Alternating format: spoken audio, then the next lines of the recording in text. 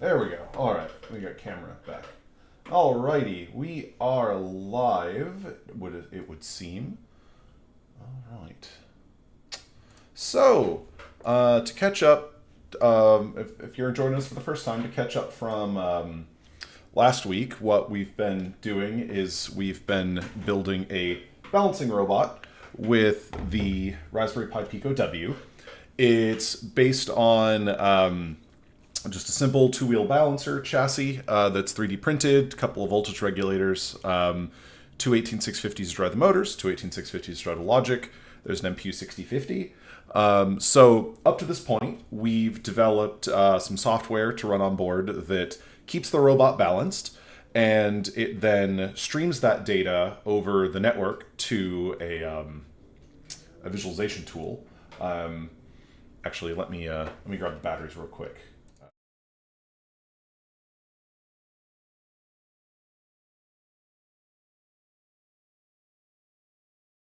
Alrighty, batteries grabbed. Let's connect power to this thing so we can see what it does. And we've got now, and touch the other one. Starts running. We'll grab the desk cam, which is just my phone running Droid Cam. Droid Cam. Alright, let me switch to the desk cam here. Alrighty. See the robot. Let me turn off the light here.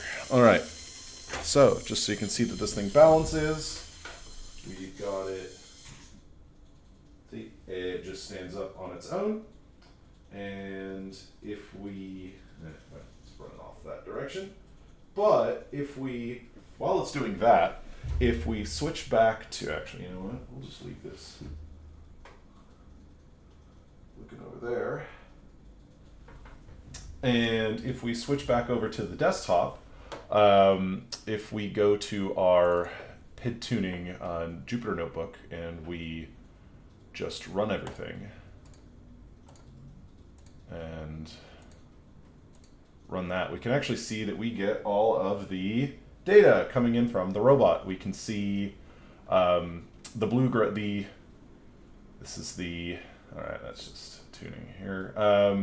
That's the encoder data coming in down here. The top data is the balancer's pitch angle, and then the graph down here is the PID response. The red, I believe, is the proportional response. The green is the integral response, and D is the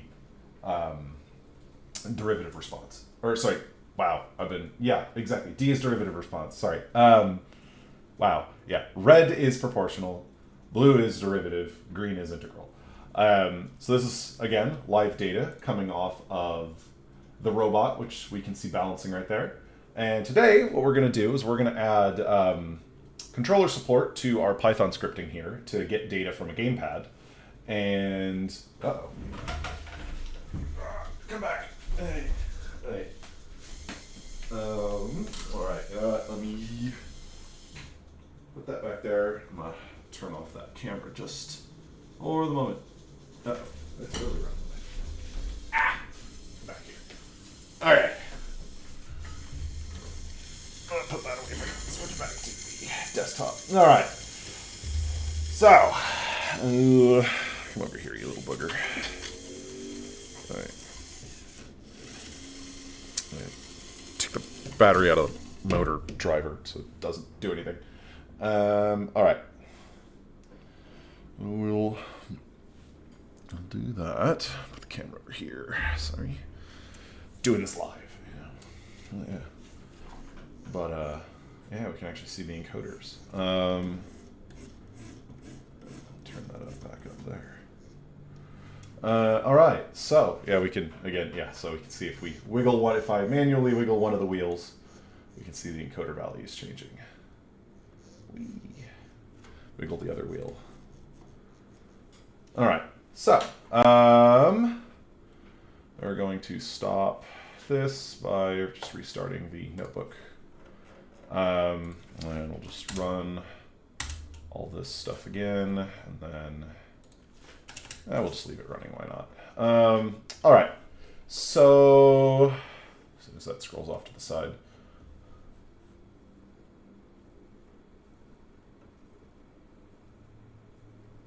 Alrighty. Okay. So first thing we're gonna do. You know what? Fine. We'll actually stop that. So what we're gonna do is we're going to add support to this DualShock 4.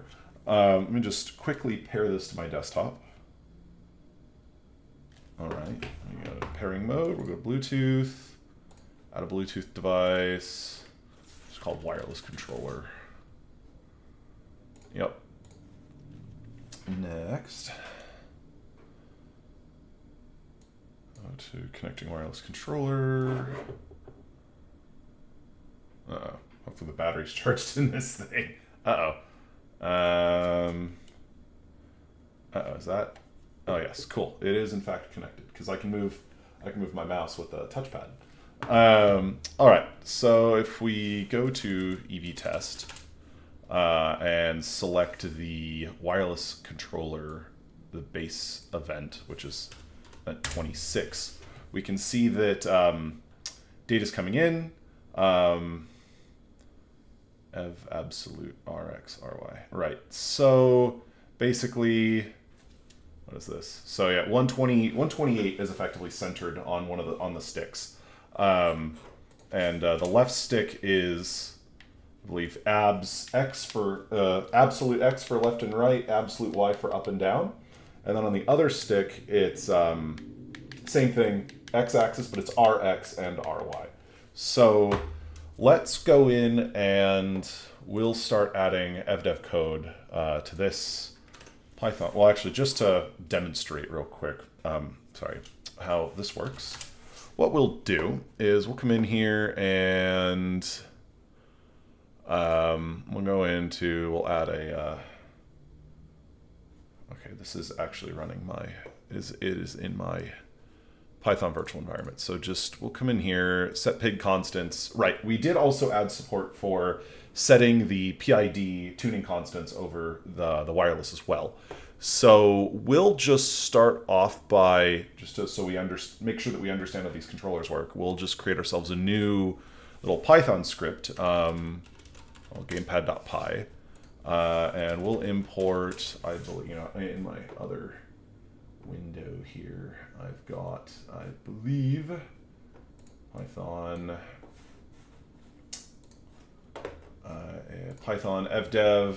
So here's a pretty simple little script on how to do that. Actually, let me zoom the code window in just so y'all can see it a bit better.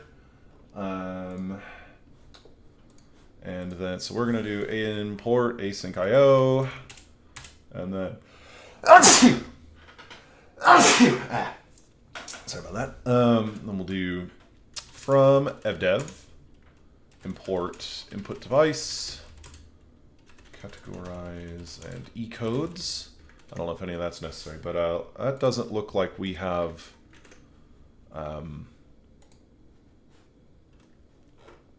let's create a new little terminal here. Doesn't look like we have pip install evdev. Uh-oh, we're not in our virtual environment. That's unfortunate. Pip install, but we're in the virtual environment. Pip install, yeah, whatever. Clearly this Jupyter Notebooks one was. So we'll kill the Jupyter server here. We'll do pip install evdev. All right, cool. And then we'll do, that means we gotta kill our Jupyter Notebooks thing. All right, cool. So we've installed evdev, and now this should work. From evdev import stuff, alrighty. We'll do in our main function here, async io.run main. And this will be a async def main. All right. So So, well, actually, before we even get into this, let's just do Python. Let's do from evdev import input device, just so we can see how this works. So, we'll say input device dot list devices. That didn't work. Input device has no list device. Okay, you know what? We don't. The question is whether to trust the Google AI summarization of the Python evdev module, which is probably a terrible idea. But either way, Python evdev package, Python evdev. So let's see. Let's getting all accessible event devices. Oh, no, it should have. Ah, I see. I'm sorry, Google was wrong. So it is evdev dot list devices. Oh, import evdev. There we go. All right, so we can see a list of input devices. So that means we're going to do this, and then we need to filter for name, because we know exactly what the name of our input device is, because it's a DualShock 4. It comes up as wireless gamepad touchpad. Let me just go back over here. Nope, I already closed that terminal. Okay. EV test. Yes, it shows up as just wireless controller. And I believe, I can't remember what the MAC address is, or the device ID of this is. Device.fizz, okay, well, let's see. Which wireless controller are we at? We are input 26. So input 26 is the item 2 in this list. So, well, devices equals evdev.list devices. Devices 2 is input device 26. All right. So we'll say devices 2 dot what? Are those just strings? Oh, yes, they are. Okay. So device equals input device dev input event 26 device dot what? Device dot not unique. I don't be my MAC address. I need the ID of the controller. Device.info maybe. Yes, there we go. Okay. So what we're gonna do is let's see. We'll do async def find DualShock, or find Gamepad. Why not? Because we might add other types of gamepads at some point. So we'll say devices is evdev dot. I think how do we?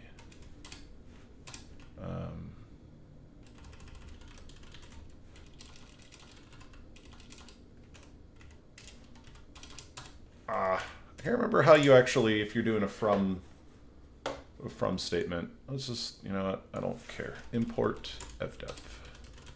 All right. List devices. So for device. So you know what? For path in devices, we'll say device equals evdev.input device path if. Let's see what happens if we do device info.vendor product. Okay.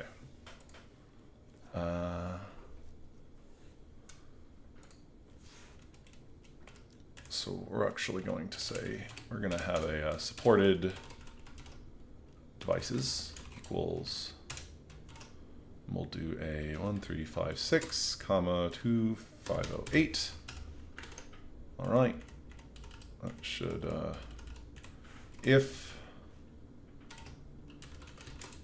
device dot info dot vendor device.info.product in supported devices. Is that a thing? Can we actually do a tuple match like that?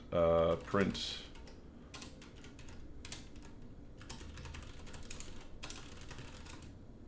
device. I need to format that. All right, we'll do await find gamepad. See what happens here. All right, sorry, I gotta do the shebang to make this an executable script. User bin env python 3. All right, we'll do dot change mod plus x gamepad. Yeah, and so, right, product and stuff the same. That means we discovered device. All right, so touchpad motions is wireless controller. So we need to find the name.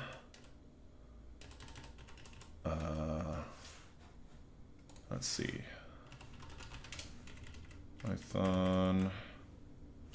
Maybe we can do device wireless controller.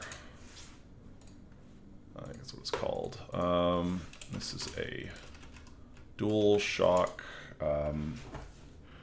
This is officially a Pro controller, or this is a DualShock 4 V2, which is the DualShock 4 CUH ZCT ZCT2U. Okay. All right. Shall we say discovered if device if device dot info dot name, right? Is that a thing? Device bus type. We'll find out. Probably not. Yeah, device.info.name is not a thing. All right.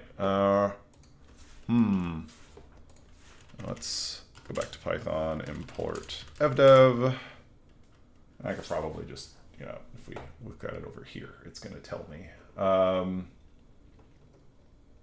Reading events, multiple events, accessing, categorize.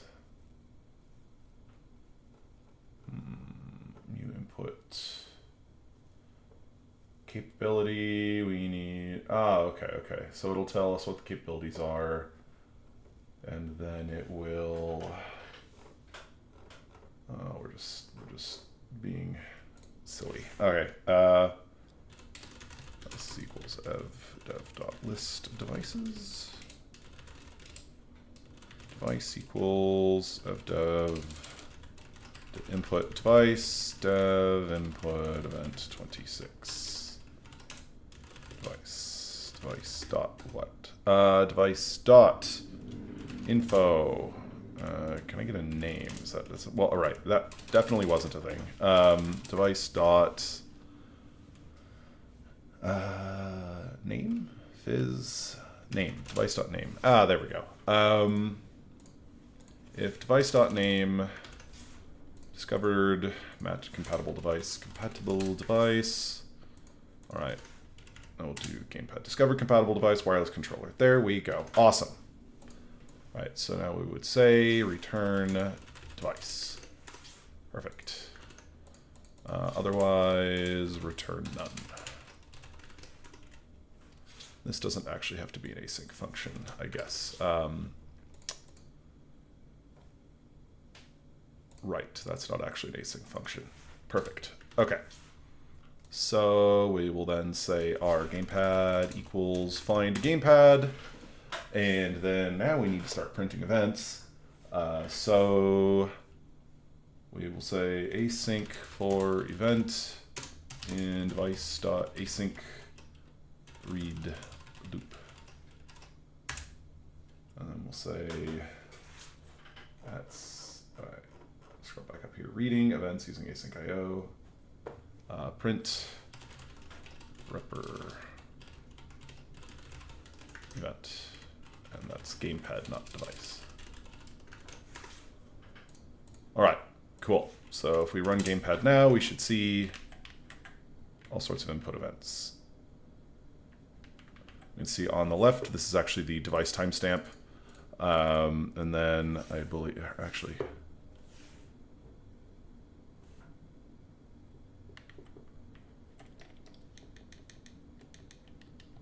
interesting. Actually, that's not what I thought. Okay.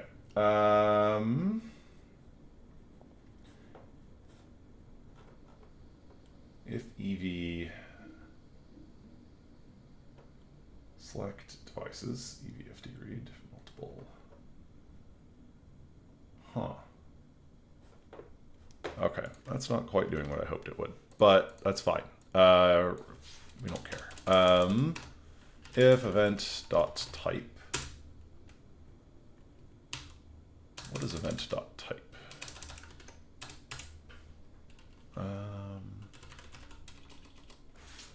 So yeah, import device. Associated classes with event types. All right. We actually get X.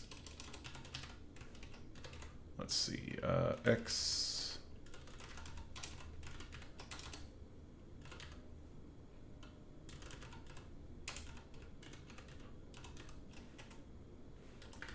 See if that works. It probably won't. Yeah, it won't. Object is not subscriptable. Okay. Event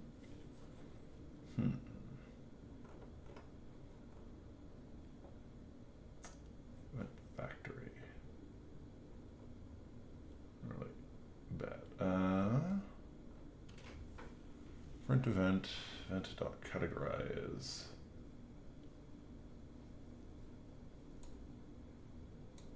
Curious device.path category. Yeah.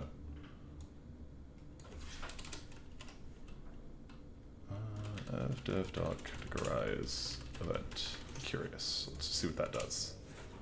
Ah, there we go.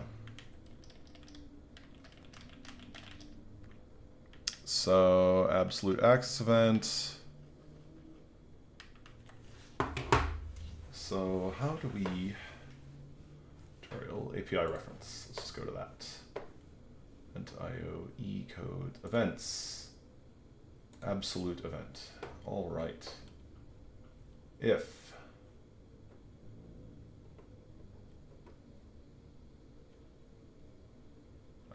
relative event, relative access again, moving. All right, let's see here. Reference to an input event.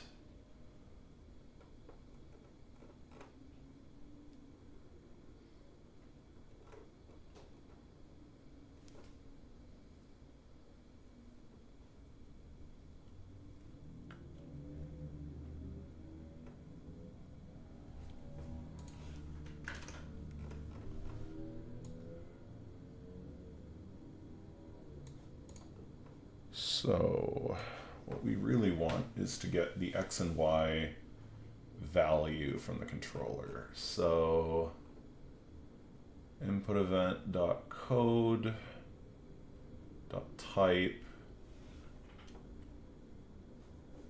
So can we say if event is evdev dot abs event, then E equals event as evdev.abs event. Is that how you cast statements? Oh, it already. If device, then we say event dot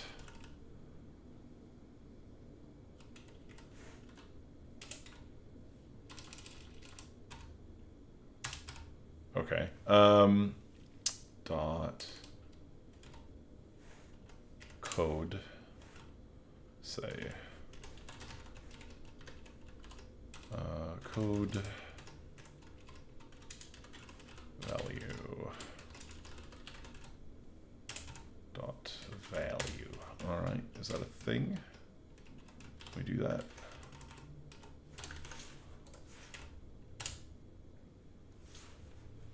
Nope, that didn't work.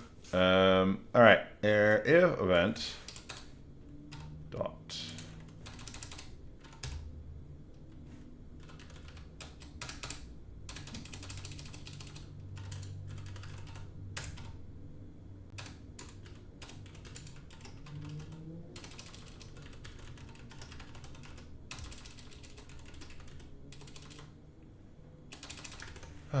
okay.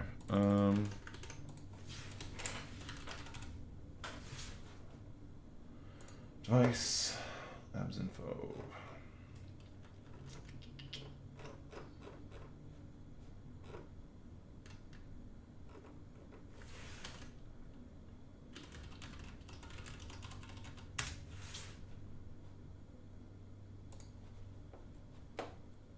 Event IO. Read iterator self.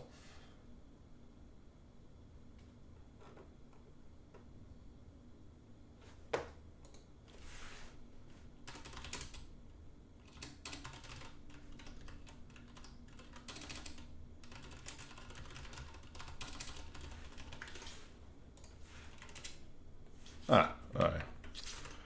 Cool. Event.type.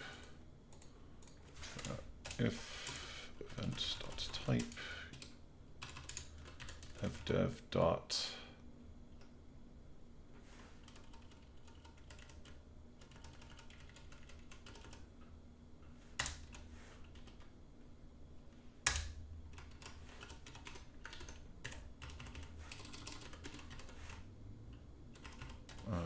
all right, sorry. Then we do this. We do. All right, we do. That's dot code dot value. All right. Nope. All right. Damn it. Constant.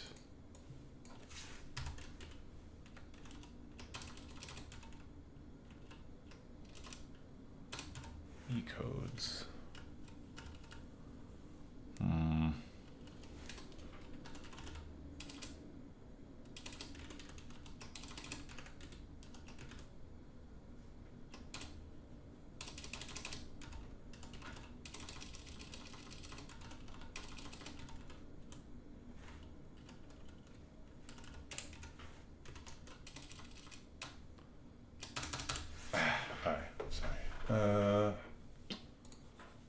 BI reference. Reading events using async IO. Or event and read. Refer event. E-mask. What else again? I'm just trying to get these codes. Or the EV. Oh, maybe it's ecodes dot evdev dot ecodes dot evabs. Then we do that. Oh, there we go. Okay. Perfect. Nice. And then if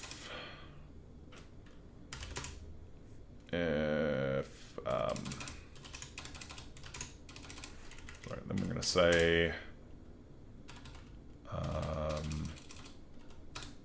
stick x equals 0, stick y equals, actually, no, we'll say equals none. If event.code equals evdev.ecodes.abs x, then stick x equals event.value. Elif event.code equals evdev.ecodes.abs y. Stick y equals event.value. And then if stick X is not none, and stick Y is not none. Then we say print f stick equals stick X comma stick Y. All right, cool. That should do us on that. Perfect. Perfect. And then the left stick, if I move to the left, it goes 0. If I move to the right, it goes 255. If I move up, it goes to 0. If I move down, it goes to 255. Perfect.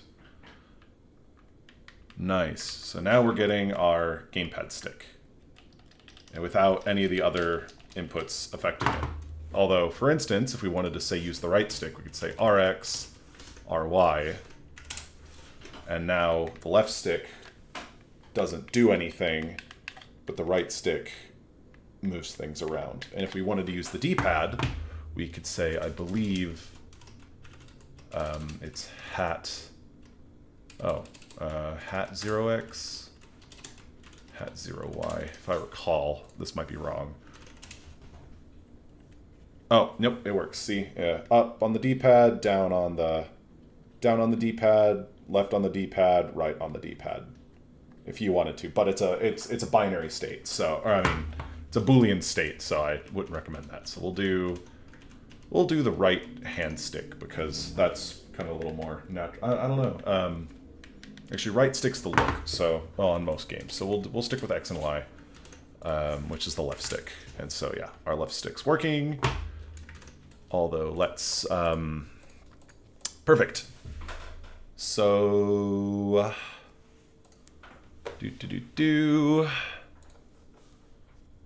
perfect. And I don't really need to worry about writing an iterator logic right now. So that's fine.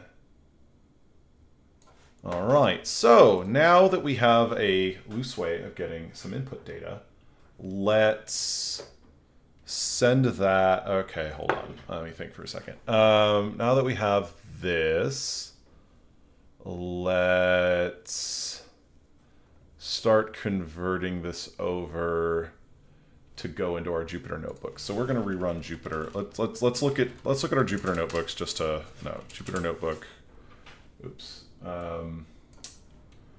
Just to get a idea again of maybe how we would implement this. All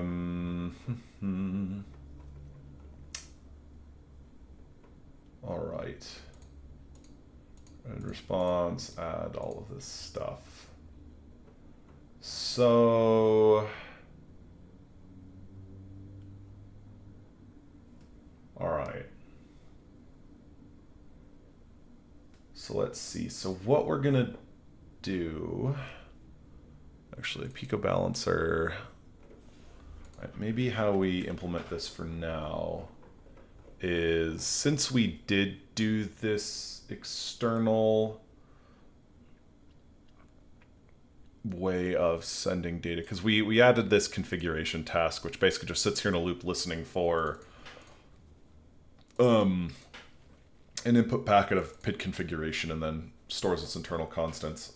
Maybe what we want to do is we can do the same type of thing, but if we receive a control, what we'll call a control packet. All right, I like that actually. Okay, so what we'll do here, because we did hard code some of this. Okay, so we can continue to just hard code some of this crap for now. So okay, so what we're gonna do, let me. All right, actually, so we'll just kill Jupyter Notebooks again because we're mean. All right, kill Jupyter Notebooks. Okay, so we might as well, just to start with, set up a separate Python script that just sends the data to the robot, rather than trying to merge this into Jupyter Notebooks right now. Because there's some cleanup I want to do with Jupyter Notebooks, but at least let's start with thinking about Wow. Let's just go the easy route for now.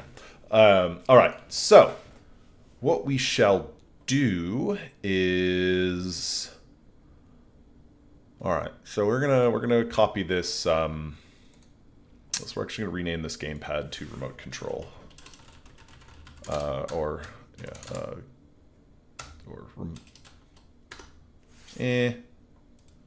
we'll do gamepad.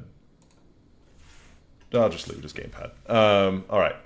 So we're going to bring in our async UDP code that we did before. So import async UDP, and then def main. These are our known stick positions. And what we shall do is let's just start setting this up to have to translate into something a little friendlier for the robot. So we've got this abs X and Y thing. So what we'll actually do is 128 is considered center. So if what we'll do is we will subtract 128 from both of these. And then let's rerun our gamepad logic and start moving the stick. So yeah, so move it up, it's negative, down is positive, left is negative, right is positive. I've never really liked that notate. Either way. Actually, what we'll do is we'll flip this value. 255 minus value, minus 128. If we do that, it should invert the joystick. So yeah, forward is, so up is 127, down is negative 128, left is negative 128, right is 127. And then what we shall do is we shall then, let's convert these into floats. So there's 256 days. So if there's negative 128, there's 128 positions to the left. And if it only goes up to 127, there's only 127 positions on the right. Because 0 is its own state. So, right, okay. Okay. So we're going to say divide by 128. Now, divide by 127. Divide by 127. And the problem is if we go all the way to the left on the stick now, so you can hit 1.0 going up, but if you go all the way down, you go a little bit over -1. A little bit over -1 to the left. You know, definitely 1.0 on the right. Okay. So we'll just make sure to clamp this. So if stick, you know what? Is there a clamping function in Python? Python clamp value. Is there a built-in function for that? No, there's not. Okay. So we're gonna say def clamp v or n, and then lower upper. And we're going to say if n greater than upper, return upper. And we can actually do this in a more fun way. Return the minimum of upper and n, because and then the maximum of and with lower. All right. Perfect. And then we shall say lower equals -1, upper equals 1.0. We could always specify this, but, you know, whatever. Clamp. And then clamp. All right. So if we go all the way to the left, it's -1. All the way to the right, it's 1. All the way up, it's 1. All the way down, it's -1. Perfect. Okay. And we should probably do a dead zone. If we'll do it. Okay, now we're functioning in integer. So if abs stick x less than about 125, or let's say 02.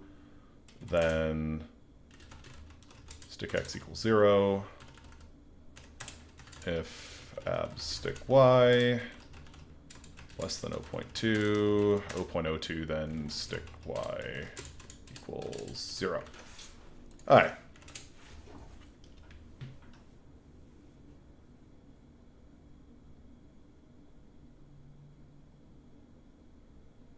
Actually, you know what? This one's been a little more finicky. I guess we're going to say 0.05. Seems like a lot of dead zone. Oh well. Whatever.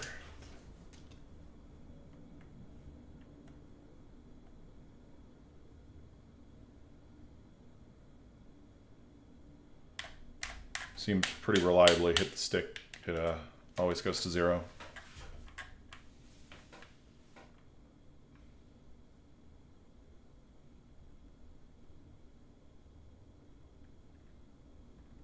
All right, looks good. Perfect. All right, so now that we have our stick positions, what we'll do is we're now going to connect to the robot, connect to the balancer, and we're going to just copy out this thing. We're going to copy out the socket. And oh, that's really all we have to do. So let's now define ourselves a new type of motion packet. Start with Pico balancer. We will define, we'll say control input, we'll say, what do we call this type of packet? We'll call this a control packet. I'll put this control. We're going to define this as a control packet. Control. We have to define ourselves a control packet, so that'll be a struct control packet. That'll be a float x and a float y. And we'll just put ourselves an end on that. Perfect. Control packet. Then we go into our balancer types. We then give ourselves a packet type control equals 4. Then do a class control packet c types dot structure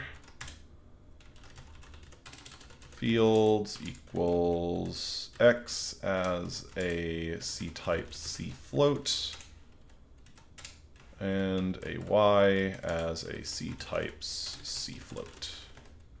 All right, that gives us a, and then another option in our union is a control packet. That would be a control packet. Perfect. All right, so now we can go into our gamepad and we can say from balancer import types. From balancer, actually no, from balancer dot types import motion packet, control packet. I think that's all we need to do.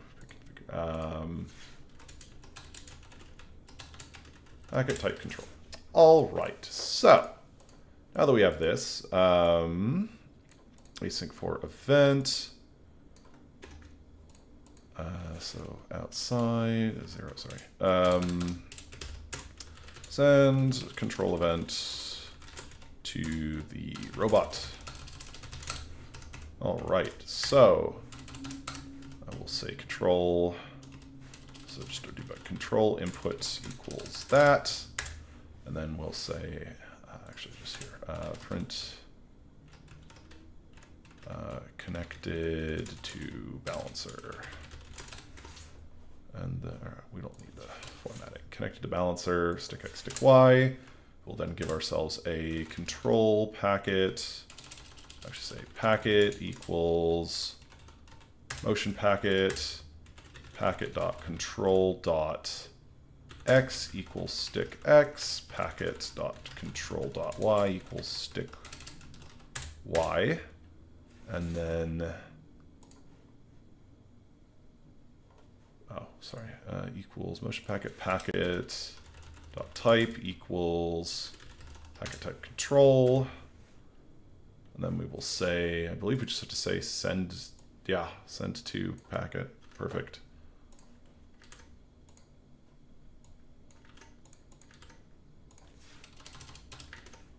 All right, and that should be our remote control. That should be the computer side of the remote control. Let's see what happens. Gamepad. We'll connect to the robot. Yes. Oh, shit. I did something wrong. Oh, dot data. Haha. Dot data dot control. Data dot control. And now we can do the connection to the robot.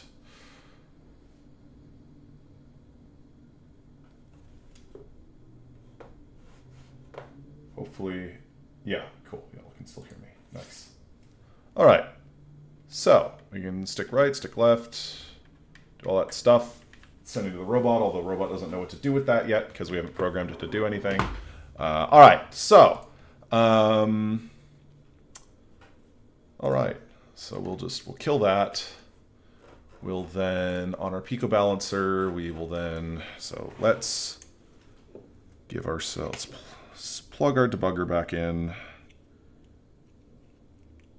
And we shall we'll just give ourselves an input here. Oh, bad. Oh, no, we're good. We're not connected to USB. Perfect. There we go. All right.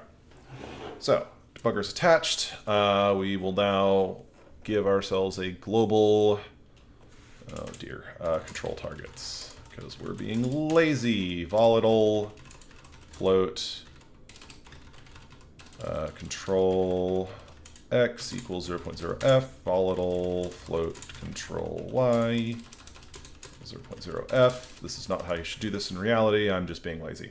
All right, so we will then say in our packet breakdown here, case, motion, packet, type, control. We will then say control x equals,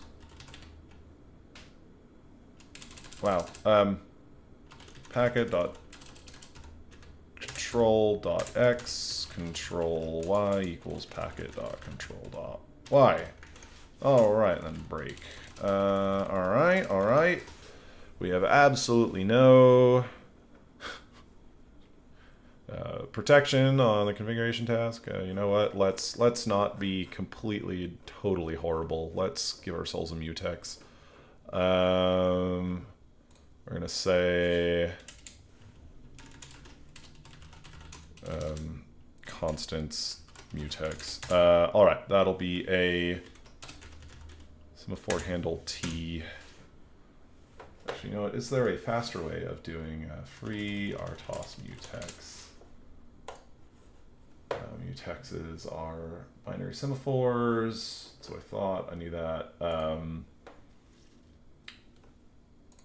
Task notifications as no. Okay, cool. That's what I thought. We actually need a binary semaphore if we're trying to do a mutex. Okay, so. Direct to task notification queues and mutex is binary semaphores. Mutex is binary semaphores. I love how it doesn't actually give me the API.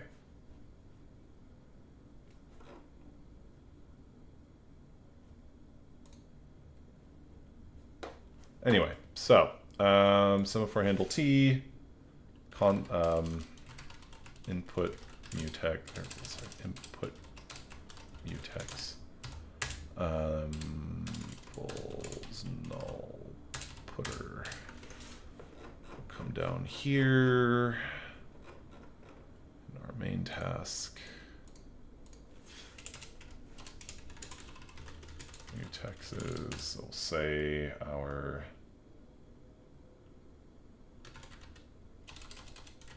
input mutex is a x semaphore create binary.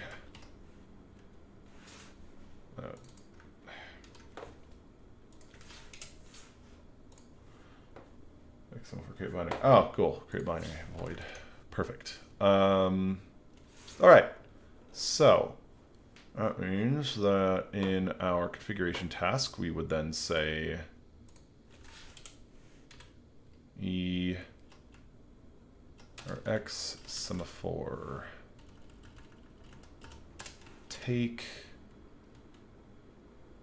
block time. Semaphore take input mutex. Block time is PD max. No, it's port max delay. There we go. Then X semaphore give. Input mutex. All right. And then up here we would then say, oh dear. All right. Bueller. Take notification. We could then say, where do we start? Okay, and then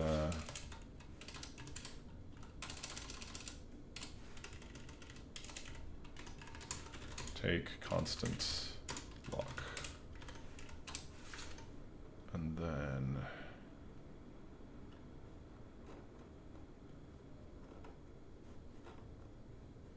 we'll then say release.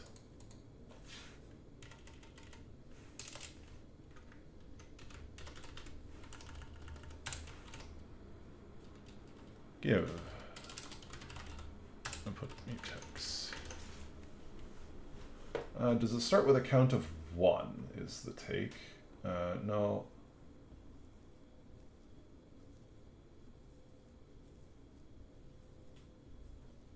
Calling X semaphore take on this here until semaphore is first and give it. Oh, okay, so we need to set it at 1. X semaphore give input mutex. Okay, cool. Perfect. So we should be able to compile that and flash that to the Pico over the SWD. Alrighty.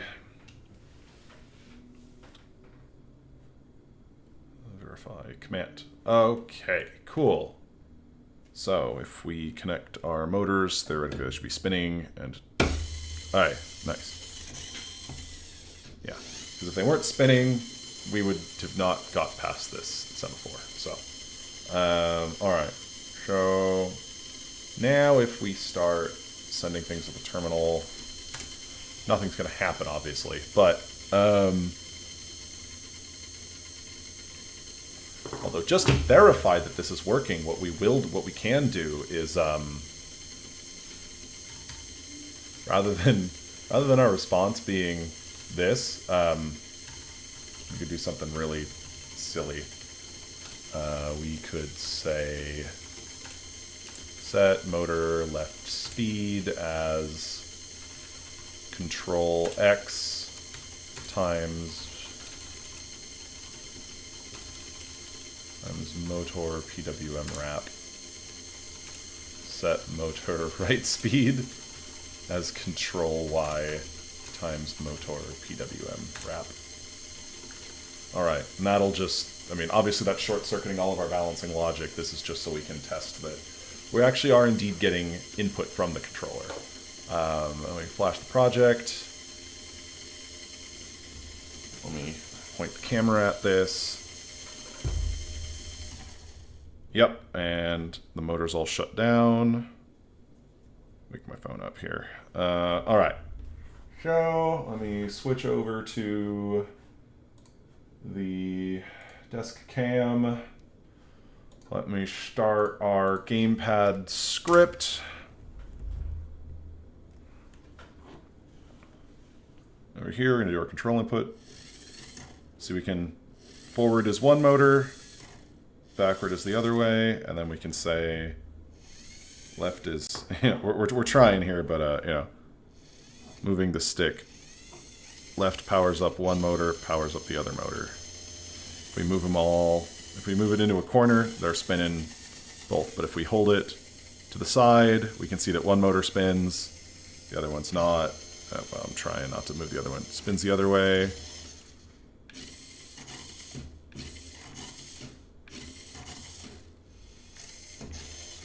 The cool thing is actually, this gamepad data, this is being captured by my desktop and sent over the Wi-Fi back to the robot, and the latency's very minimal, which is really cool. But that's the benefit of UDP. All right, so back to the desktop camera. All right, and we're gonna restore. Let's restore the balancing function for now. So we'll just delete that. Bring back our balancing function. Compile. Re-upload that. Well, we don't necessarily need to re-upload at the moment. It's still. This is too fun to play with. Okay. We'll kill the input there. Stick doesn't do anything anymore. All right. So we're not balancing with the we're not balancing with the control input, but we are getting the gamepad data to the robot over the network, which is cool. All right. So now we need to actually figure out how to take this balancing data into effect. And one of the things that we can do is as a very, very simple demonstration that this can work, or just a very, very simple. So there's a couple of, I guess, theory classes on how to control a balancing robot using input data. So one would be, so the main is you have a PID controller, the one we already have, essentially, that sets the robot to a desired tilt. Now, right now, what we've been doing so far is we maintain that desired tilt at 0 degrees. And because it's 0 degrees, it should be vertical. But the problem is that it doesn't go anywhere. And if it does start moving, well, it's just trying to maintain itself vertical and never slow down, as it doesn't know that it's moving necessarily. So one school of thought is that rather than having a constant 0 degrees, what you do is you then take the inputs of the encoders and you basically calculate at what position the robot should be at any given time interval. And you then use the PID controller that is trying to set where the robot should be at that interval use that to vary the tilt angle.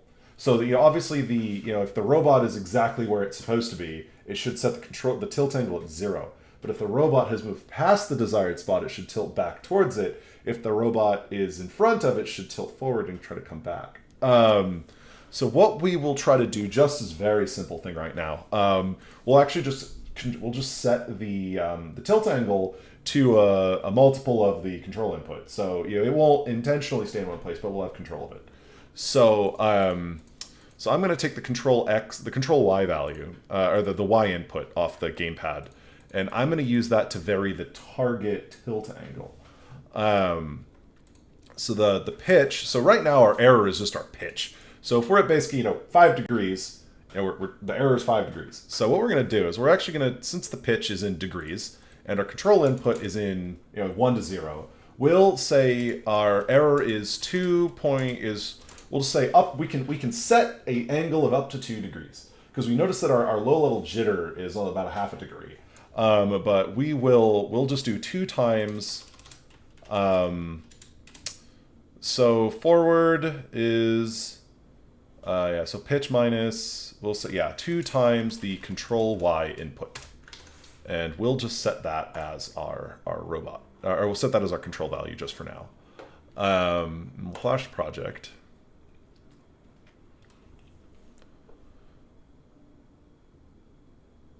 And shut down command. All right. It's speeding up. We'll unplug the debug connector here. We'll then start up our gamepad script. And let me grab camera. Pick that back up. Switch back over to the desk cam. Okay, so we are going to do gamepad control test 1. So, well, that's not doing anything. So it's very, very slow to respond, but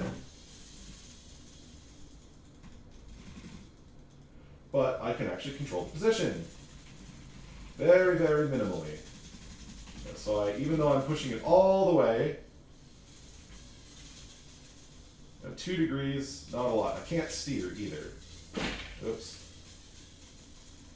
It is not very responsive.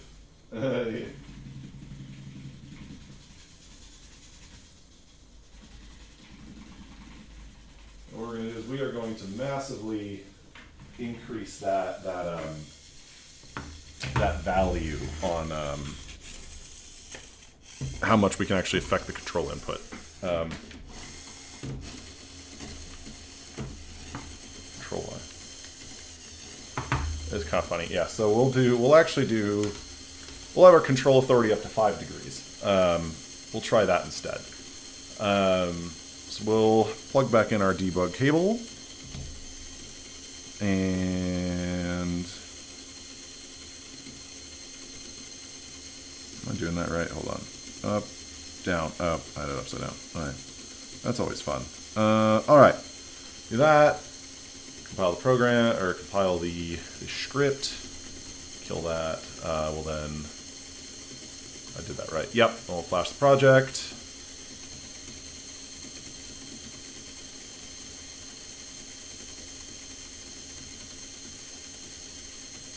That's not working. Target code. Oh, now it's working. Nope, that didn't work. All right. We shall. Oh, because I plugged into the UART. Of course I did. Okay. All right. Flash project. There we go. Oh, sorry. I didn't switch back to the desktop. It's still the phone, which is on the floor. All right. So, back to the floor camera. We're going to restart my Gamepad script. Unplug the robot. Manage the thing there. All right. That's balancing. So I can go one way. I can come back. Oh. Ah! Take out the camera. There you go. So the control is effectively, you're using because we're doing setting it via the angle, you can actually see the robot tilting, right? Oh, don't go too far. You can actually see that it looks like it's effectively pushing us over, right? You can see the tilt, the target, the tilt changing, right?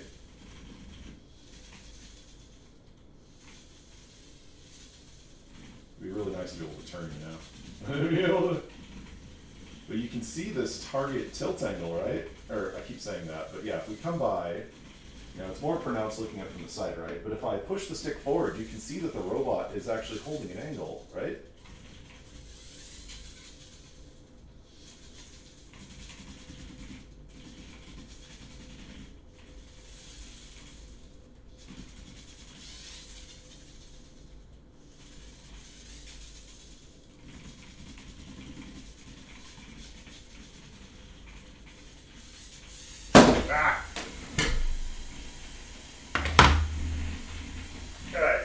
Need a better control system. All right. So, alrighty. Put the robot back on the stand and have a think here.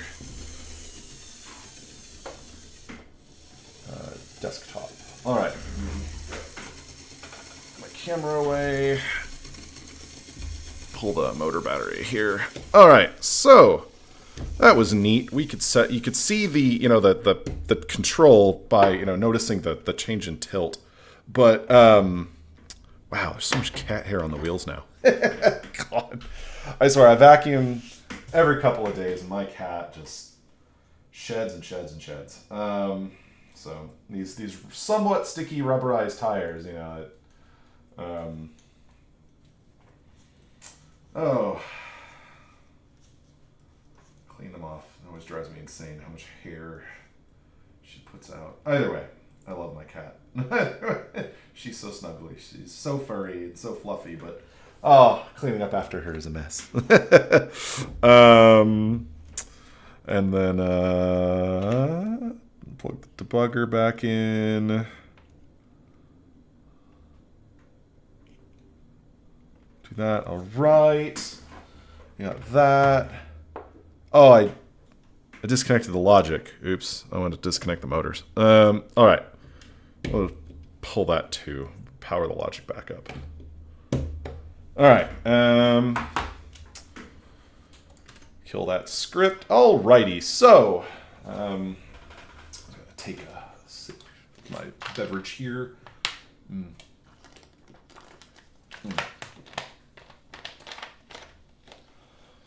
All right. So, we could see what we could do. We could see how it worked if we... Wow, I'm tripping on my words here. Sorry. So we can see that, just by varying the target tilt angle, we can control where the robot's going. But the thing is that if it's not really a velocity control, because as the robot's tilted, it will proceed to gain speed as it's trying to hold itself in that direction, because it has to apply, when it's not perfectly vertical or balanced, the robot has to apply a torque against, because as the, if I don't necessarily want to draw out the force vector diagram right now, right? But if the robot is tilted out of center, it means that gravity, the gravity is creating a force about the wheels, trying to pull the robot over. And the robot can counteract with that by rotating the wheels in the other direction. But because I'm trying to think of how to describe this, but effectively, in order to hold that angle over, if you wanted to have a constant force holding the robot up, the wheels would have to be essentially glued to the floor. But because the torque that the robot is applying to compensate for the imbalanced mass is also spinning the wheels and thus moving the robot has to keep increasing the velocity of the wheels in order to continue to counteract that mass. Because basically it has to spin up the wheels to fight that constant force. So really, if we want with the stick controlling the tilt angle, if you flip the stick, then you're kind of giving it a constant velocity. Because if you tell it to tilt a little bit, the robot then catches itself. But then the robot's moving in a direction. It's like you give it a little nudge. But if we actually want the stick to equal a constant speed, we actually have to track how far the robot has moved. And we're essentially... I'm trying to think of a good way. Essentially, we're controlling that's how you would do velocity controls. Essentially, the robot needs to be at position A, then position B, then position C. With A, B, and C being calculated, as a position based on how many ticks you should see, based on a desired velocity. And you're using a positional PID control loop in order to try to hit that position, but the input to that the output to that actually controls the angle. So as the robot is approaching the target, if the robot exceeds the desired speed, it should tilt backwards the other way in order to try to slow down automatically. So I'm trying to think. So we've got this left encoder, right encoder value. Let me just spin up Jupyter here to make sure I'm thinking about things right. We're going to go to balancer constants. I'm going to run this notebook. Run all cells. Okay, we've got the encoder values. I believe I have this at... No, I do not. Okay, so forward on one motor is a very negative value. Forward on the other motor is also a very negative value.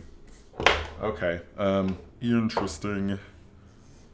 Well then, so I am just...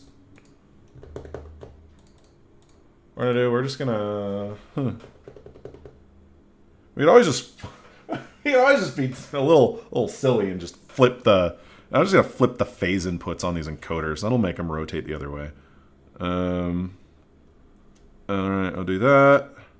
I'll do that. That. All right. One phase is flipped. Let's do the other one.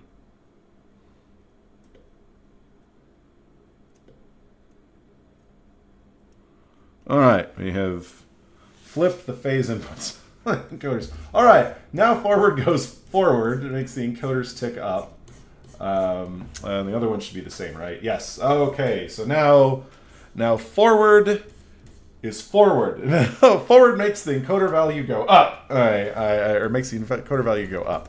That is jives with my brain a little more. Okay, so right. All right. So we need to know how much time has passed since the last loop. So we need to start. Wow. Okay, I'm tripping on myself. What we are going to do is add a device timestamp field. We're first going to take use FreeRTOS to get the current time, and then we're going to use it to add a device timestamp to our motion status packet, just as a way to start making sure that we have the time. And we'll replace this sample field with our device timestamp. So what we shall do is FreeRTOS get time. We're also technically not doing the I term right because the I term is supposed to be multiplied by the time. But we haven't been checking the time. Okay. Getting current time, get tick count. Current time, how can I convert it to milliseconds? Tick rate. Okay. Get tick count. Okay. That's how we do this. So we're going to say, so this is our IMU task. Do we output state anywhere else? No. Okay. So we're going to add to our PID response packet. Let's actually figure out first what the type that this starts at. So we're going to say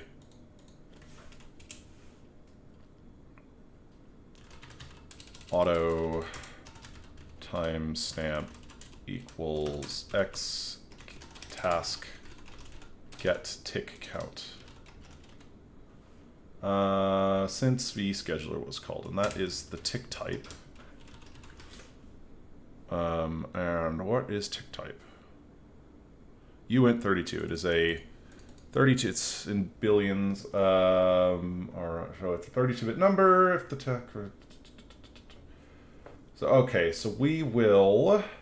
Wonder how long that means. I wonder that. Port ticks tick rate. Tick period. 1,000 times tick rate. Tick rate. I think that's 1,000 divided. Okay, so 1 tick per millisecond. So we can have 2 billion, or is it a uint or a full int? It is a uint tick count. So we can have 4 billion ticks. That's 4 billion milliseconds, or 4 million seconds. So how long is 4 million seconds? 4 million seconds. 2 days. Alright, so it'll roll over every 46 days. If this balancing robot can actually stay online for more than 46 days, I will fix this problem. I will fix this rollover problem. But okay, so we're going to say uint32. We'll say previous time. Previous time. Actually, nah. Yeah, previous timestamp. Why not? Okay. X task get tick count. And then we're gonna say, although if we're updating in a none good. Wow, I'm so sorry. Trying to remember what the update rate of the IMU is, because if it's like 133 times per second or something, that's going to generate some really nasty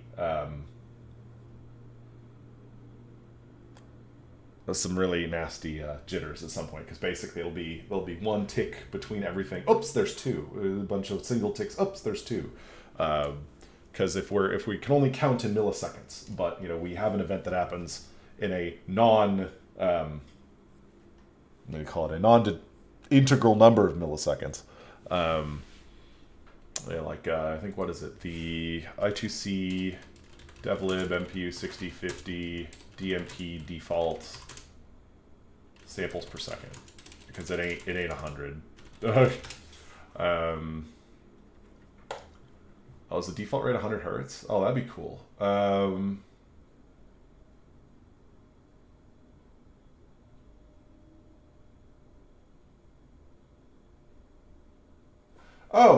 Okay. So the reason that okay, thank you for your comment, Luai.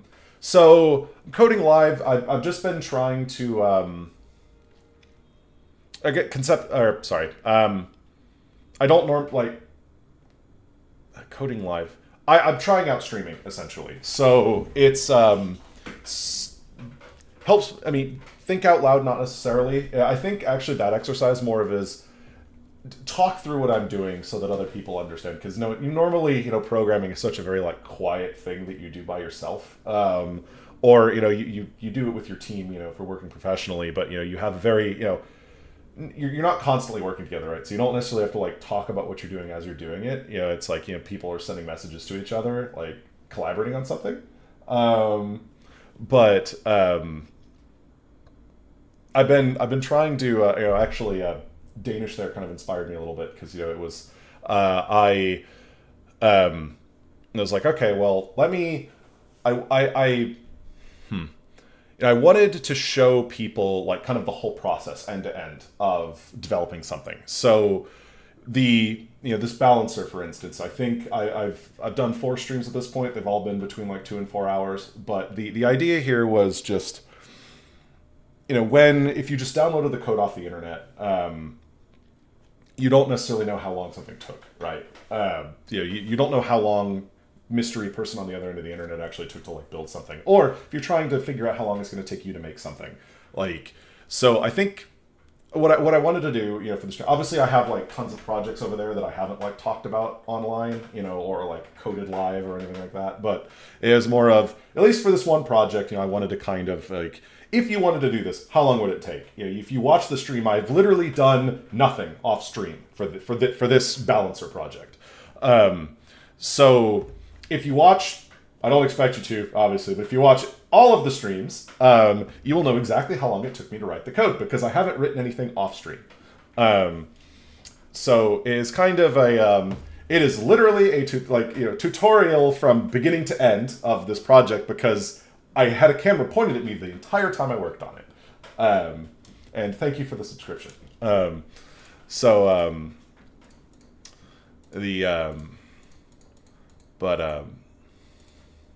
Hopefully what I'm saying is I'm coding live actually like makes sense, and it isn't just like me rambling gibberish off, or rambling let me vocalize exactly what I'm typing, kind of thing, maybe add some, hopefully I can add some kind of interesting commentary on top of what we're actually typing.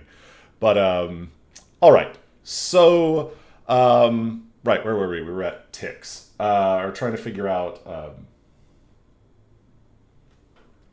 right, we were trying to get tick count. We were worried because we're gonna get 1,000 ticks per second, because there's 1 tick per millisecond.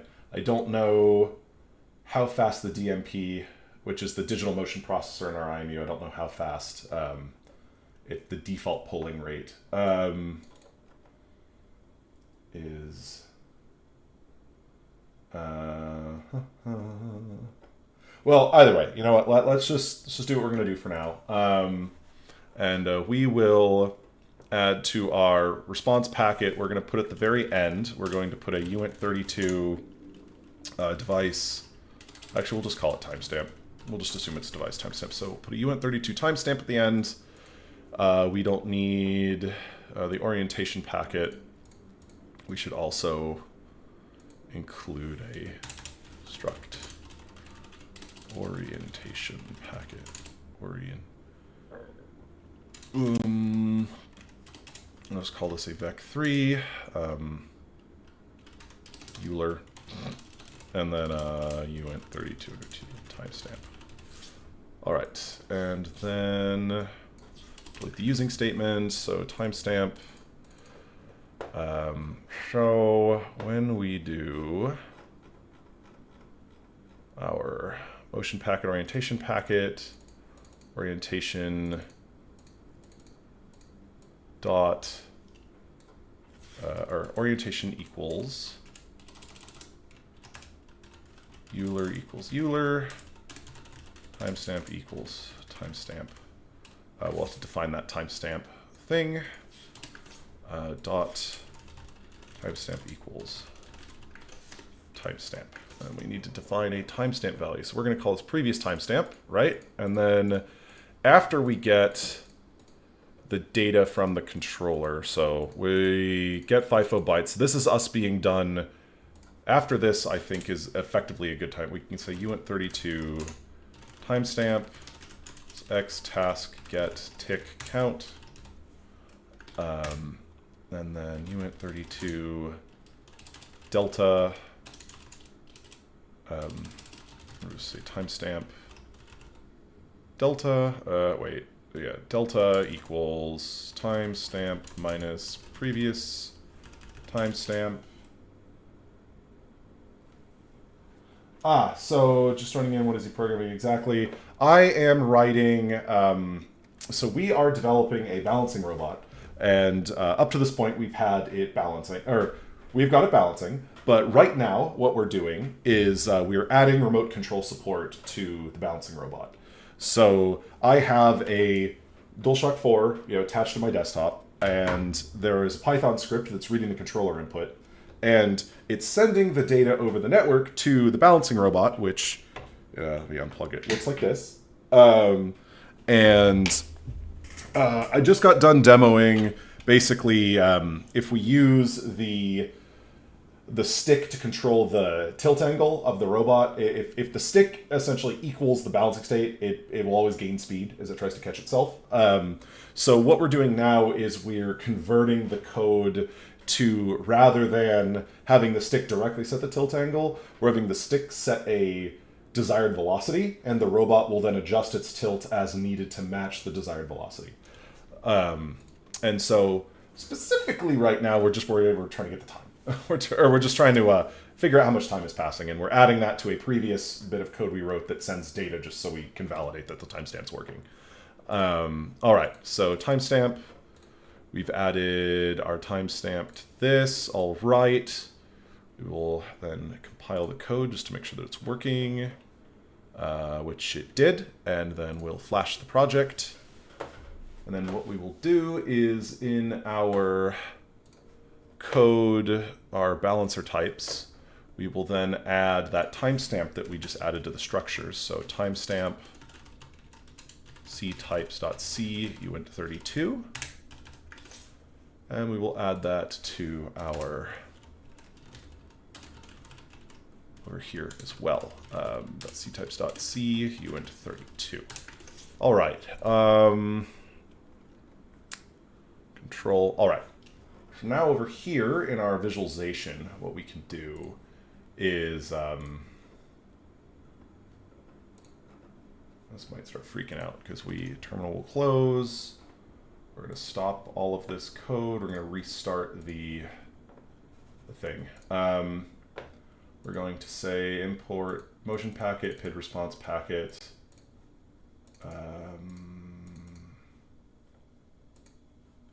Orientation packet, orientation counter.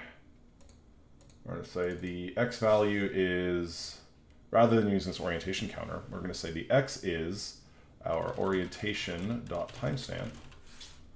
Also going to say, instead of a PID counter, it's our orientation.timestamp.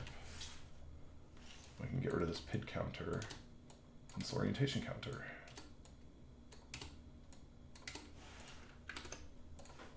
And now that we've deployed, we did deploy the code, right? Yeah. Let me just be pedantic and do that again. Flash project.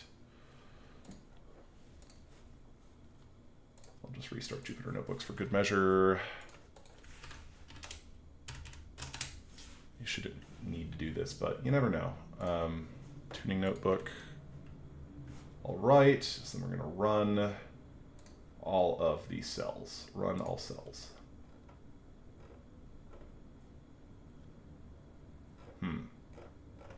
doesn't look right.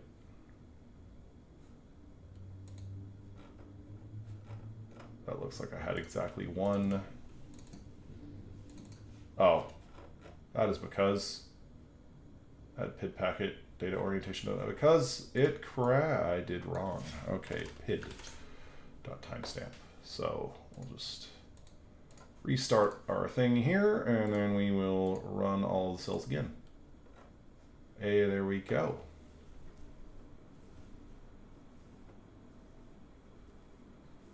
Perfect. There we go. Just takes it a second. Alrighty. You see the device timestamp in the bottom, and this should be in essentially milliseconds. All right. So if we look at the balancer pitch, so we see that it goes up and down. All right. Cool. Cool. So yeah, we have functioning timestamps. Let's see. 1000 to 1000. Okay. Yeah. Yeah. Looks like it's generally working. Alrighty. Right. So we have a timestamp, and it's doing something. All right. So we're successfully getting a timestamp. We're adding it to our packet, and then adding it to our state packet, which means we have timestamp and delta. So now what we need to do, so eventually we're going to need to actually getting to turning, but right now we're just trying to go forward and backwards. So let's say, we're just going to do a very simple proportional control for the position. So I believe the encoders are 960 ticks per revolution. So if we come down to the encoder value, let me turn the encoder, return one wheel, exactly one rotation. I think it's 960. Yeah, thereabouts. All right, because it's 48 ticks per revolution, and it's a gear ratio of 1 to 20 on I believe the motor's geared down 1 to 20. So 20 times 48 is 960. So 960 ticks. So 1 revolution per second would be 960 ticks. So if we're running it, say 100 hertz, that would be 9.6 ticks per revolution if we're going 1 revolution per second. So 10 ticks basically. So we'll actually we're gonna do velocity control here. So actually velocity form of PID. So yeah, we'll do how do we do velocity form? Velocity form. Well, actually, let's do P. Yeah, we'll just do a simple P controller. I'm just trying to get something that works at least something does at least something. So all right. So we're gonna say compute our desired control angle.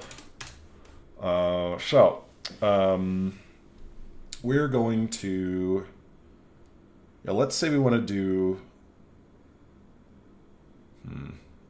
so the motors can go up to 300 RPM on these, I think. So 300 RPM would be 5 revolutions a second.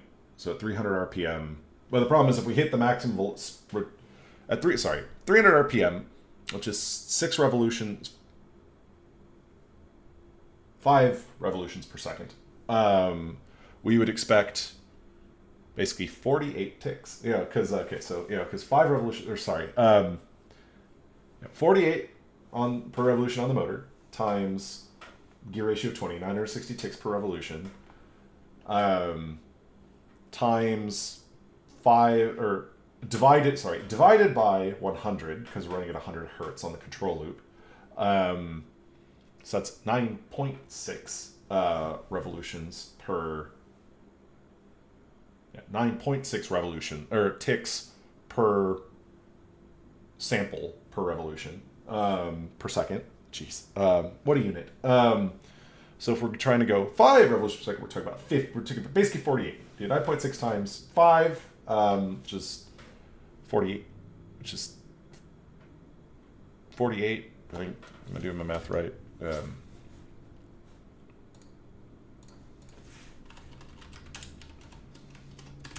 48. Yeah. All right. Cool. I can do math. So yeah, 48. So the problem is if we ever hit that, we'd have no control authority over the robot because we need some headroom in order to actually be able to apply a torque to counteract the weight.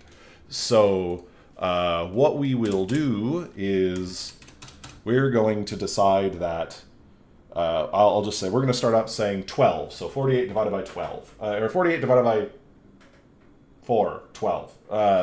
12 ticks per cycle is the maximum velocity that we can go to.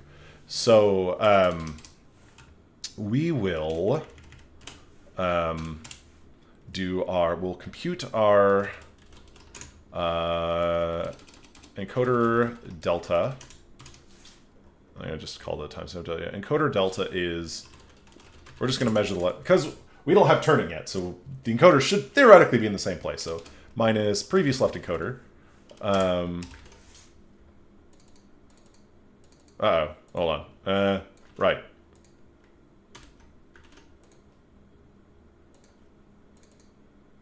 Right. No, that's not what I want to do. Sorry. Get count on blocking.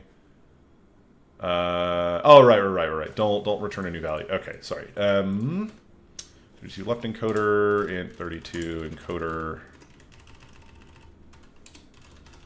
Left encoder delta, right encoder delta. Right encoder minus previous right encoder. That gives us our velocity, our velocity essentially. So compute our desired control angle. We're going to do, we shall say our error is equal to 12.f times the control y signal, because control y values -1, 0 if the stick's released, -1 if it's all the way back, positive when it's all the way forward. So we'll say 12, because that's our maximal desired speed. So 12. Right, sorry, 12. Sorry, control F minus, actually, sorry, it would be left encoder delta minus our desired. So if it went more, we're at, actually, so error is, so we're going to say, we want positive error to be we are moving slower than intended, and negative error is we are moving too fast. So we would need, if left encoder delta is say 10 minus our control input, negative error would be, or sorry, so that means negative error would be too slow. So we want to do 12, we want to do our desired state minus our measured state, left encoder delta. So positive error is we're moving too slow, negative error is we're moving too fast. And then this gets really weird if, okay, we'll start with this. So what if we have a negative positive error? Positive error is not moving fast enough. So let's say our control input was negative. So let's say it was -1 times 12. So -12 minus, say it was positive. So that'd be,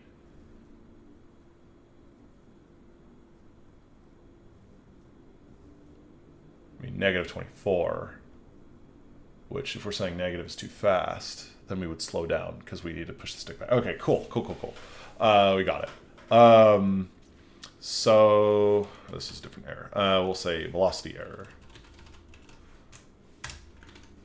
And then we shall say the float control equals, we're going to do a simple P controller. So we'll say for every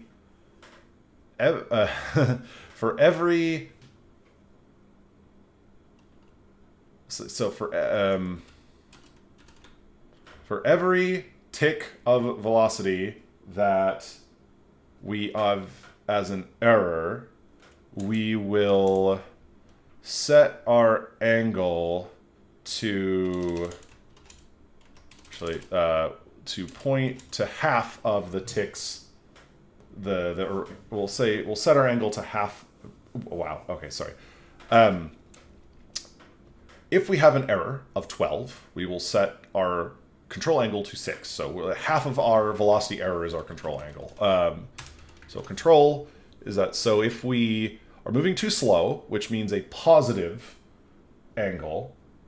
So if I push the robot forward, the pitch angle is positive. Okay, cool.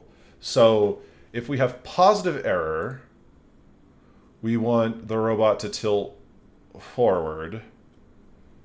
So we need to measure control minus the measured. And that would be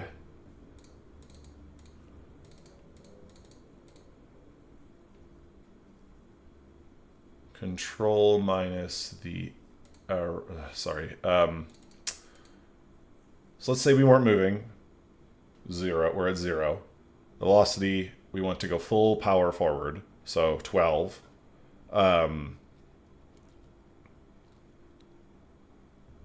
Full power forward, 12. So that means our error would be 12. Control input would be 6. So 6 minus 0 is 6. So we would then adjust based on that. Presumably end up with a positive control value, and our motors would spin forward, which would then move us forward. All of them are going to need to... Okay, let's try this. Maybe it'll destroy itself, but we're going to try this. Compile. All right. Build finished. Flash project. I think this is theoretically correct, although we are only using a P controller for our velocity, so we'll see what happens.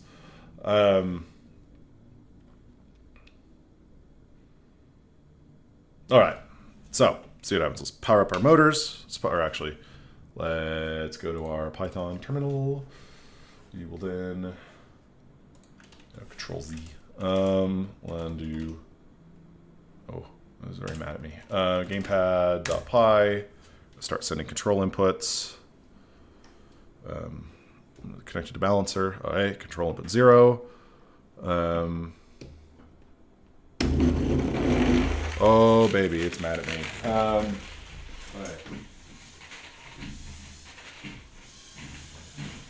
Cool.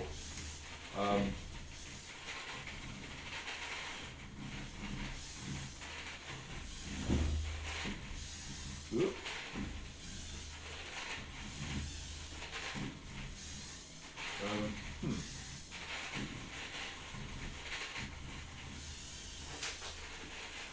Maybe I reversed something somewhere. That's really mad. Ooh, wow, it is very mad.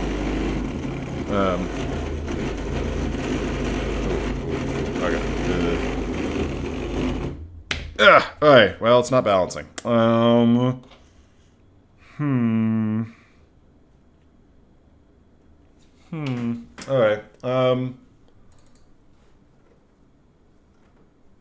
Coders. Let's see. Control input. Maybe we flipped something. Yeah, let's try the other way. Euler pitch minus control. Alright, build.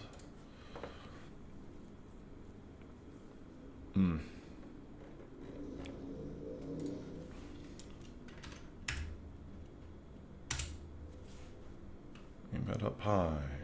Compile. Flash.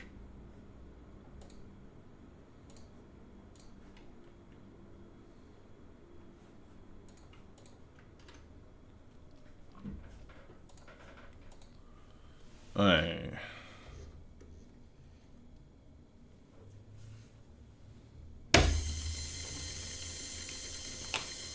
It's doing something.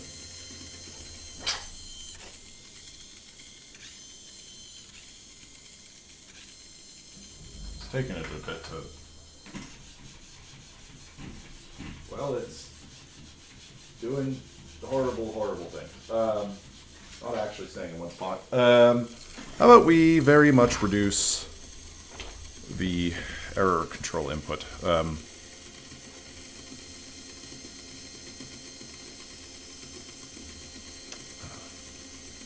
The error feedback. We'll say... Well, how about we say, instead of 0.5, we'll say 0.1.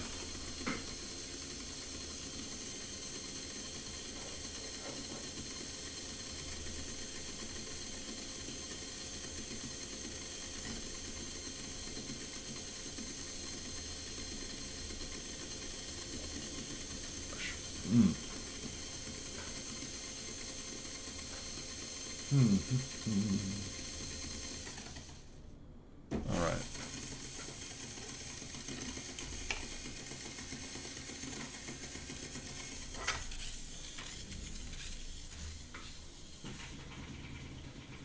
Well, all right. It's horribly, horribly vibrating, but let's see what happens. If we add the controller input,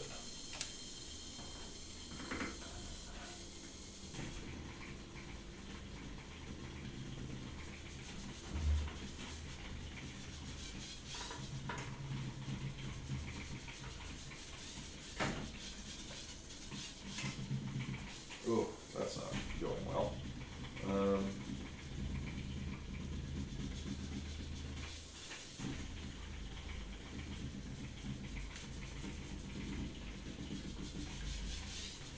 Oh, that's not going well. Okay.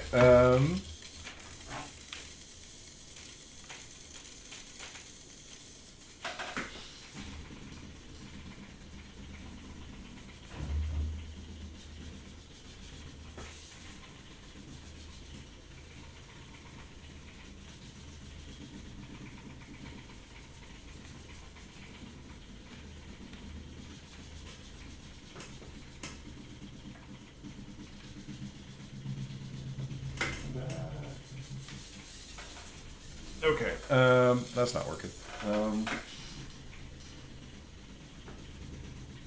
Maybe, okay,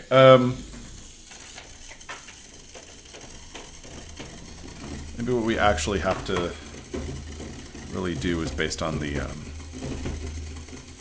overall position measurement. Maybe this, there's just not enough per frame resolution, essentially.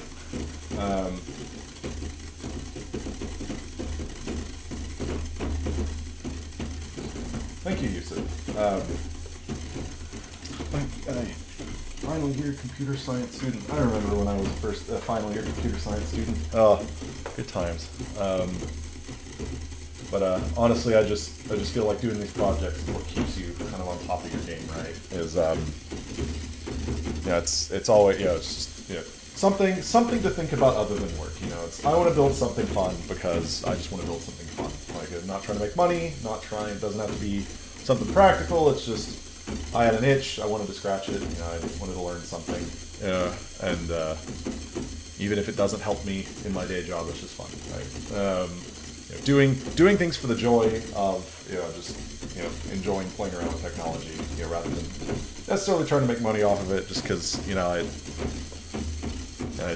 working professionally, you know, sometimes you'll lose sight of why you decided to get into this field in the first place. But oh god, this is so noisy. Let me turn this off. Okay. Yeah, Dana summarized it right. You know, spend all day at work daydreaming about doing a cool hobby project, and then get home and have no energy to do a hobby project. Yeah. One of the other funny things, for a long time, my my development environment at work did not look anything like my home development environment, but now my current project at work, you know, we use, you know, Visual Studio Code, as the main interaction development tool, because we have so many different developers across different paradigms, or they all have different backgrounds, that if somebody was trying to work in their preferred tooling ecosystem and another person was trying to work in their preferred tooling ecosystem, it just wouldn't, we'd spend a lot of time trying to just align development, just because of people's differences in the way they want to do development. So we all agreed that we're going to use VS Code as our this is our de facto tool that we're going to test with, or that we're going to develop we're going to develop the design ethos, not design either, but the development pattern, the build systems, the tooling is all surrounding Visual Studio Code. So problem is that's what I was using at home, right, to do a lot of my hobby projects. And now that Platform IO runs through Visual Studio Code for microcontroller stuff, the Pico SDK runs through Visual Studio Code now. Now I spend all day at work using Visual Studio Code. I come home to work in Visual Studio Code on something else, right? But either way, it's funny. How does developing a different IDE affect code? Well, so it's less about the code per se. It's about build systems. It's everything surrounding the code. So it's not necessarily the code itself, but it is. So, for instance, build systems, that project that I was referencing, for instance, it was because we wanted it to build on multiple platforms, we needed to use CMake, or we chose to use CMake as a build system. And the only IDE that runs on multiple across all platforms that has CMake integration is Visual Studio Code,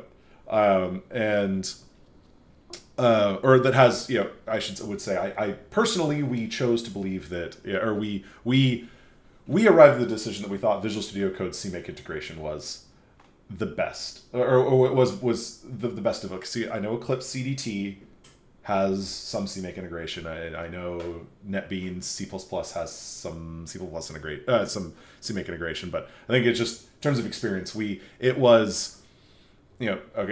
systems, it was, the testing automation, all of the scripts that, bring up a debugging environment.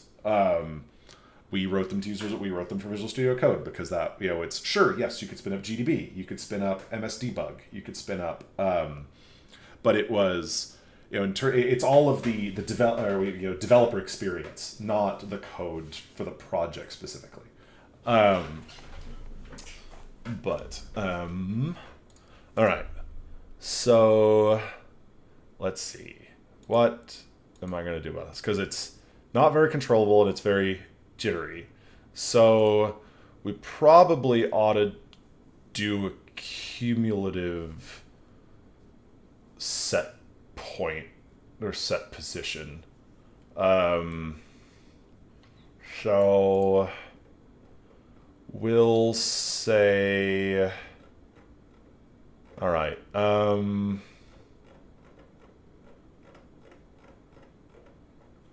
Left encoder, right encoder. So, okay, so what instead we'll do is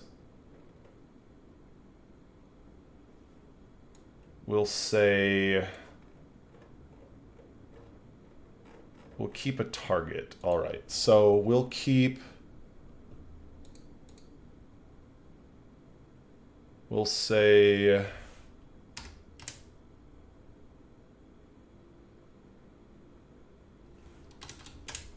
int32 target is 0. And then every loop we're going to say, all right, what we'll do, okay. So if we want to move at, okay, so, wow, sorry. Int target is 0. And in our encoder work, we're going to compute our desired control angle, compute target position. Oh, God. Compute desired control angle, we'll say. Compute target position. Target is equal to, or plus equals control Y times, I'm going to say 1,000 divided by timestamp delta.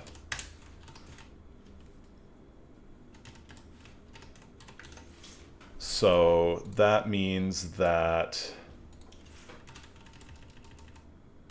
times 1,000 divided by float timestamp delta. All right, so that doesn't have to be in quote. Okay. All right, so that's the target position. And we're going to say the control Y, or sorry, so we're going to say, so basically what we want to do is we want to do, over the course of a second, so timestamp delta, that's a number of milliseconds that have passed. So actually, so timestamp delta, actually technically be, sorry, so the timestamp delta is in milliseconds, more or less, because it's in ticks, but ticks are currently set at 1 tick per millisecond. So our target should be, so we want to add, so if it's held at essentially 1.0 for one, hold on, control Y times float timestamp delta divided by, okay, sorry, I had it flipped, 1,000 F. So this is, say, 12 milliseconds, just as, or 10 milliseconds as an example, divided by 1,000. And our control Y is, actually, sorry, we would want 1,000 point, if we want to move 1,000, wow, I'm so sorry. Yeah, so control Y, input between -1 and 1, if the stick is all the way down or all the way forward, all the way down or all the way up. So if we want to say that we want, if control Y is 1, we want to add 1,000 to the target every second. So then we would need to go, so that would be multiplied by the timestamp delta over 1,000 F. In this case, like, yes, it would divide out, you know, because it's divided by 1,000 F, we don't actually know that it's 1,000 F. We would need float PD ticks to milliseconds.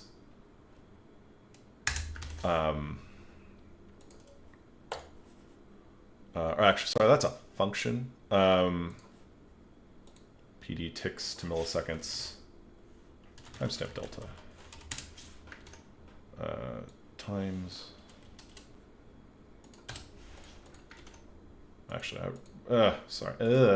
PD ticks to milliseconds divided by float. Divided by 1,000 milliseconds per second. Wow, okay. So then our target, so our target error is target minus left encoder, just not even the delta, just left encoder. And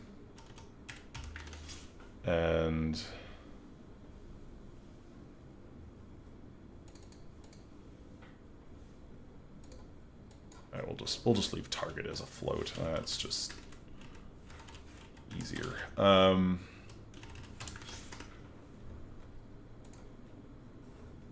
So timestamp delta is timestamp minus previous timestamp.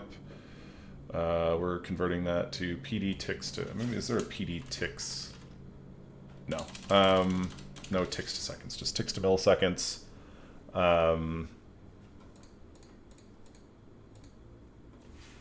Is there a PD or a port tick rate MS? Tick period MS. 1,000 times. Okay, hold on. Okay, maybe we just, I don't remember the order of operations on this, so we'll just leave that. Just force it. Yes, this would divide out because but if we wanted to say 2,000 times control I, it'd be different.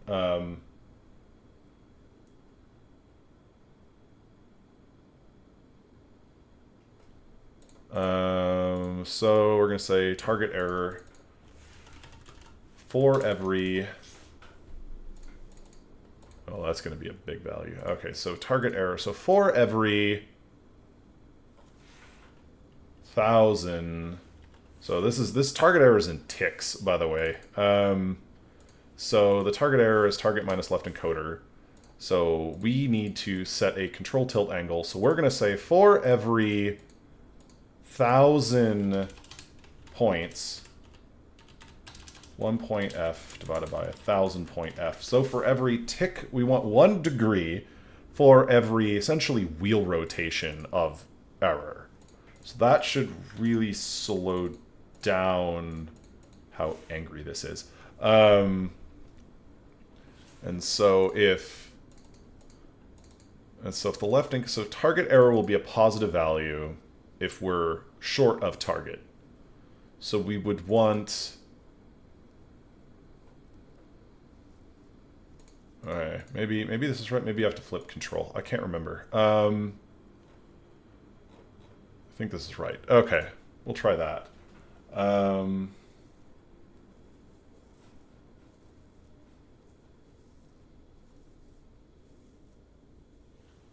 Oh.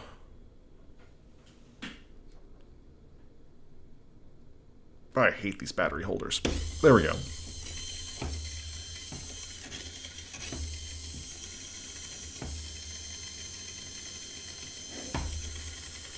Oh, that was really slow.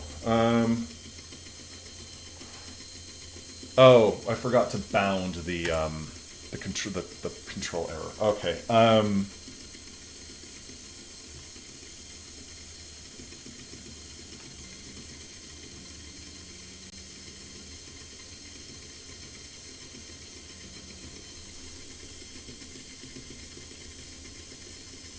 And this is why we need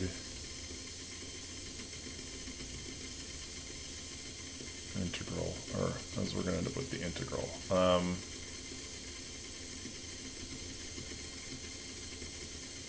The irony is that target shouldn't be moving. The wheels are spinning, so the error is building. Oh, that's funny. Okay, that, I didn't think about that. It's more one of those, if things off the table, it's confused.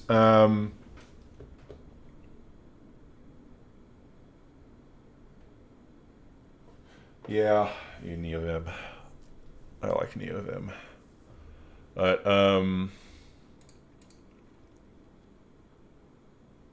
let's see. Right, this is effectively an integral. Okay, so this would effectively be an integral problem, because as the encoders move, error is building. The position's not changing, because it's sitting on it. I'm not pressing the joystick, and it's stuck on a table, so it's not actually responding to its movement. So what we'll say is that also we have your cap control at if control. So we got if control greater than 1 point f, control equals 1 point f, else if control less than negative 1 point f equals negative. I'm actually going to set this as 5 degrees.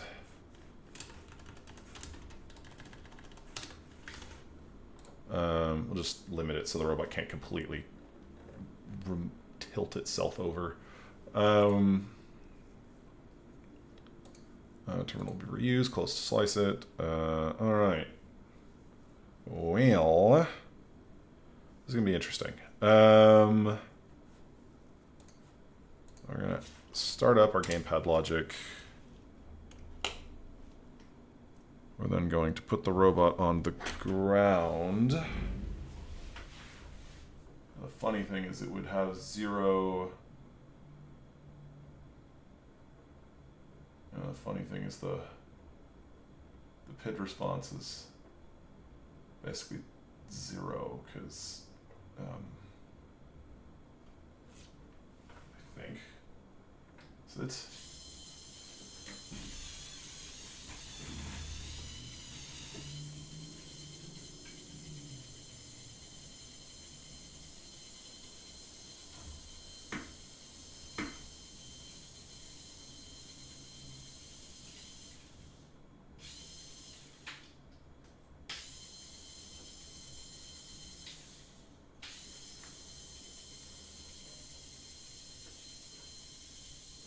Huh?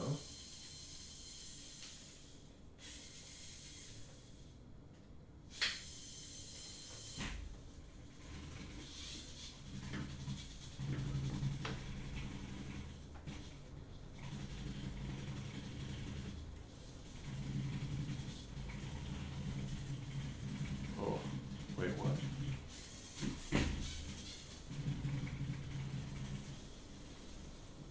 Huh, alright, something. Oh. Ah!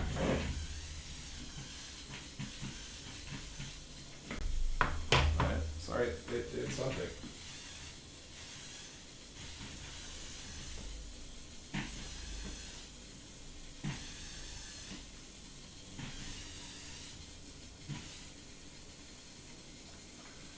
Alright, the problem is that the motors are spinning and accumulating error. It doesn't know what to do about itself. Alright. Oh,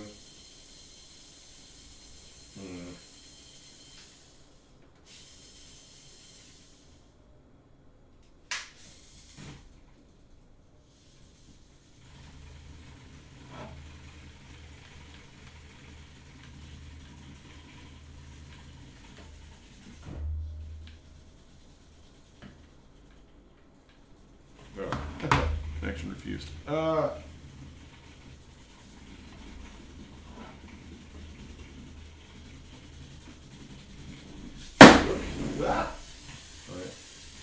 And I'm gonna knock it over again. Okay, the problem is that problem is a lot. Okay. So rather than okay, I'm gonna actually just for now, I'm gonna try a much simpler control model, which is we're just going to add offset. We're going to add our balancing offset.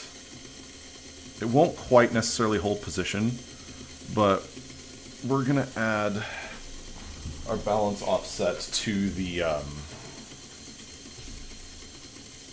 do we call it? Because okay, so before I do that, the reason that theoretically we're having a lot of problems is we're trying to I gotta kill the motors. The reason we're having problems is that the encoders, when the motors are spinning in the wrong position, as you can see under these encoder values, they're counting up. The target is, well, unless I'm moving the stick on the controller, the target's 0. So the robot is trying its very best to figure out how to get back into position. But because the robot's not on the ground, or it fell over, or it's sitting on the stand or something, the error's just building and building and building because it doesn't. It's basically the control system has no effect over what's actually happening. So what do? So let's see. What do? We need to. I need to ponder what's going on here. Alright, so we didn't want using the delta sucked because there's just not a ton of resolution on these encoders. And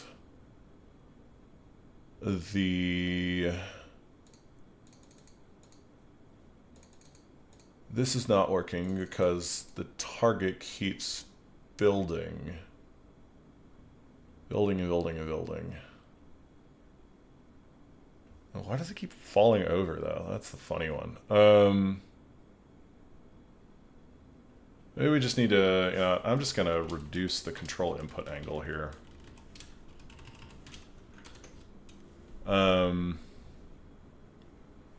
It's maximum 1. We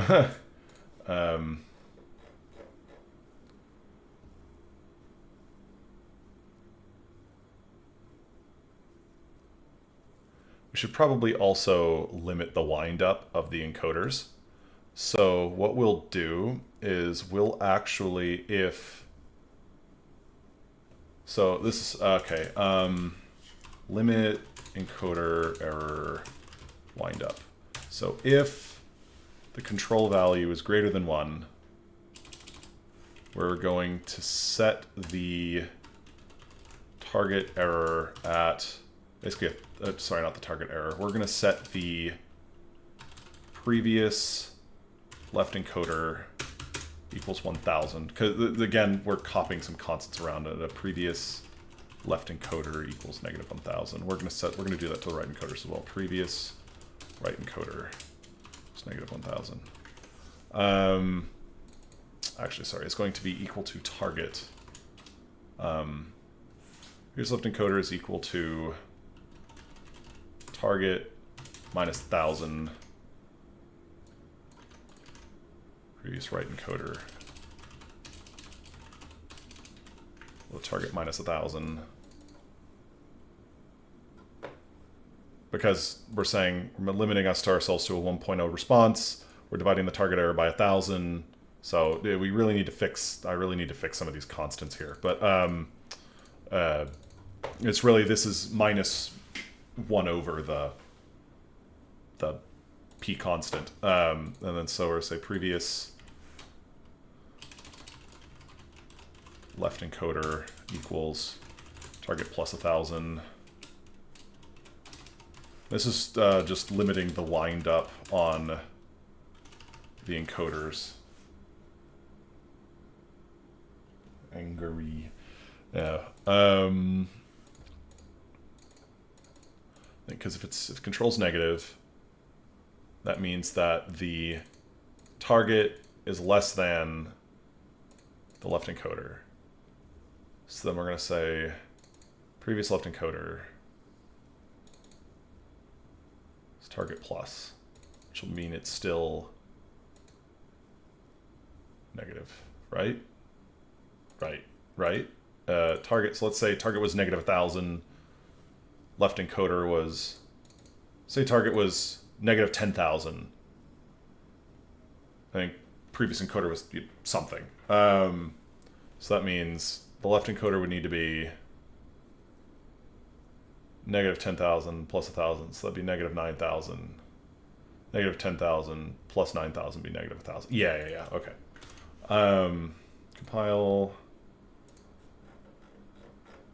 All right, build finished. We're going to upload that. Flash with SWD.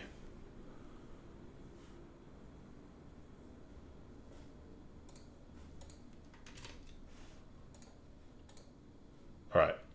So presumably, we let this go, and we spin the motors back up. We should see encoder value. Oh my gosh.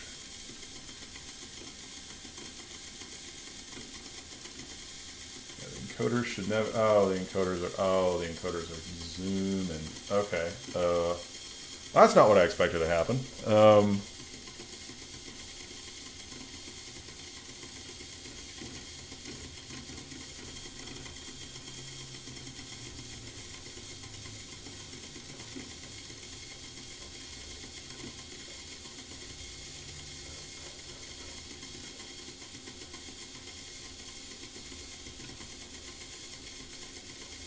Oh, the encoders are going to keep spitting out the... This isn't a reset of the actual... Oh, crap. Okay. Alright, so what we actually need to do is set the target. We need to do it the other way around, because we can't actually... The encoder values are actually stored in the PIO hardware in the Pico, so I can't reset those. So rather than setting the previous encoder value, that's just actually throwing us off even more. We're going to change the target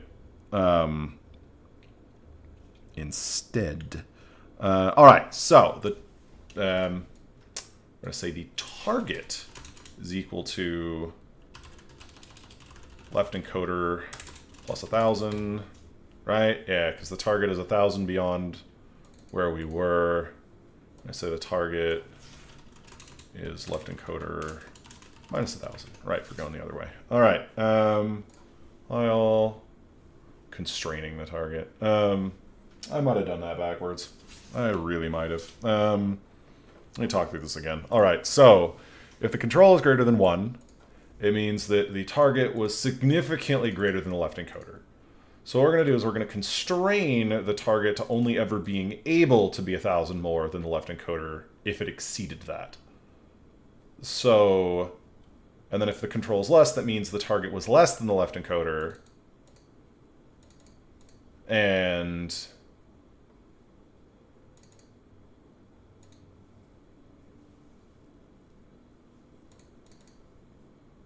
it's less than the left encoder. The target would be less than the left encoder substantially. So we're going to set the target as the left encoder minus only 1,000. Okay, yeah, I think this is correct. Okay, compile, flash.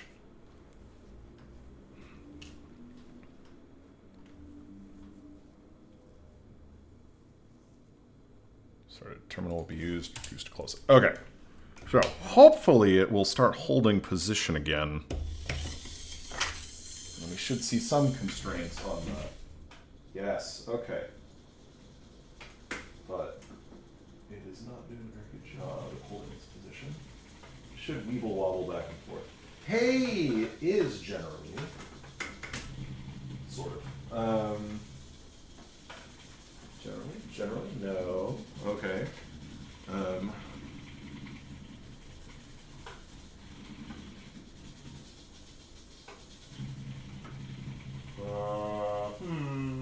That's not going well.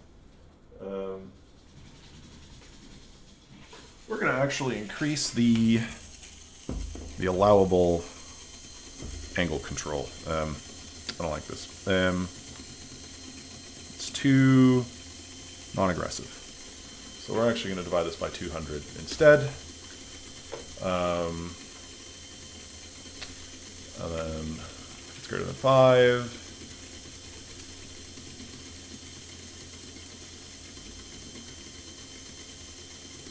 Greater than 2. Alright, so I have to change these fucking constants. This is 200 and no. I think it's actually 200 in this case.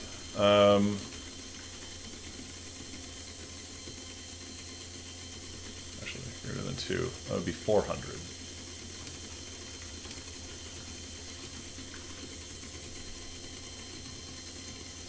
It's 2 times. So 1 divided by 200, so that's. Yeah, so 1 divided by 1,000, 1 divided by 200, if we want 2, this could be 400. Okay, yeah, I think that's correct. Well, really need to fix the math on this. Next iteration here, we're fixing the math on this, just to make sure.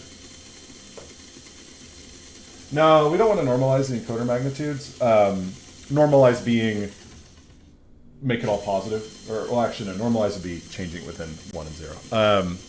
Or negative 1 and 1. Or, well, something. But, alright. Alright. It is holding position. Does it? Okay. It is doing a lot better. It is just getting kind of angry about it.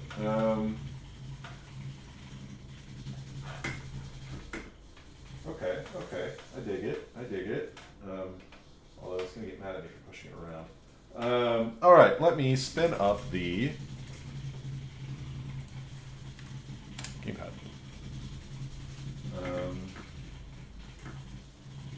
I should be able to control position. Oh, it works, sort of.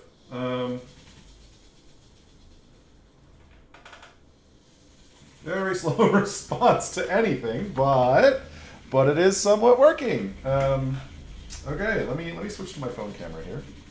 Oh dear. Okay.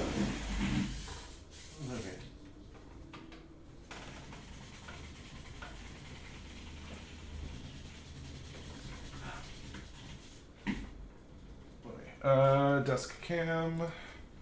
Really not desk cam in this case, robot cam. Alright, so. If I push the stick one way on the controller, it goes one way. If I pull it the other way, it goes the other way. But it doesn't change directions very well. But if I let go of the stick, it does try to stop moving very slowly. Then it just to go get its control back. So I got some things to think about.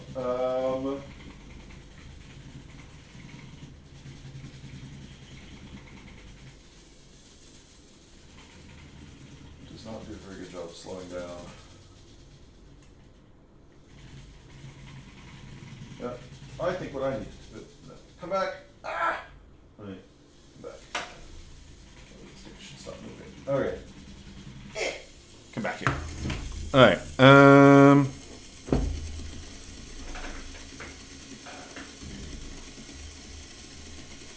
And we'll switch back to the desktop. Okay, so that's some measure of success. So now brush this cat hair drag up onto my desk. I think what I actually need to do is I need to increase the not the angry, but increase the aggressiveness of the trying to recenter. So we're going to actually allow it to get to 5 degrees of error. And so for the output to be 5, so that would have to be control. If the error was 1,000, the output would be 5. So we'll change these back to 1,000 just to constrain our inputs. All right, we'll kill that, compile.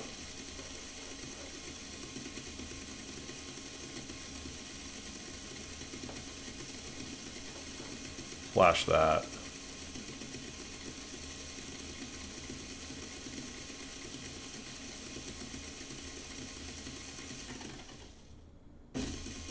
Also, realistically, I ought to be using a PID controller for the angle control because it would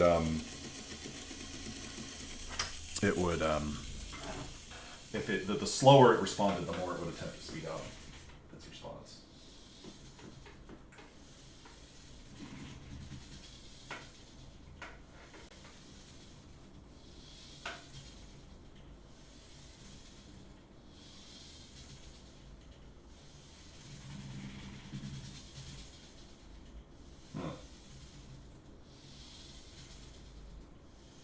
Certainly reacting faster now, but still not quite doing what I want. It's still not.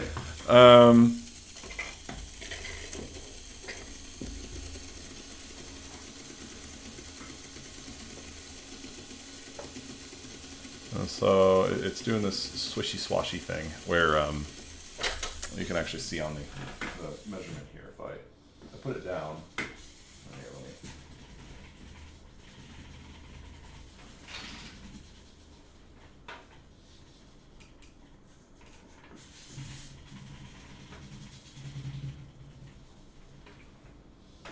You can see that it's kind of pulsing around. And if let's see, if I take the gamepad back.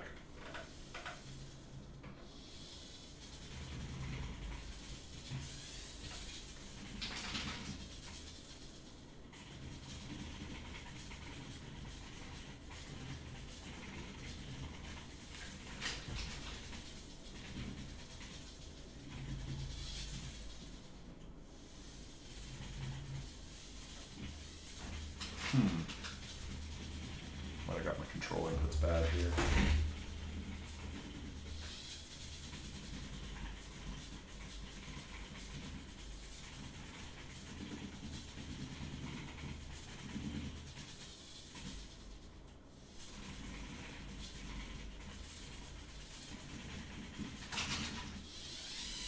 Ah!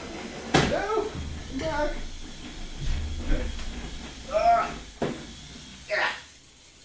Okay. I crashed it. Alright.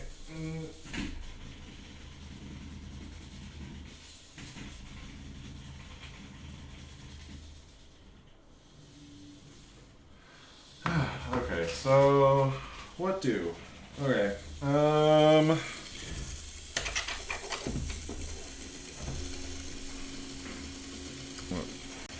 it back, turn off the motors.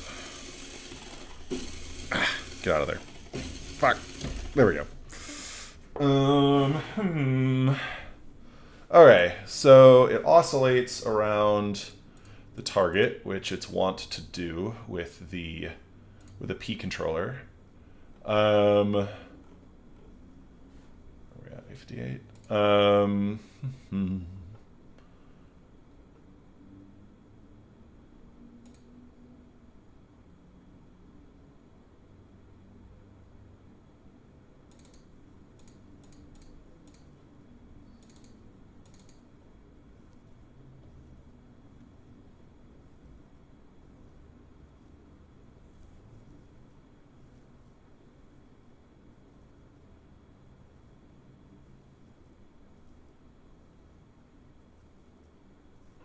That's going to be times 1,000 divided by 1,000. It's just the timestamp delta. Okay. Divided by...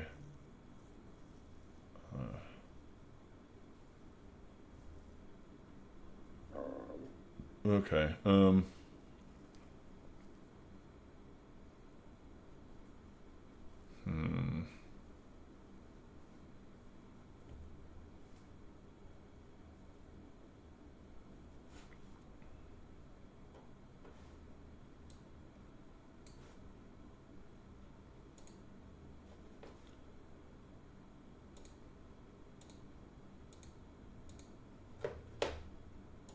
Okie doke. 6 convert user.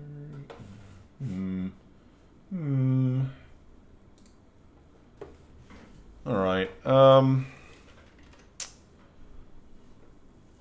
So I think what we're actually going to do.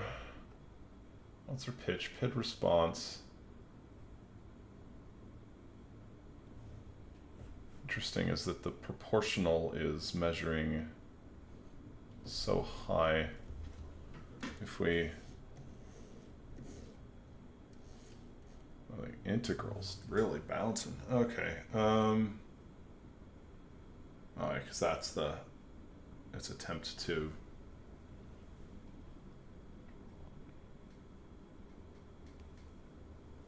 what is the angle error though? Ooh.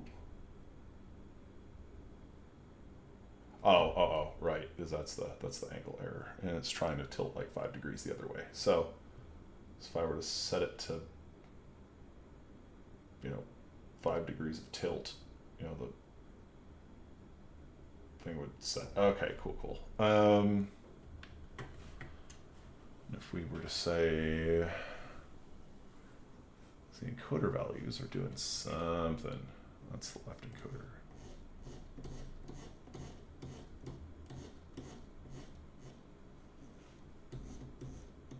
I don't even know. Okay.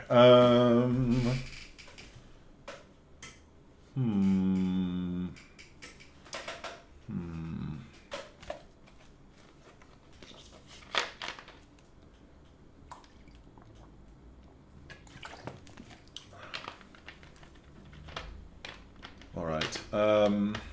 So we need to try to solve that oscillation that's happening where it goes back and then tries to turn around and then come back the other way. So how do we fix that? So that's it responding very slowly initially, and then the problem is that if it's moving and it tries to set to 0 when then it doesn't quite work. Okay. Sorry. So proportional controller. It's beyond where it needs to be. So it tries to turn the robot backwards and come the other way. And then when it hits when it hits the center point where it is in the position it needs to be, it sets the tilt to 0. But the problem is the robot's moving. So it just drifts through that. And then it goes until it tilts enough the other way for it to start reversing. So what we really need is The okay, we need. Really need is an eye controller, or a PI controller. All right. Shoot. It's the easiest way to hack this crap in here. So.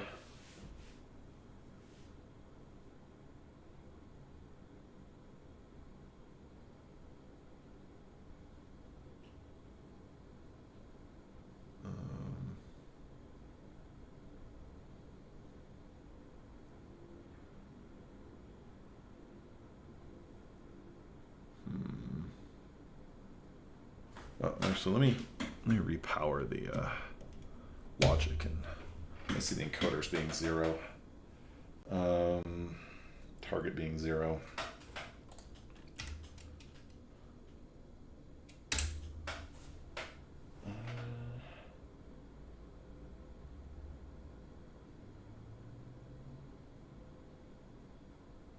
Water values 0. The tilt's 0.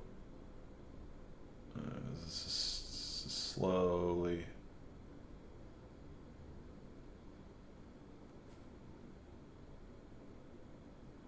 What?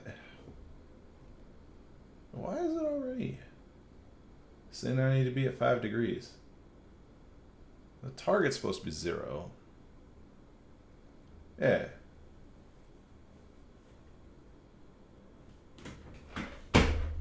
Well, I mean, kind of that's Danish. That's kind of what we because it's essentially, as you said, it's built up momentum. So we need to set it beyond 0. If we're at 0, like we've already needed to break by the time we got there, essentially. So we gotta basically, we want to hit 0 velocity the moment we hit 0, and trying to think of the best way to represent that. Because essentially we need positive tilt one direction to start headed towards 0, and we need to flip back around and start zeroing ourselves out before we hit it.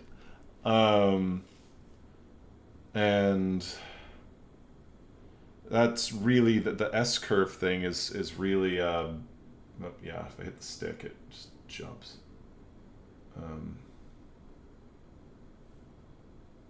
Okay, 1,000 times milliseconds over 1,000. I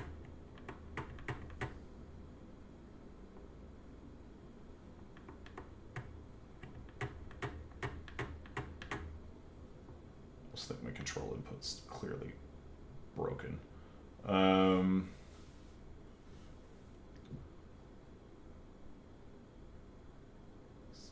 Jumping dramatically. Oh, interesting.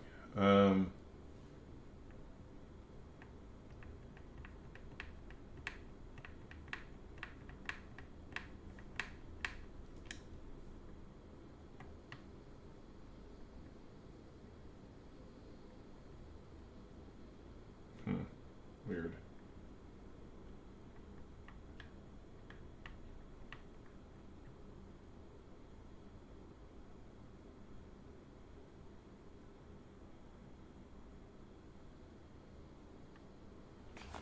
What is wrong with my...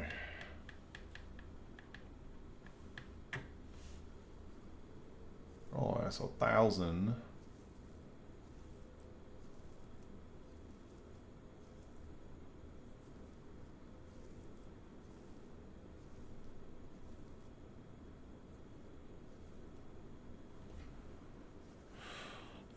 Target error.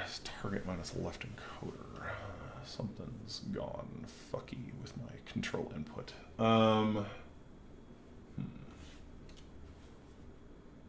We just did.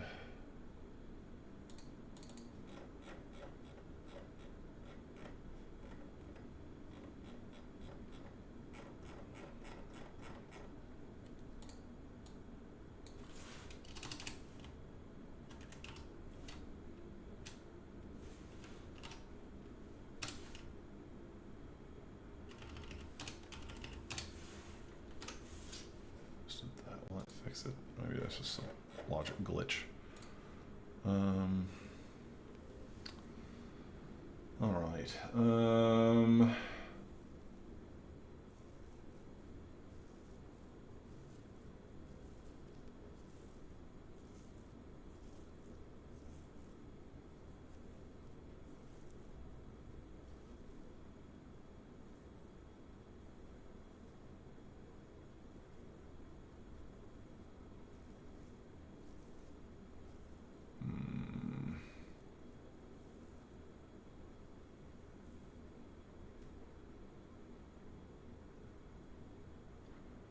PID controller. Basically, it's just the. Wait, what are we doing? Sorry, if you just joined. Okay, so we've got a balancing robot. We're now trying to add position control. We have a controller. Sorry, we have a controller sending control data to the robot. The robot, we're basically, I mean, we can ignore the controller for right now. What we're trying to do is, what the heck? Okay, we can ignore the controller for now. Really what we're trying to do is we're trying to have the robot hold a particular position. The position that it's at should be adjusted by the controller, but we have to be able to hold position first. So we started off by just setting, or just to give it a little demonstration of remote control, setting the tilt angle of the balancing robot to be the tilt angle of the stick. But the problem with that is that, well, it's not necessarily a problem, but with that control model, if you push the stick forward, basically scooting the robot, you're effectively pushing the robot in that direction. If you want to then say stop, like you pull the stick back, it's like pushing on the robot. It's not telling it won't actually drive at you necessarily, it just pushes on the robot. So in that mode, your stick's not, okay, I'm going to move forward, and if you let go, it stops. And you push it backwards, it goes backwards. And if you let go, it stops. You're kind of giving it a nudge if you're pushing the control. So if you let go of the stick, it'll just continue coasting, almost like a boat. If you just no friction. So right now I've got it where it effectively uses a P controller to try to target where it's supposed to be, but there's going to be, so there's encoders that count where the wheels are. There's a target, essentially encoder value that we're trying to get to, and then and right now there's what's called a P controller that basically it just sets the target angle of tilt at the sum multiple of the error that's in the encoder, the encoder's motion. The problem is that given the balancing robot, because it's vertical, or 0 degrees tilt doesn't mean it's not moving. So the problem right now is that the robot gets out of position, tilts to correct itself. It comes back towards the target position. But the problem is that when it hits that 0 point and sets its position to no tilt, it is still moving. So it will then drift through that point and then come back. And then eventually gain more error until it tilts back enough to start moving the other way, which means it just oscillates between these 2 points. And so now what we got to do is we need to modify our little control system such that the robot essentially, when it recognizes an error, it tilts into it to move. But as it's approaching the target, it needs to start slow. It needs to essentially tilt back the other way to start slowing down. I'm trying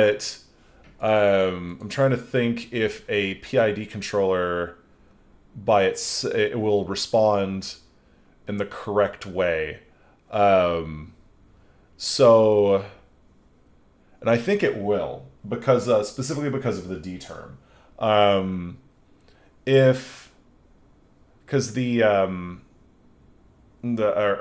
problem is that, specifically because of the D term, because the D term, essentially, if the error is decreasing, the D term will reduce the response. So if you start moving in the right direction and the D term says the error is decreasing, it'll apply negative values. So that ought to tilt the robot. So we might actually be able to get away with not using I. We could probably use a PD controller. Or no, we need the I. Do we need the I term? The sufficiently large D term, the robot should, once it starts approaching, or once it realizes that it is correcting, the error is decreasing, because the D term measures the slope of the error function. It should apply a negative term to the control loop. And if the P term eventually decreases below, as it approaches, the P term will start to get a lot smaller. The P term in the error, the proportional term in the error, and the D term, if that slope is still decreasing, and as the error decreasing, it adds more negative response. So hopefully that would actually tilt the robot back the other way. So let's do that. So let's forget the I term for now and just use a PD controller. All right. So essentially we'll just define this in line right now to make this easier on me. So we're gonna say const float p, or this is, so usually we've been using like kp or kp to denote the, we'll call this the positional kp. Is equal to 1.f divided by 200.f. That's going to be 0.005f, I think. 1 over 200. So multiply this by 100 to be done. Move, and then multiply it by 2. Okay, yeah, that's correct. Positional kp, const float positional. I'll just say ki, just so we have it for now. Const float positional KD, and we'll just set that to 0 just for now. We're going to need to store our float previous positional error, or previous target error. We'll just say equals nan. And then we'll say if, all right, so we're going to say if is previous error minus control if nan previous error. All right, we got to do that first. Okay, so if is nan previous, oh dear. Okay, sorry. Float control equals 1.f. Actually, that's not. Yeah, so float target error. Float target error. If nan previous target error, and previous target error equals previous target error equals target error. So that we, okay. Previous target error minus control. Okay. That's this control value. Okay. Yes. What are we doing? I mean, yeah, what are we doing? Me staring into the void, wondering what the hell I'm going to do. All right. So also we're going to say, so yeah. So target is control Y times float, or plus equals control Y. And target's a float, right? Yeah. Plus equal control Y times float PD ticks to milliseconds. So spend 10, multiply by 10, increase the target by 10. Okay, cool. And then we're going to say our float, well, control equals, actually, and then we say D term. All right, so we're going to say, before we say even say control, const float positional P equals positional. I really ought to genericize these PID controllers. Positional P equals positional KP times target error. Basically just, we're copying this PID logic. I need to generalize this into a class or something. Okay.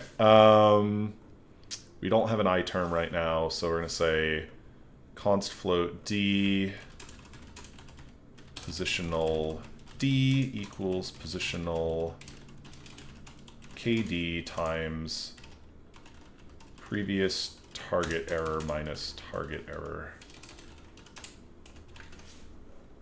Yeah. No, I got that wrong. Sorry. Target error, because we want this to be a negative value if the error is reducing. Previous target error. Or say previous target error equals target error. All right. So we've updated our target position. That goes up here. Compute next target position. Compute control input, control angle input. Okay. And then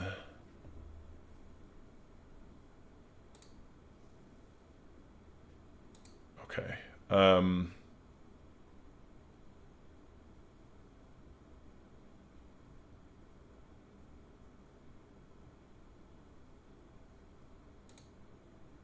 right. Sorry. Previous angle, target error, previous target error, positional KP, target error minus previous target error. All right, and then the control input is going to be positional P plus positional D.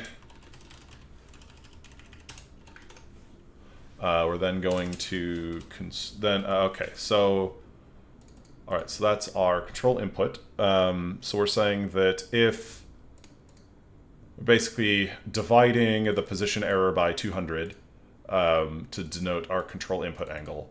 So if we're 200 points out of alignment, which is basically 1/5 of a wheel rotation, we want that'd give us a degree of fight back, essentially. So we're going to, in the previous target error, all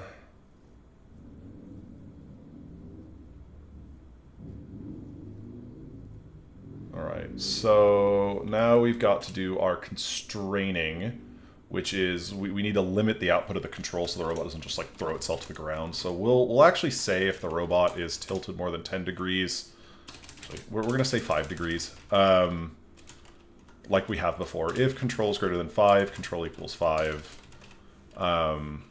Else if control is less than -0.5, then control equals -0.5. This just limits how hard we can respond. And then we're going to change the way this works. I'm going to say we're going to constrain the maximum target error. So essentially, if target error is greater than 1,000, we're going to say greater than 2,000, so basically 2 wheel rotations. Really, the target error thing, this only really happens because the robot's not always on the ground. Like, I'm holding it to try to get into the right position. So this only really builds this target error because, well, either you're trying to move the robot, but if the robot's not on the ground, nothing the robot does will actually decrease the error, because the wheels have to spin, because the wheels have to spin in the opposite direction of the way the robot's tilting. It'll keep speeding the motors up in the wrong direction, trying to force the robot back the other way. So you end up with this unstable like equilibrium thing, but only if you disconnect the robot from the ground. So if it's in the air, that's why this constraint problem happens. So if target error is greater than 1,000, then we're going to say target equals. I'm going to say if previous target error, because we've set that, so if previous target error is greater than 1,000, previous target error equals 1,000. Else if previous target error less than -1,000, previous target error equals -1,000. This is basically kind of like an I-term. Previous target error. But we also need to limit the essentially the previous the previous left encoder, or the previous encoder, not the previous encoder, the previous target, or we have to adjust the target because we can't reset the actual encoder terms. So basically saying that the target is equal to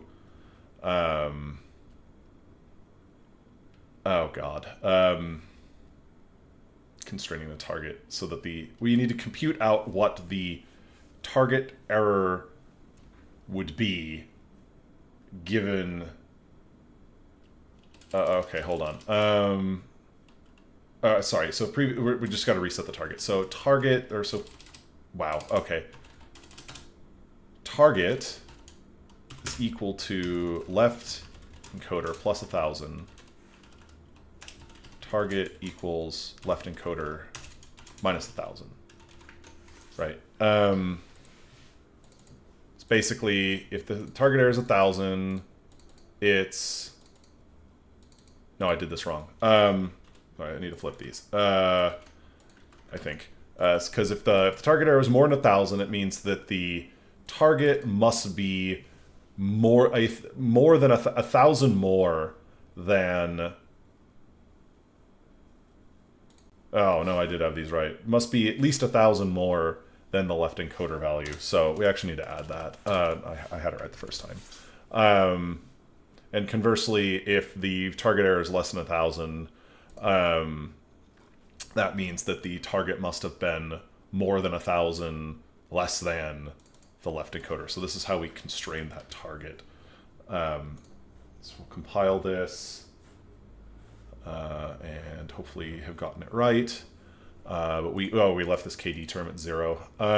So we're going to give this a KD term of, because we're going to give it, we're going to give this KD term value of 5 times the proportional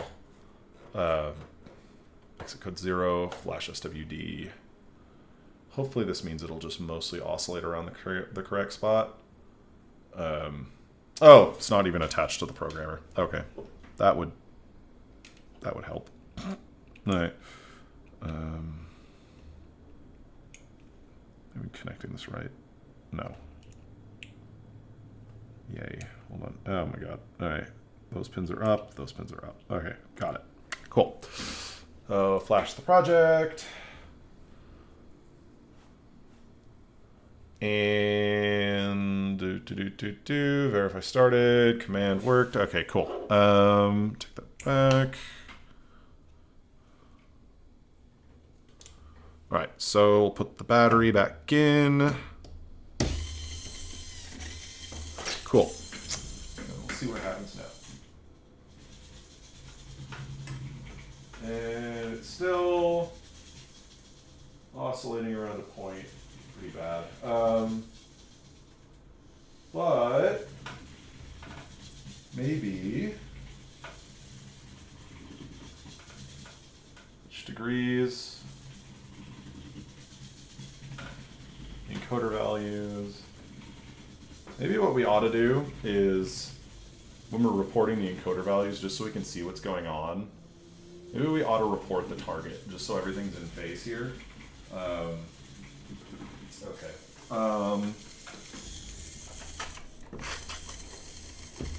Okay. We're going to modify the encoder reporting to be essentially the, just so I can see, just to give a better idea of how it's responding. We're going to modify this encoder reporting as the delta, or this error. So the encoder, the target error, so it's basically right. It's target minus left encoder. So we're going to say motion packet is going to be target minus left encoder. Target minus right encoder. And this is where we're actually going to do our constraint of the target, is way at the end. Where do I want to get a 5? Doop. Okay. Target error. Okay. All right. And then, right. So compile that. We'll load that onto the robot. Flash SWD. And then, alrighty. Hopefully that works. Verify start. There we go.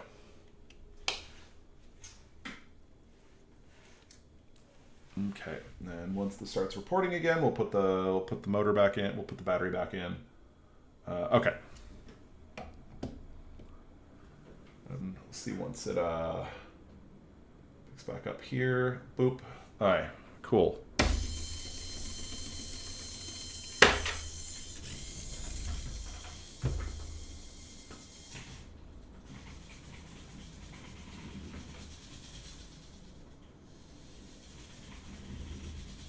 Yeah. And we can see that what we're trying to look for here is that the essentially that the oh wow, what am I even trying to say? That we're noticing that there is a phase shift between, and when we hit the zero crossing, we notice that we're still very much only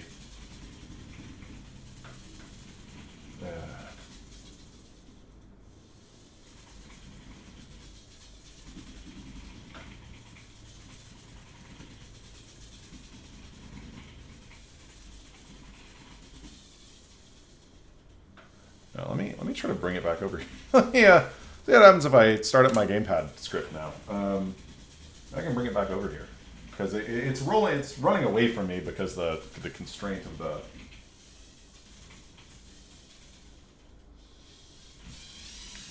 Oh shit! All right. It fell over. All right. All right. So what we're gonna do is we're gonna try to get the robot to go in one spot, and then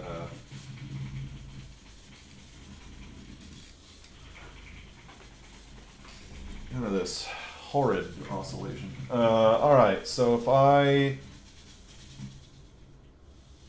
kill the data now, grab the robot.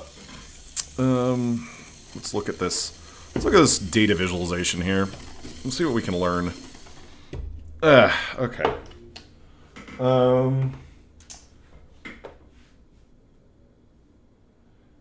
Run to C++ and Python? Yes, that is what we're doing. We are writing the code for the robot in C++, and all of the visualization tools are in Python, and also the script that sends the Gamepad data to the robot is also written in Python. So yeah, we have a simple little Python script that captures data from my DualShock, and then sends that over Wi-Fi to the robot, and then we have a C++ program that we've been working on over the last several streams to control the robot, and then this is a Jupyter Notebooks tool that we've written to read the reported data back from the robot. So I killed the measurement here, so we can see that the encoder values are mostly in phase with the pitch. So we're basically, when we're hitting our target, which is I think the left encoder is actually, that's really interesting. Which one's the left encoder? Because that's when we're actually doing we're doing our math on. Okay, so the left encoder is the red line. Okay, so the red line is our actual control input here. So we can see that it's basically, when it crosses 0, the robot is still very much moving. Or well, I mean, we don't actually have the velocity reported here, but so when it crosses 0, that's this point. We come up here. This I term is still quite high, meaning that the sorry, this I term is still quite high. Wow. Okay. I mean, we can see that the I term has already started to decrease, which means the robot is in fact actually slowing down by the time that it hits this point, which is good. It means we've actually, begun to slow the robot down as we're approaching the 0 point. Because if we're looking at it, it's this vertical here. Or not the midpoint. It's basically the midpoint of this section. And we can see that, device timestamp, basically midpoint. Yeah, so the robot's already started slowing down. But we need to slow down more aggressively, clearly, because this means that our D term. So PID response, PID orientation packet, the PID response packet. You know what? We could just throw more data into the PID response packet.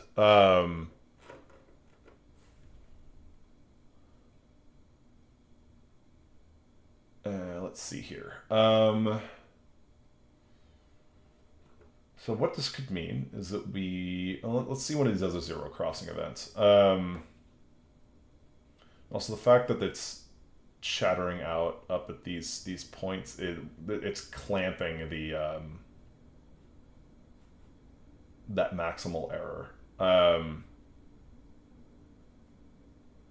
which I wonder if that, I wonder how high these spikes would go if I didn't do that. But they're not very nice. It's just straight acceleration.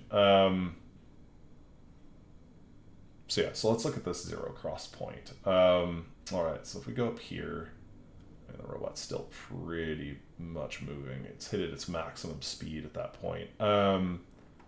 So we're actually going to just massively increase the derivative term, which slows down our response based on whether or not. Okay, hold on.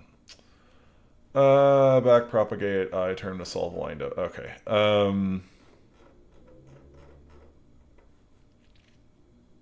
about we multiply this by 10? See what happens. Just go up in order of magnitude. Bile. Okay. Again, it would be really handy if I could just adjust these PID terms over the network, which I did for the other, for the balancer loop. Maybe we ought to just add that for the control loop too. Okay, so now we're going to flash this. I remember one of my line followers that I built, the D term was like 700 times the P term. So maybe, this isn't so bad. Here. Because it's one of these. Bruh. Okay. Let's see what it does now. Or once it's a network stream starts anyway. Hopefully it'll, all right, I stopped it. All right, restart the kernel. And then run all cells. All right, cool.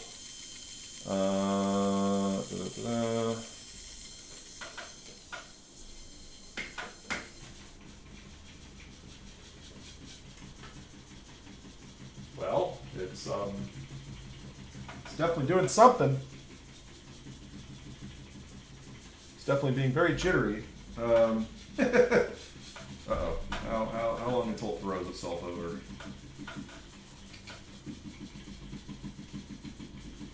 Well, that's certainly the red value is what I'm trying to control, right? Oh, the green value? I can't remember. I thought the red value, the left. Yeah. The red value is what I'm trying to. Uh-oh, that's not right.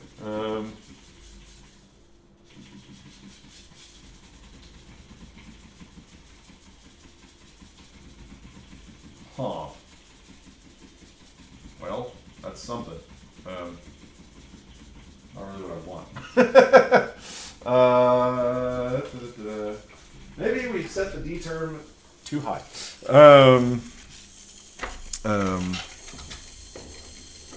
We'll try having the D term.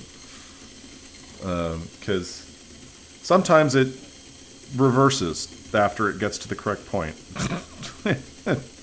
Okay, we're gonna try having this again. So 1, 2, 5. Compile, flash.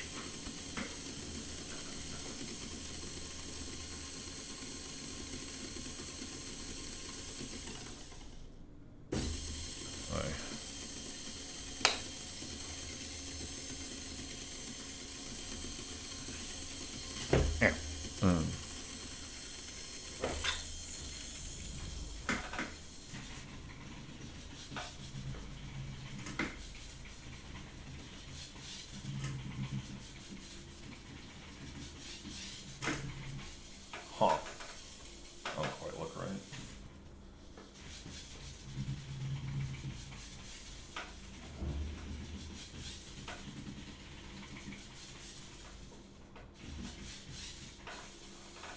Huh. What are these pulses?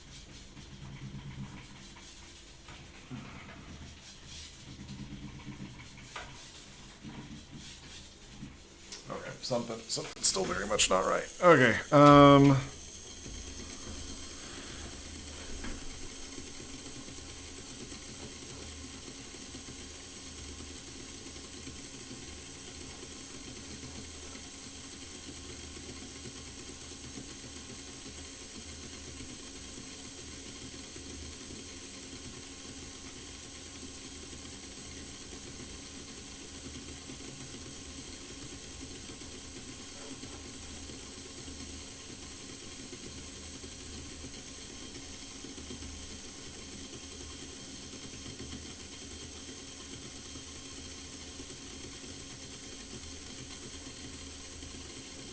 I have a sign flipped in here somewhere.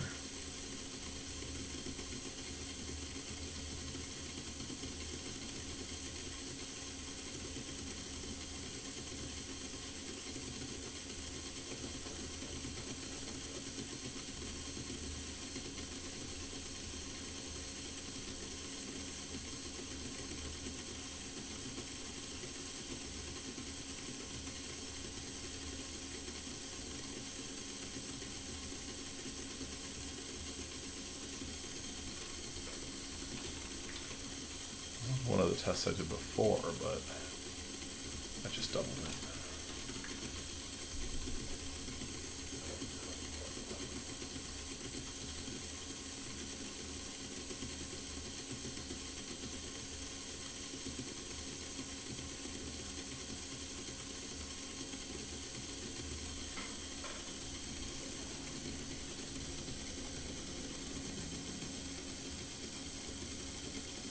Alright.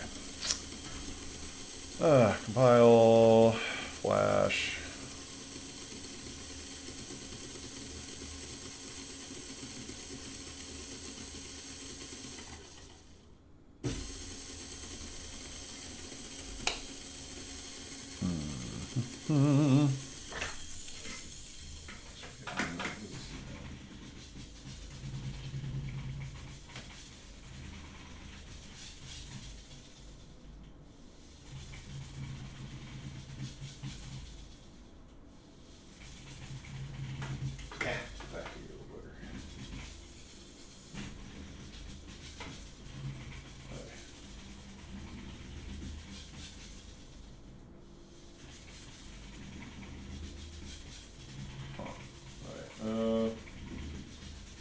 Really double this V-turn response. It's oscillating still. What if we have it? Let's see, draw off my data. We're gonna hit.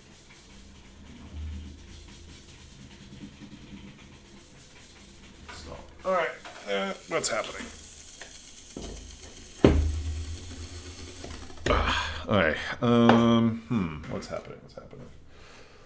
Alright, so as the robot crosses the 0 point, it's still moving its fastest, although it keeps trying to not. Alright.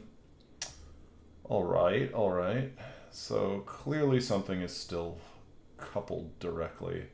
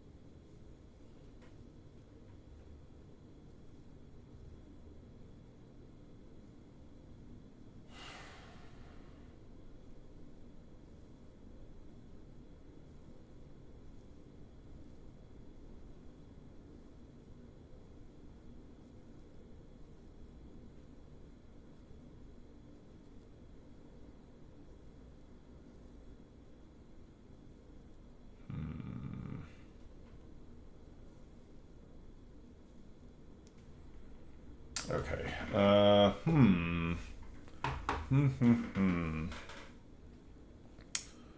What do? What do?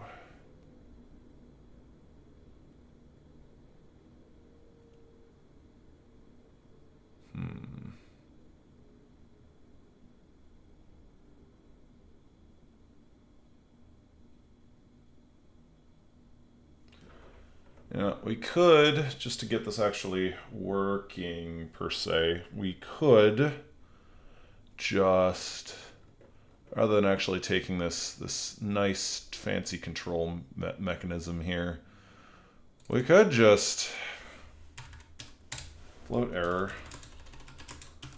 Euler.pitch, hold it upright like we always have, and then, okay,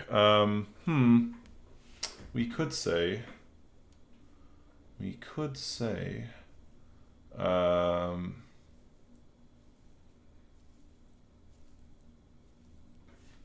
this is just gonna be nasty. Plus 200 or plus, no.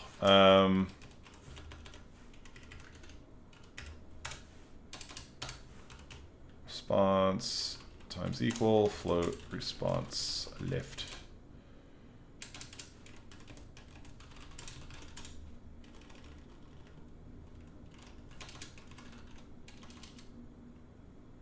No. What am I doing? Response motor wrap. Okay, so that gives us the integer speed. We could just say. We could say response. Wow. Okay. Response plus int 16 or int 16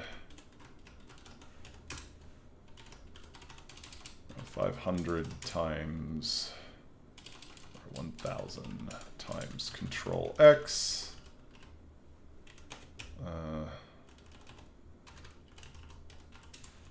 Plus int 16 F times control Y. That's sad. Okay, compile. That'll do it. That'll do a something. And then in the Gamepad, program, we will then gonna change X. We're gonna change. So what did we do? We set left to control X. So control X. We gotta do. This is actually gonna be Y. This is gonna be RY. That'll be the left and right sticks up and down. Oh boy. Pile. No, I don't need to. Sorry, I already. Hold on. Flash the robot.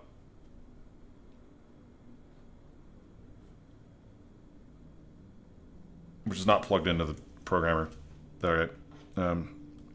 We're just assuming direct control. We're not even doing something fancy. We're just being stupid. Basically, we're trying to do this. Now, just we're ditching PID for the moment. We're just adding the control inputs to the motors and hoping the robot figures itself out. All right. So close that. Power motors back up. We're gonna say Gamepad.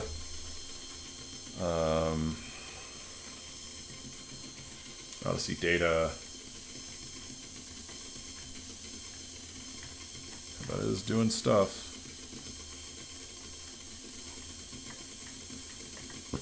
Oh dear.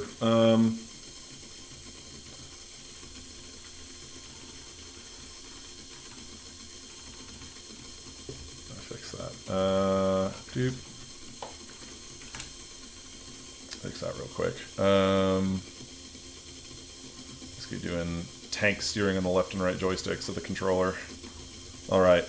Cool. All right. Let's put that. Oh, right. Let's restart the that. Run all cells. All right. The robot kind of just does its thing.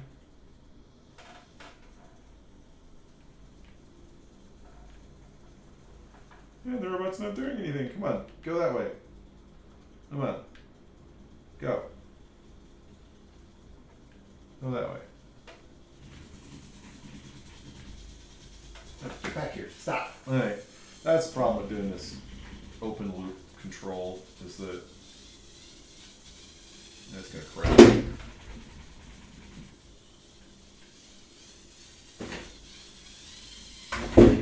Oh dear. What is it doing? It's smashing into a wall.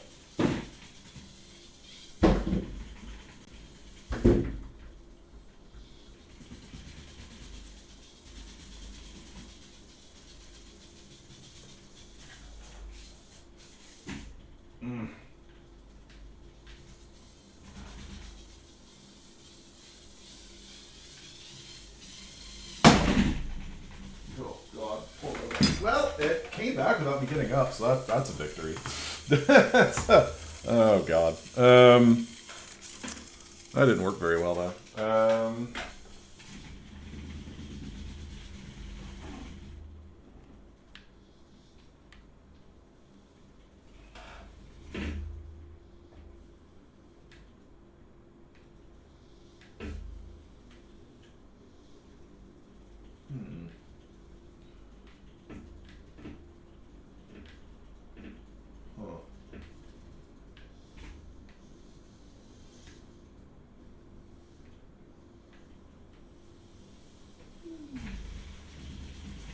Okay. I'm gonna stop that. Well, that didn't work. What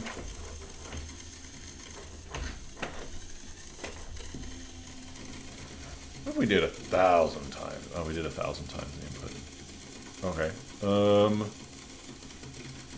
I did 2,000. This is stupid. But,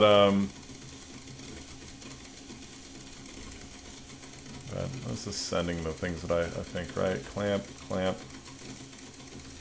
Stick none, stick X. That's not none, data control X, Y. Yeah. Alright, cool. File. Balancer, 2000. File. What am I doing? Okay, sorry. I need to plug in the programmer. And theoretically, we actually we don't even need to do what we're doing right now. We just change the clamping values. Okay. All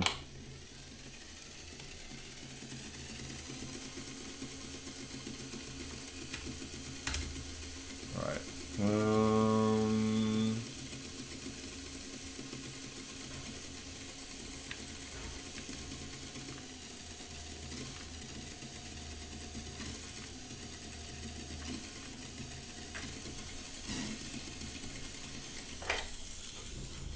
Okay.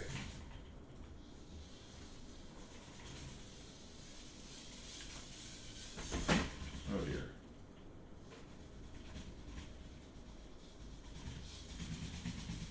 It won't let me steer.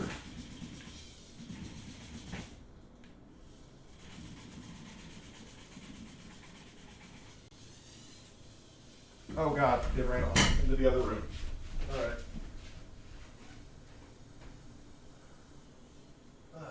Okay. Well, that method of control is clearly not the way to go. It lets me spin it. You know, it's cool to watch it turn. Just so y'all can see what it. Oh, Jesus. Just so you can see this mess that's happening here. No, come back. Sorry. All right. Desk cam.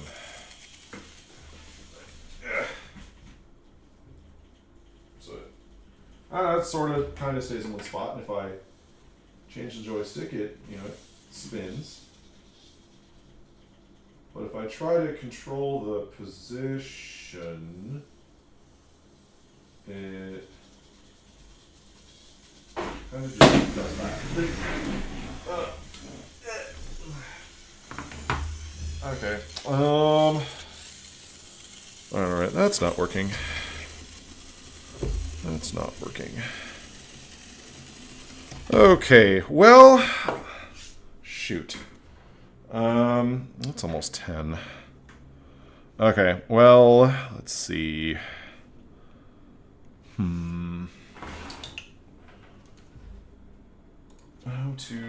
Where to go from here?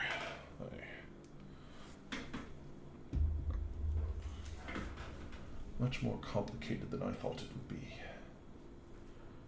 Okay.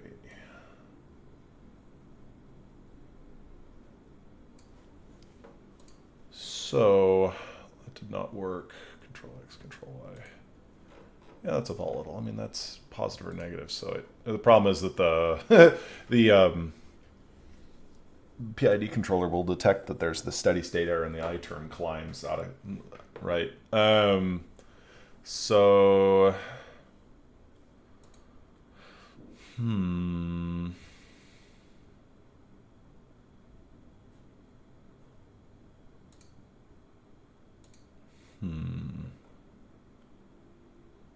that works for rotation, but the verticality here.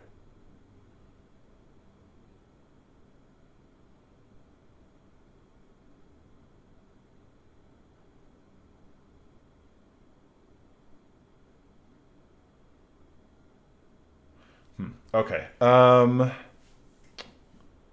Let's see. What if we did that original mechanism of float error equals Euler.pitch minus let's take the, we basically kind of want the how far forward they are. So we'll actually take the average of the two sticks, because that'll give us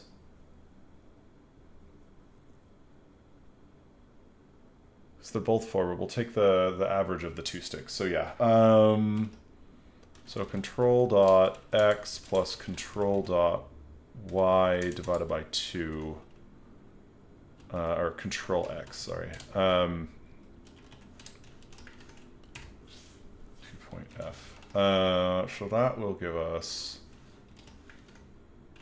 and we're going to do 5.f times. So basically the controller will allow us setting up to a 10 degree 10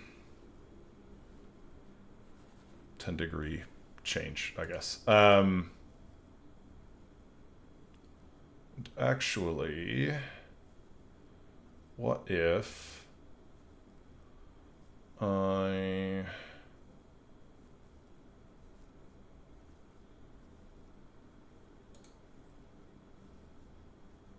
okay, actually, hold on. So what we're gonna do is we're gonna say we're gonna have one stick be forward and backward, and the other stick be a rotational control. So we're gonna say 10.f times control x, or control y, sorry. So that'll let us set the desired tilt angle of the robot. It'll be on us to feather the control for our desired speed. And then what we'll do is we'll then take the control x6. Let's change this gamepad thing back. It'll then be on us to take the control x signal, and then use that to feather the rotational speed. So what we're gonna do actually is if so actually, yeah, so 10 times control I, then we're gonna do if what do we call it?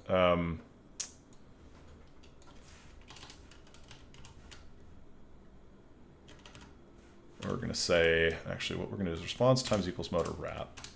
Actually, before response does that, we're gonna say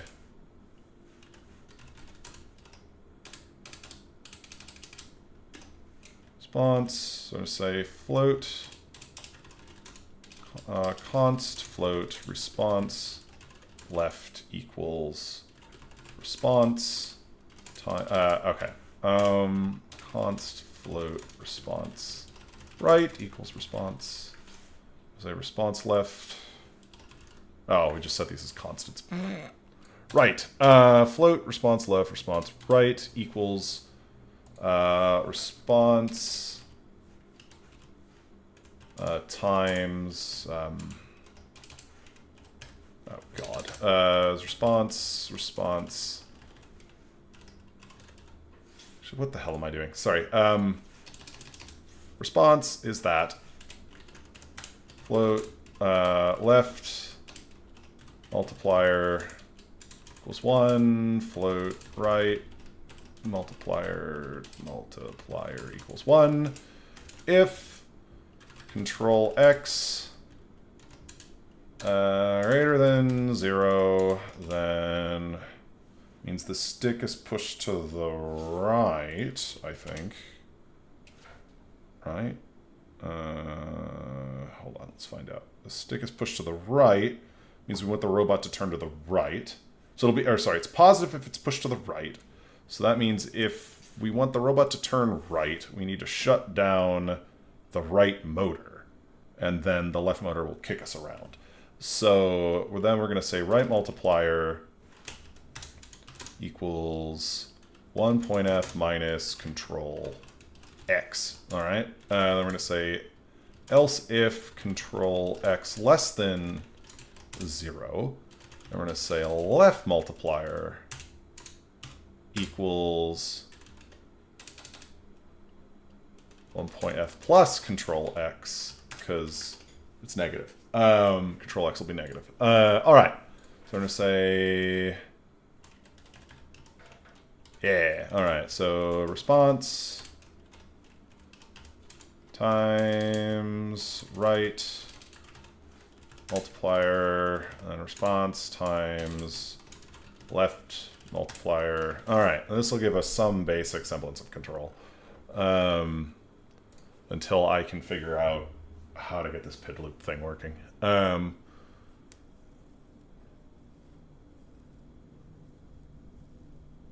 Okay. Perfect. We're flashed. I'll put the battery back in.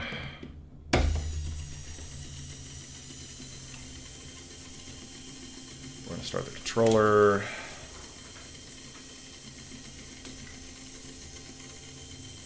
And then, all right. Put that on the ground.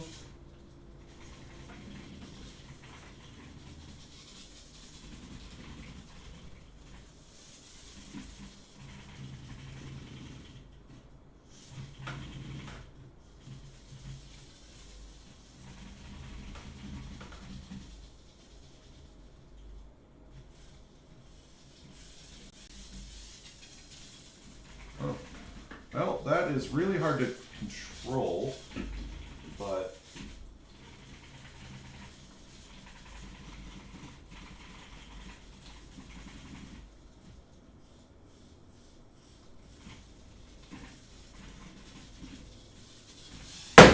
shit. All right. I think 10 degrees is too much. I think 10 degrees. Okay. I'm gonna change this response to 5 degrees. And then compile this. And then let me kill the controller input. Flash the project. And it's not plugged in. Of course it's not, because I forgot to plug it in. Boom. The next time I swear, I'll set up the camera. All right. Erasing. Verifying. All right. Cool. All right. So now let's start the Gamepad script. Switch to my phone. And then we're going to put the robot on the ground.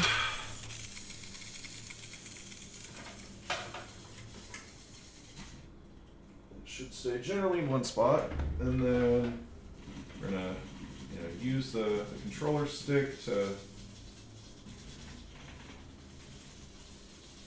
Oh god, that's not intuitive. See if I can. If I push it away from me, I need to flip that really. Okay, so pulling back on the stick tilts it forward, so we can move it around.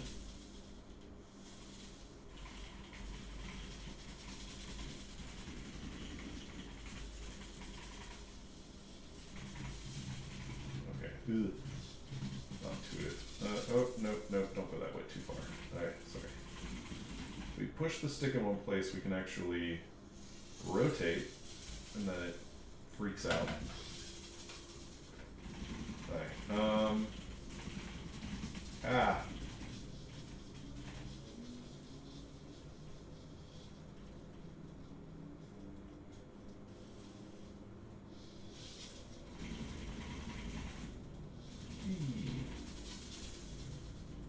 Take out the camera.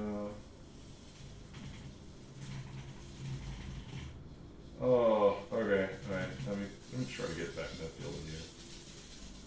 Whoa.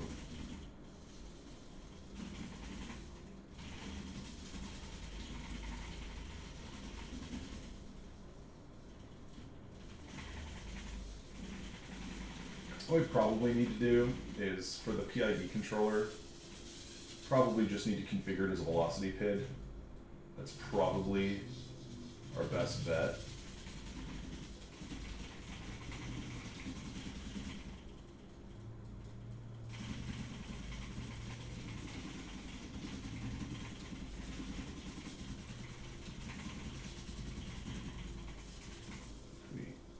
Push the stick to the right, it should whip around. But I'm having trouble doing that with a mixed stick. Oh, come back. No, damn it. Yeah.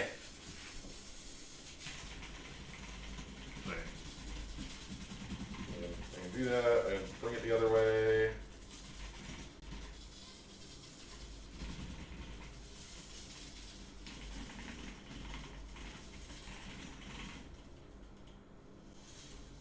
Kind of one of these, it might turn the way you want it. Oh, and it throws itself over.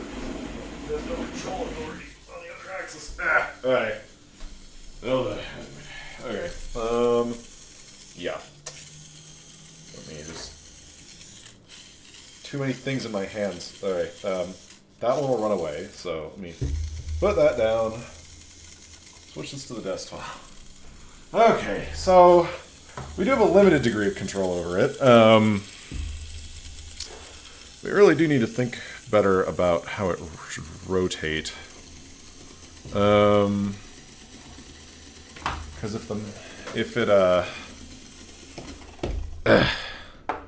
so let's see, if you try to flip the stick, if it's going kind of fast and you try to rotate it, the loss of control that it has when you power down the other motor, when you start slowing down the other motor, really throws it off. So we're actually going to change this to the RY stick,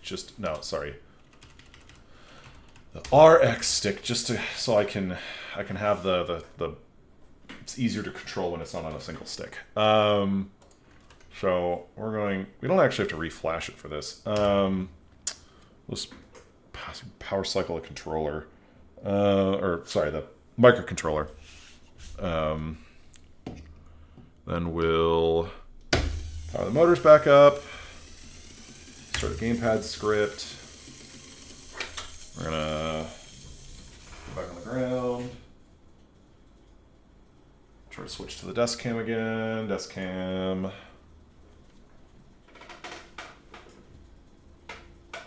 And so,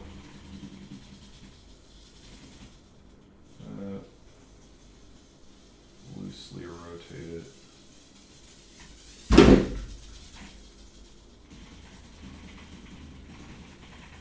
Trying to think.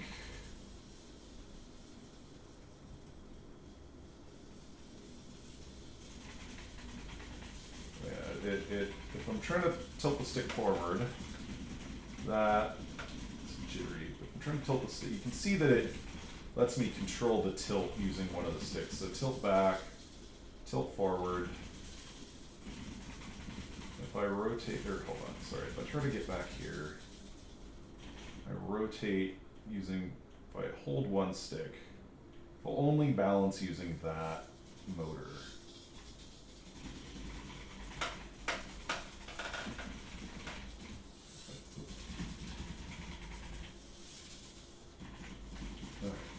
So we've rotated. Okay, so maybe let's see if I can actually get it to go where I want to do it. So we're going to try to drive it over to the closet. So we're going to try to drive it over to the closet and not run into it. That would be nice. Alright. Problem is that I can't. I'm in trouble because the controls are reversed from my perspective.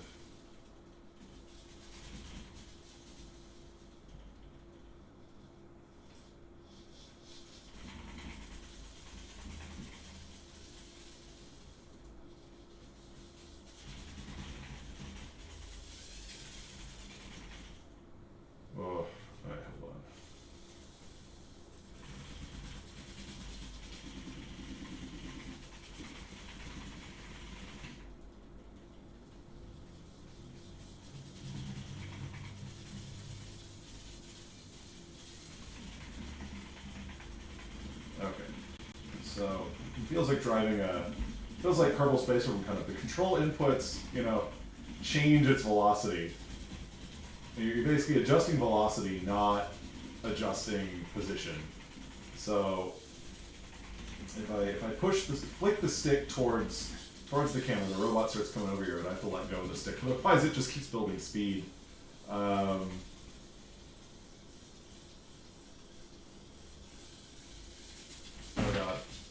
Slow down. Alright. So then also because the control, it's flipped from my perspective.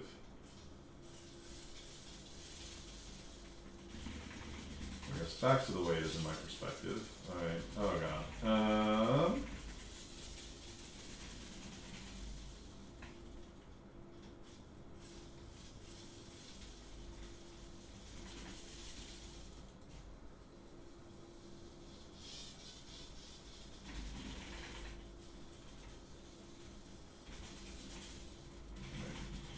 Starting to get the hang of controlling it, I guess. I really wish it had better controls, but this is not nothing.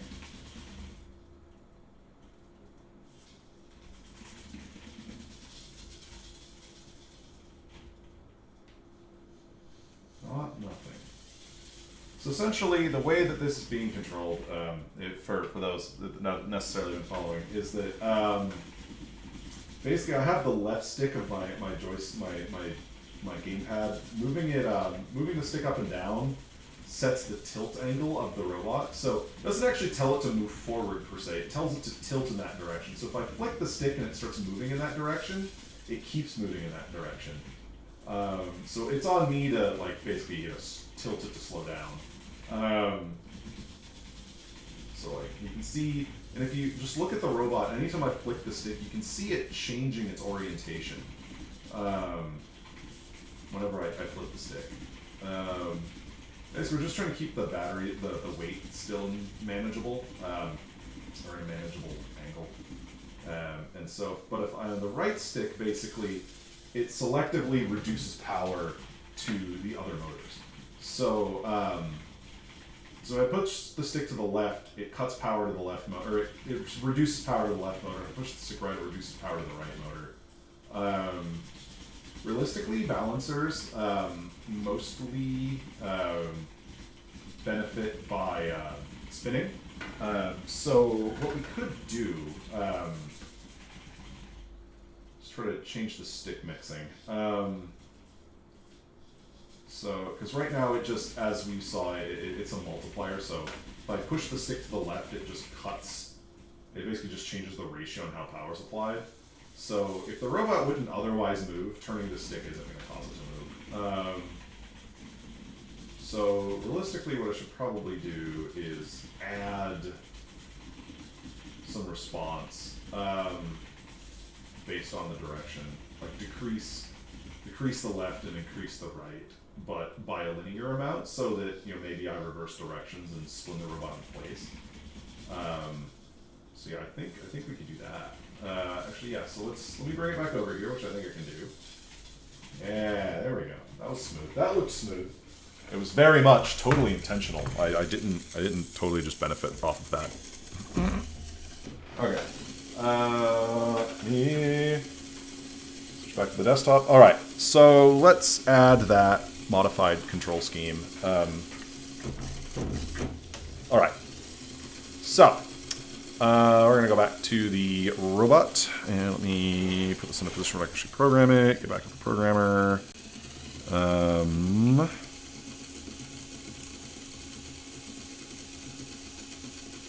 Alrighty, plug it back in. And how we're going to do this is, rather than this response mechanism we used before, we're going to do a left add,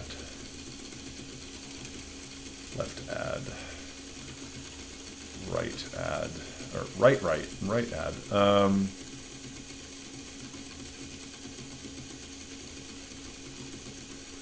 Let's say that's gonna be 0. These will start off as 0, and then if control is greater than X, we're gonna say there might actually be a better way to do it. Well, let's write this out this way and then reduce if it comes to a better way. Right add equals. So actually, this is gonna be control X and control. Well, actually, it's greater than 1.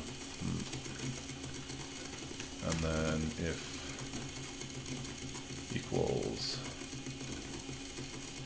control, well, actually,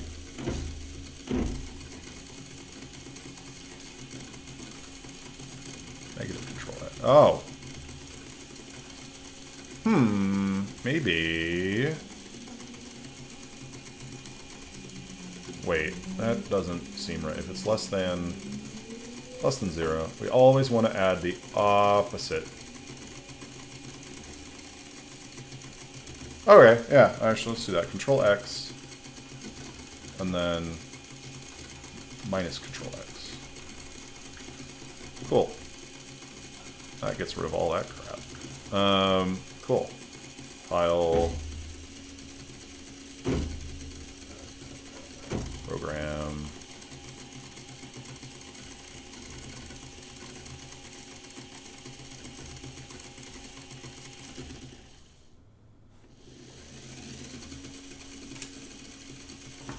Change that.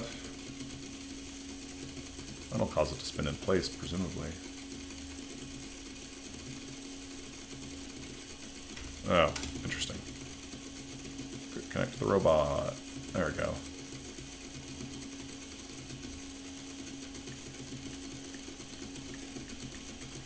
Okay, yeah, because the robot's full throttling in another direction. Is that my cat? Oh, hey, button. Alright.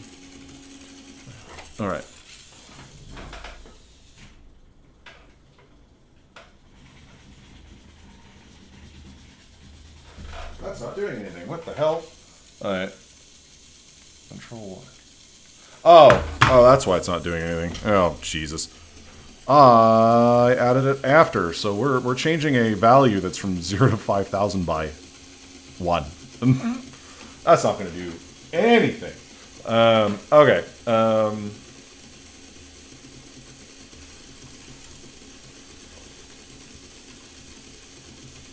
Equals response. Control X times float motor wrap. Oops. That'll be response minus control X. Response right. It's going to be response left. Response right. No. Sorry. Alright. Compile. Flash.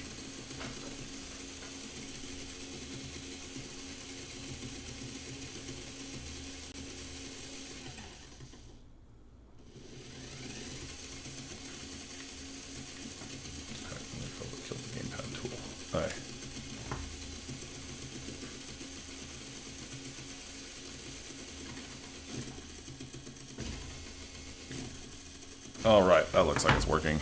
Perfect. All right. One final thing. All right, so desk cam. Turn this up. Alrighty. Hopefully, it'll be a little more controllable. Okay. Standoff. All right. Woo! That's fast. Okay. That is very fast. Okay. All right. I'm going to change that in the Gamepad.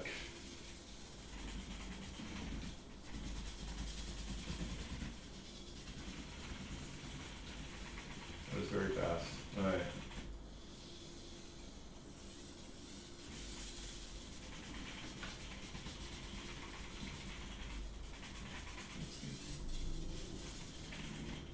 Let's me change orientation very fast.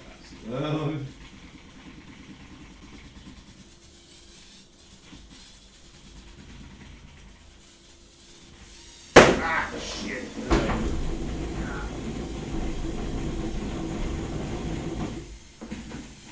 Yeah.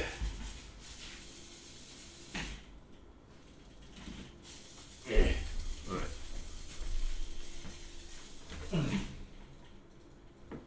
All right. Perfect. Go the other way.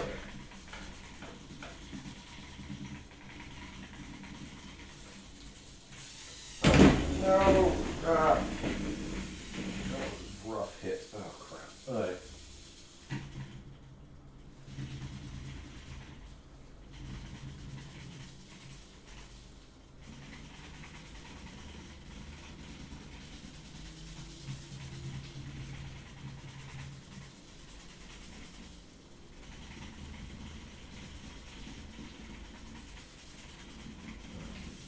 Spin it.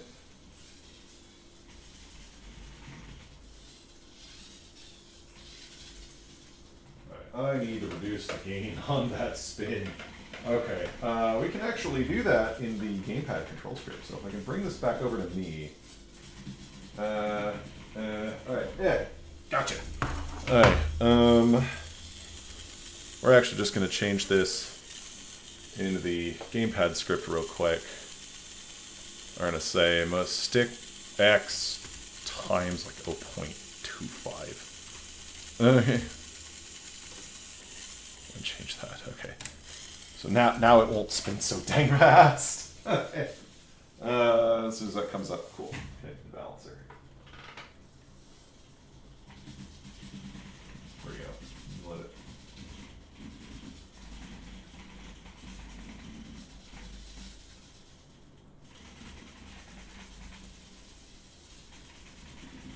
Here we go. Well, oh, I forgot to switch to the. Sorry, I forgot to switch back to the desk cam. No, get back here, you little silly. Hey.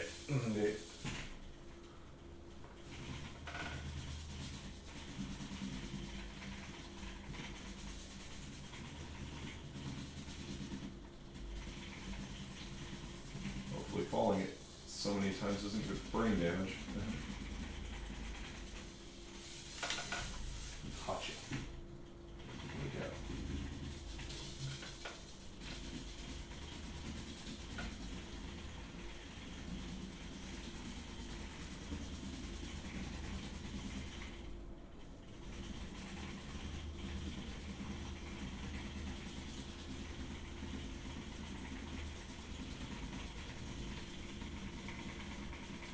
One of my friends was telling me that maybe we can get rid of some of this jitter by establishing a dead zone in the controller, because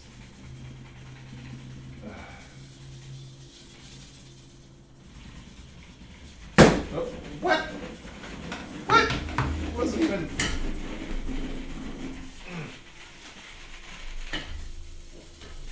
Oh man.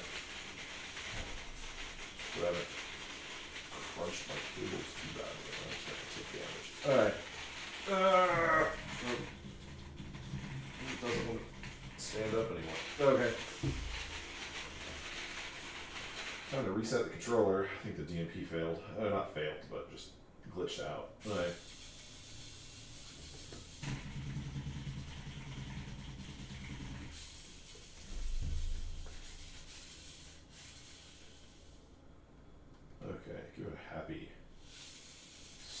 Okay. You start to life this time.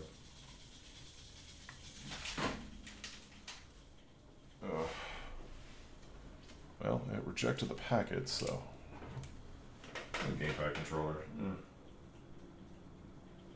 Connect? Yeah.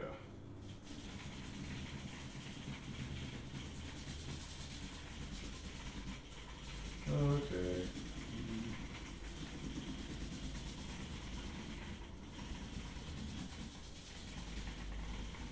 These motors have quite a bit of backlash in them, so essentially, when you flip directions on the motors, it takes them a few seconds. It takes them non-zero amount of time for the gears to engage the other way, essentially.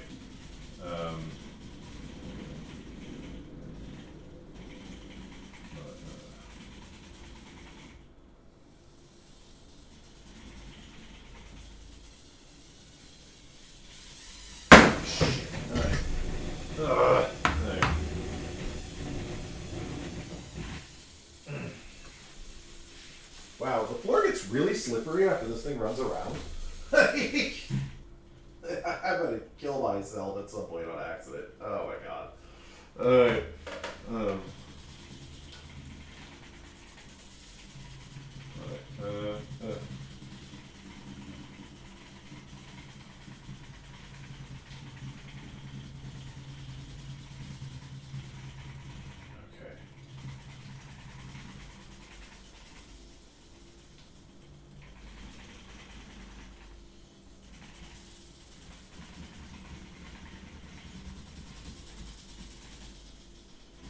The problem here is that it's like if I lose my sense of which direction the robot's pointing, or which way the stick maps to the robot, is that it can be kind of bad because if you keep holding the stick, it'll keep accelerating. So you don't necessarily know. So by the time you figure out what way it's going to go, it might already be too late. The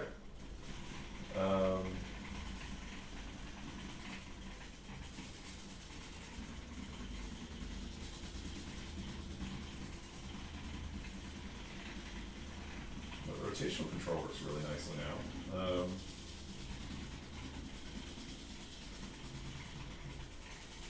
Really would love to get rid of this jitter though.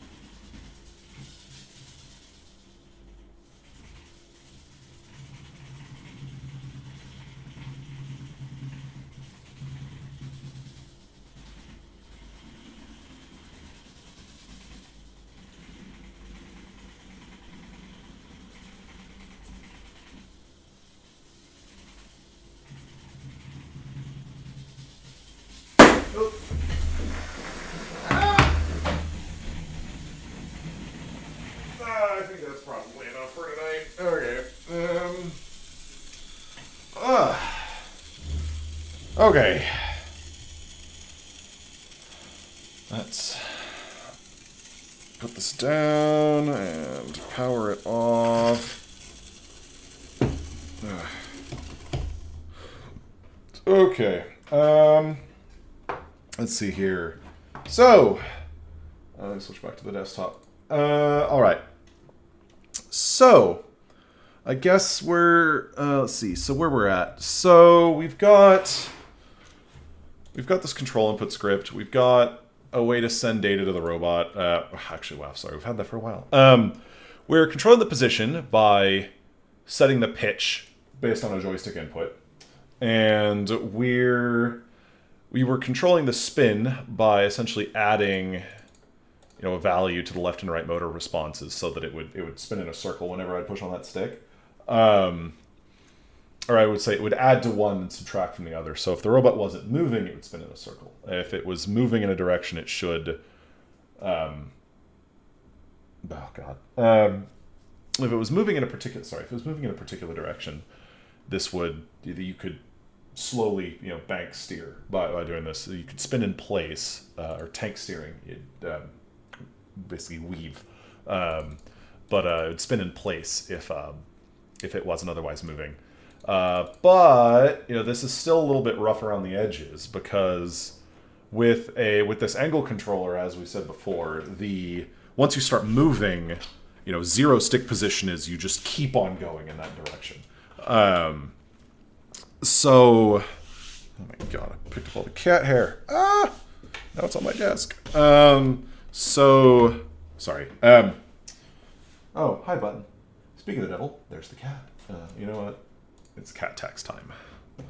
Hi, button. Hi, button. Cat tax time. There's the cat. She's very upset that I'm not paying attention to her. Hi there. Yes. Get all of your cat hair on my cordless Dremel. Yes. Is that what you want to do? Yeah. Are you trying to rub all over everything? Yeah.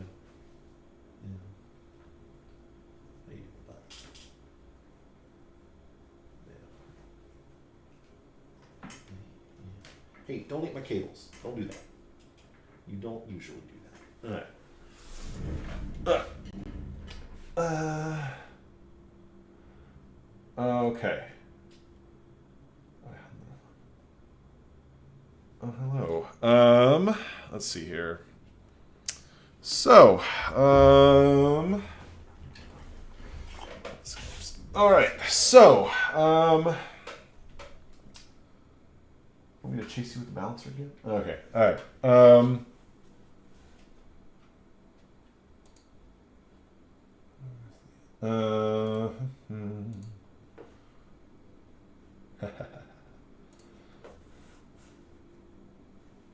All right. So we've got So we've been doing the control by.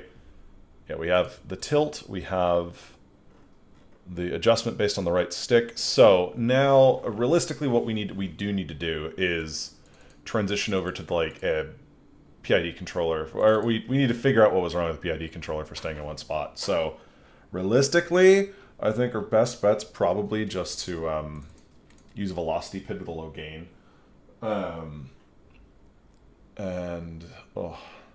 But I think that is a no. What can we do there?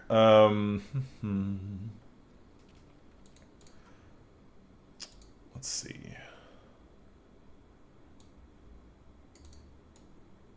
Float editor. So if we actually did a proper, so I guess we can try this. This will be the last thing we try tonight. We'll try transitioning to we'll try that velocity PID controller again, but we will specifically try to use the velocity PID. Sorry, I'm just trying to figure out what buttons do. Okay, but sorry. Let me think here. So what we'll try to do is use a velocity PID controller, because they're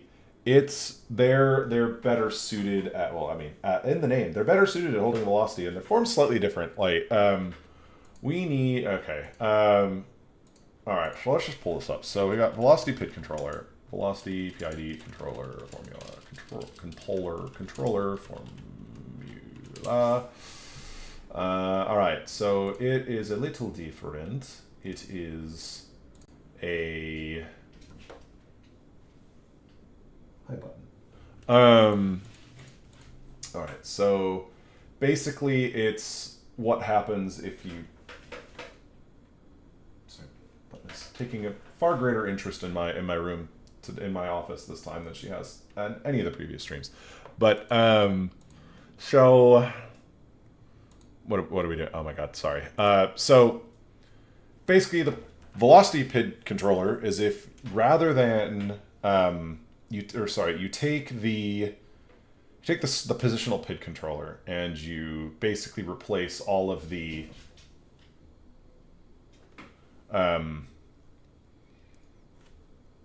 sorry, I did the derivation at some point. It was take a PID controller, take a positional PID controller, take essentially the t+1 value of PID, and then you solve for, you plug that in for some of the values and solve for a greater formula. So there is a simple description of it here somewhere that I remember seeing. Right, okay, so it's control value is control value n-1 plus, sorry, so we just add to the angle. So right, basically the I term is integrated, the P term, okay, if I recalled it, okay. So delta T, right. All right, sorry. So what we'll do, okay, we're gonna change a lot of this logic. Okay, so we're gonna say previous, and then previous error. Oh, we do need the previous errors. Okay, so we need float, previous target. Okay, previous velocity error. We'll just change this. Previous velocity error is nan. Float previous, and this is actually A2.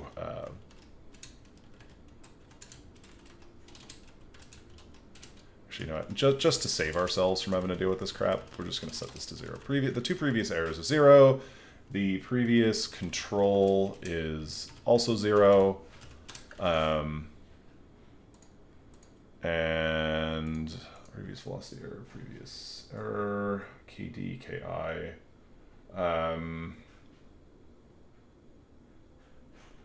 If it's the delta E, change in error, the error n-1 plus error n-2. Delta E times time.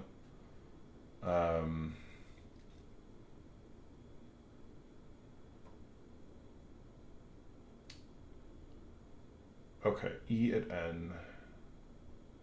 Okay. We're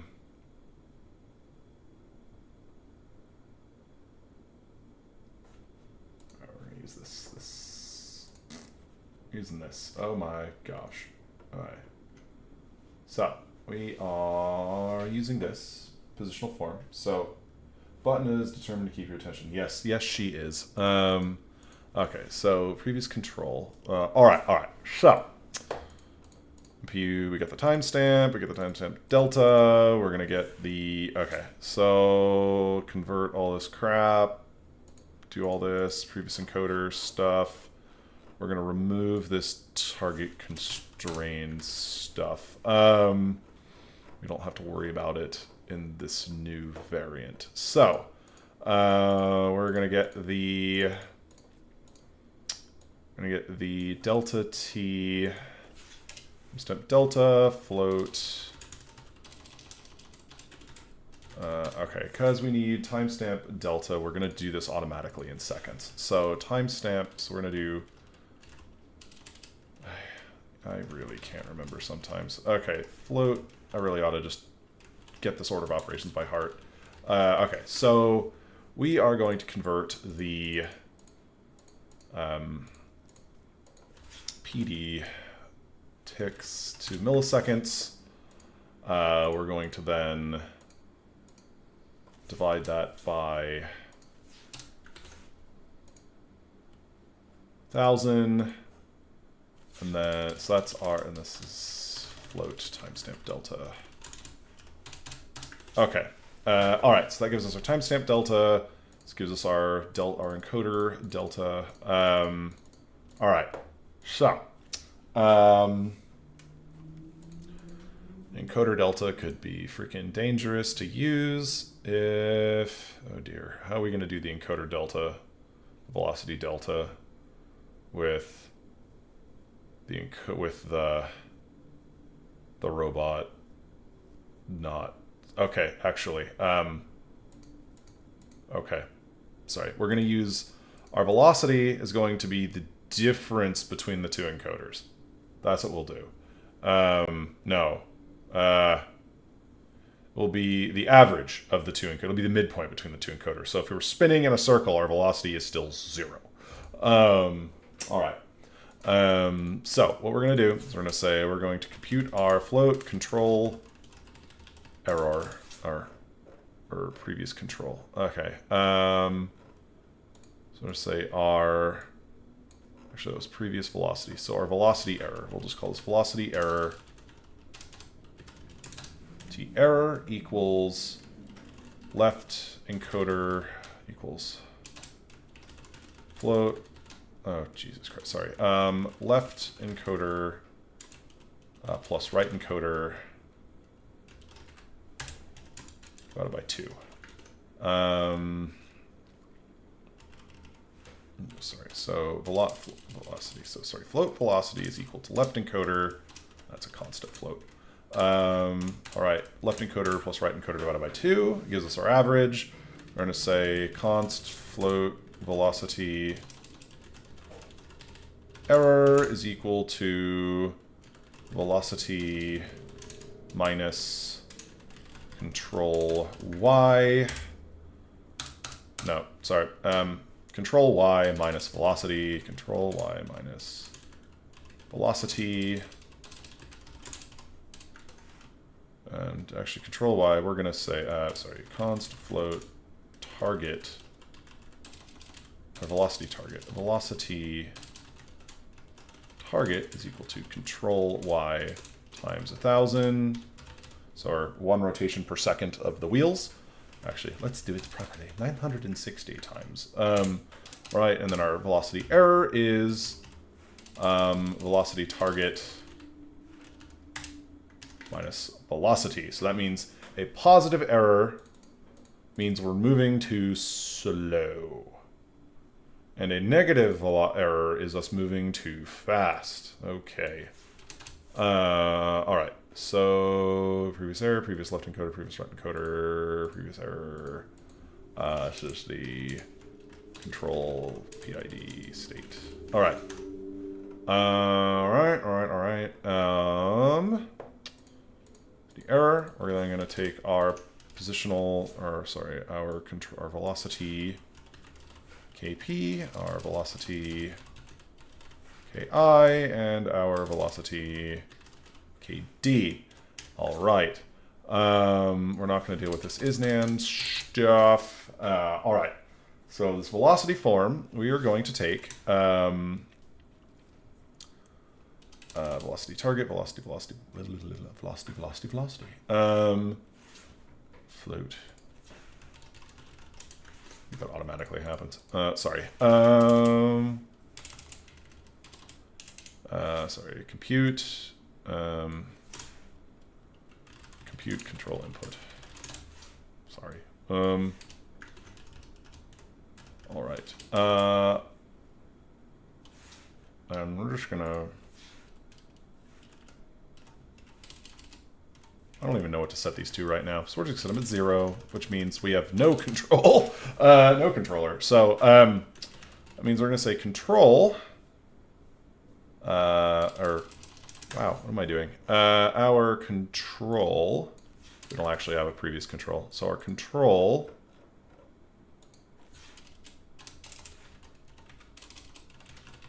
plus equals, okay, it's plus equals. So yeah, so then we're going to have velocity KP times the change in error. So it's going to say const float velocity.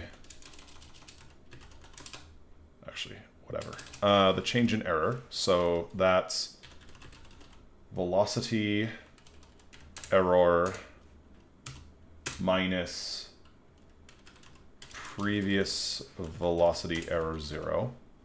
That's the most recent measurement. Basically, E n minus 1. And then we're going to say velocity kp, sorry. These are all plus, so we can just do this again. Sorry, plus equals velocity kp plus velocity ki times delta times the error, so that's velocity error, times timestamp delta,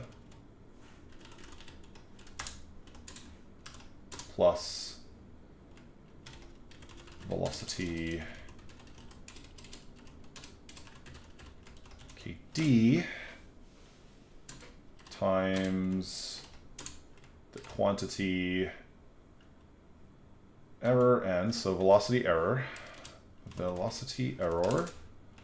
minus 2 times previous velocity error 0 plus previous velocity error 1, which looks horrible, divided by timestamp delta.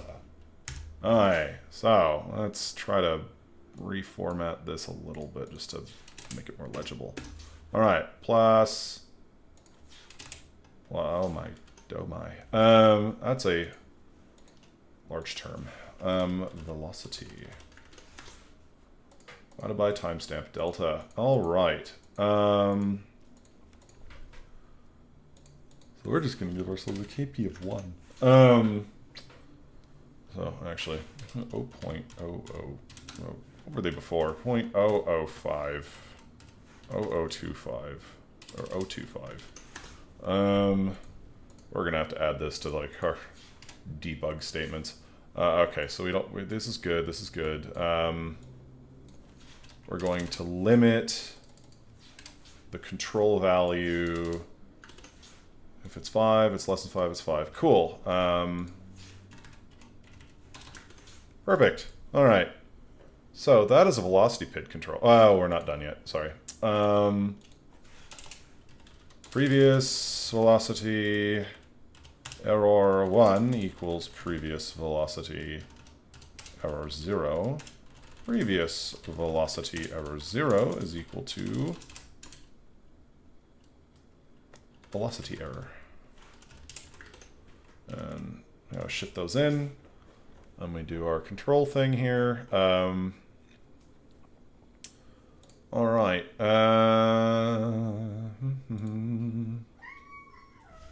Hi, butt. Scream. You scream at me. Uh-oh. Messed up something. Something's not right.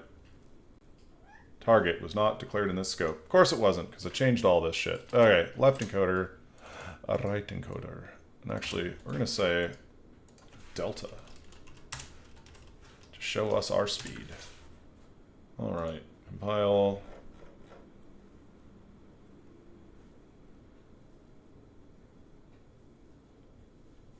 And we built. All right, cool. Now we're going to... Hi, bud. Hi. All right.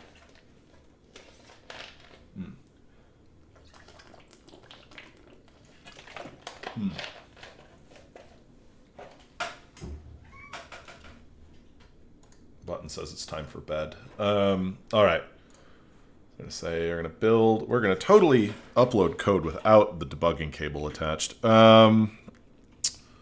So I'm going to plug that back in. Flash the project. Hi. Hi, button. Meow. No, you can't get up right now. I'm sorry. Hi.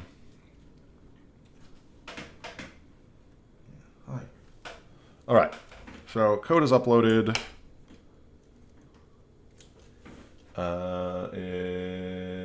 It's sending to our program.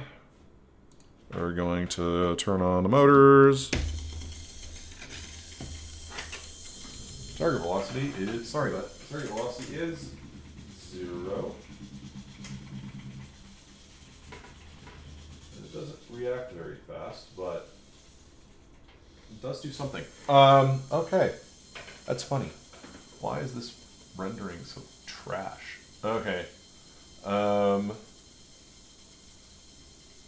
Wow. I need to refresh the page. Jesus.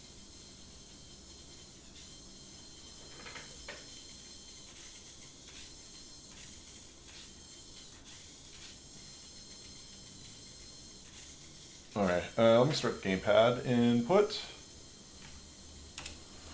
Switch over to the desk cam. Or my phone, which is running precariously low on power. Before I even do that, let's see if this is even controllable.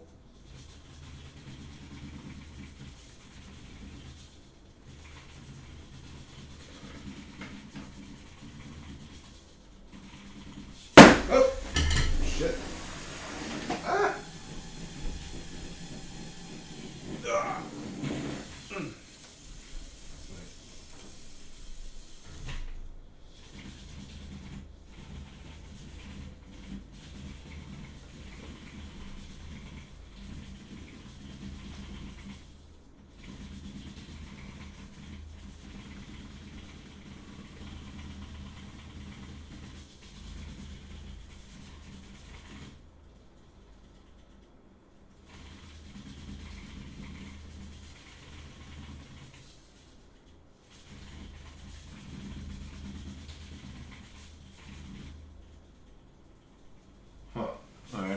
It's doing something.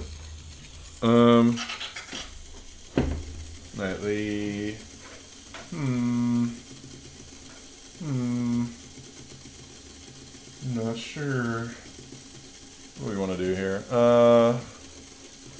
Left encoder delta.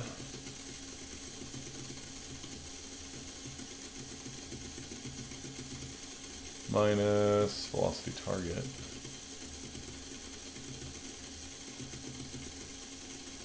We'll do is minus velocity target minus velocity.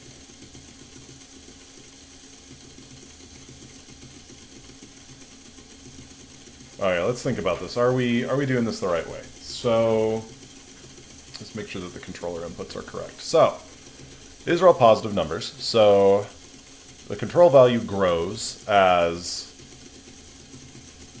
if the velocity error is positive. So, tilting forward, which is a positive control value, should make the robot increase in velocity in order to stay up. So I think these numbers are the right way around. I'm going to say velocity target. We're going to change our control inputs here, basically. Velocity target.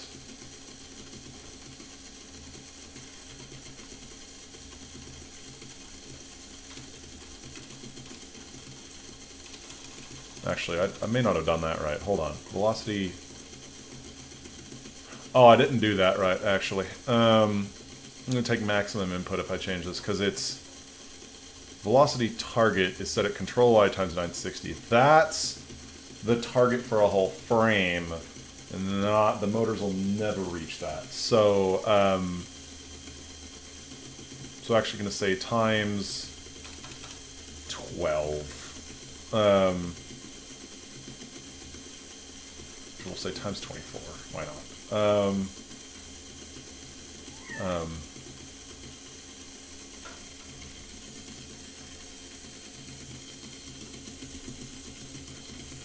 And then we'll upload this. We actually probably need to increase these KI terms.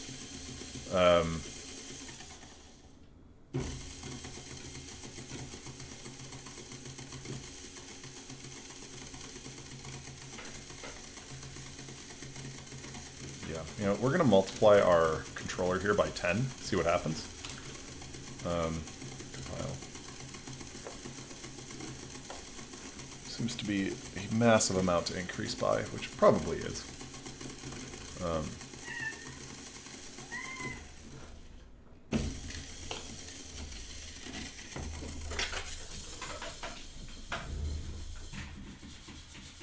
Oh dear, yeah.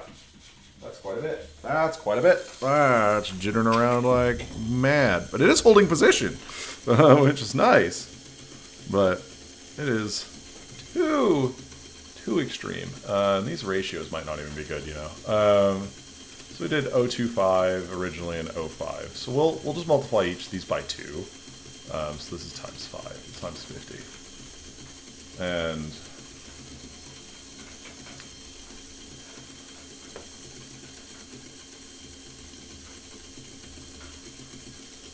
alright. So compile, upload.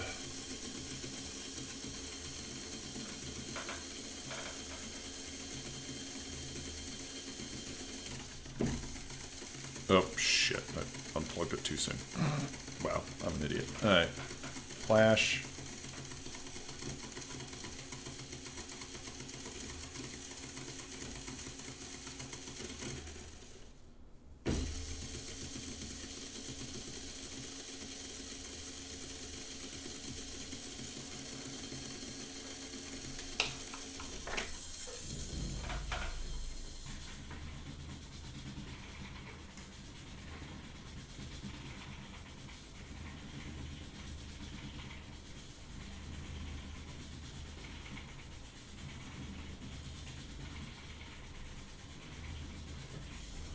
I think the D term's probably not quite right. Alright, so what we need to do, I really need to add these values to the debug view.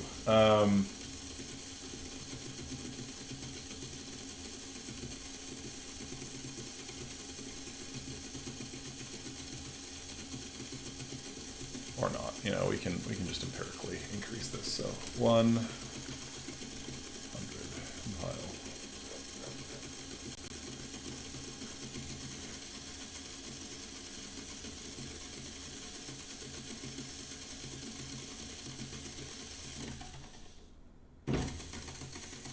All right.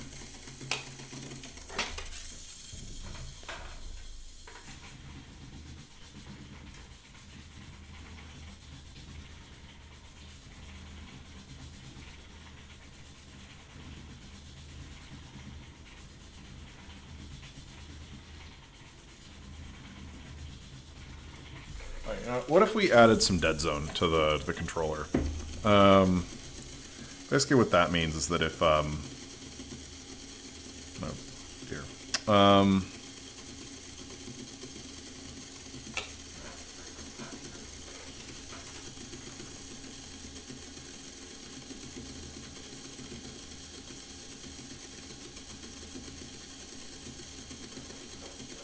Yeah, fuck it. We'll try increasing our constants again.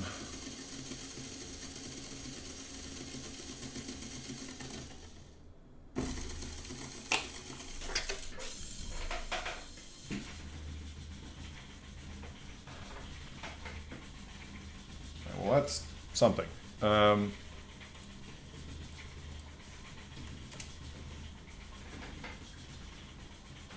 well, desk cam. Desk cam time, connect to the balancer. Alright. It's jittery.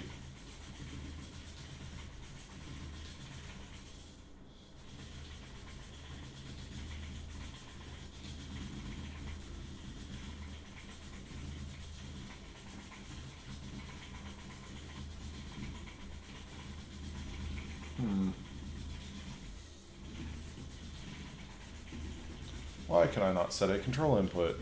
I mean, I am sending a control input, but just being swamped by everything else.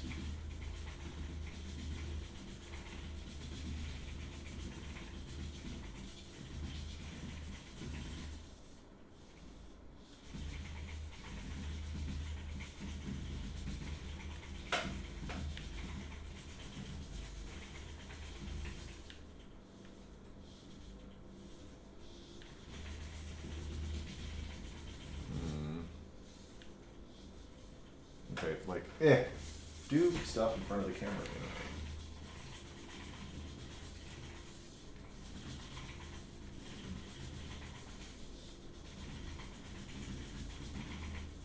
My control input's mostly being ignored. I think I messed up somewhere. I must have not put enough control authority into that 96. That 12 must be very wrong. Alright,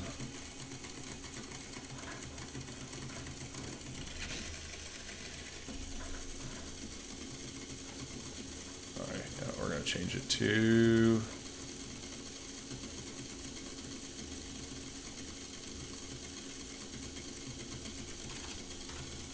set it to that 48. I mean, it's not small. Flash project.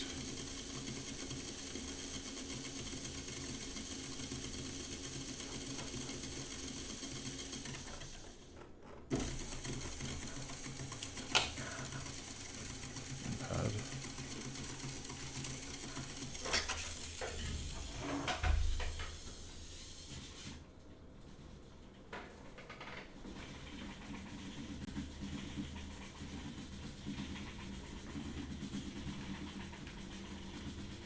Seems that my control stick input has almost no effect.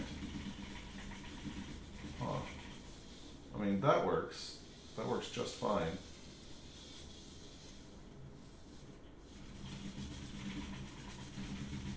Actually going anywhere seems to be really not working.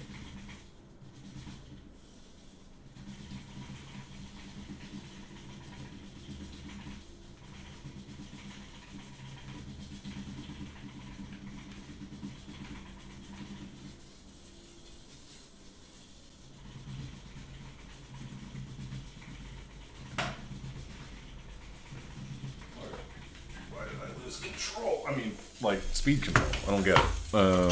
What did I do? I did stuff. Right encoder, left encoder.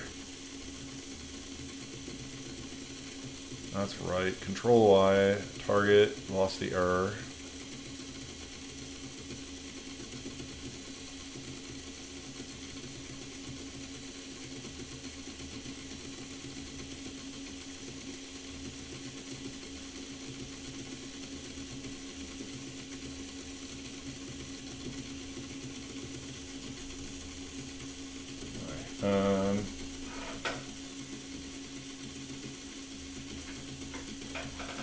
Okay, I'm gonna put my phone in or it's gonna die.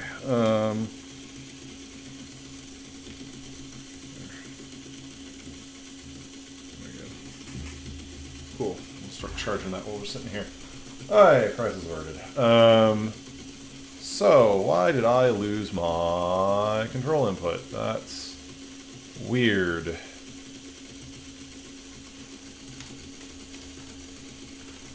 That's some high term in here.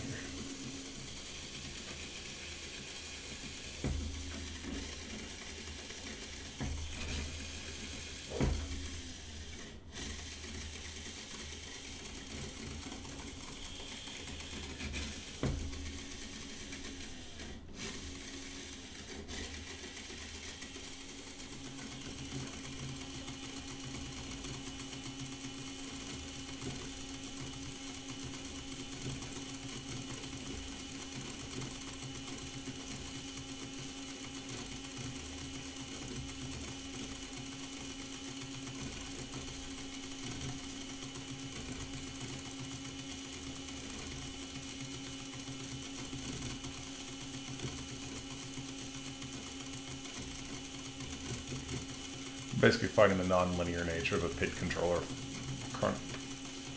controlling a PID controller.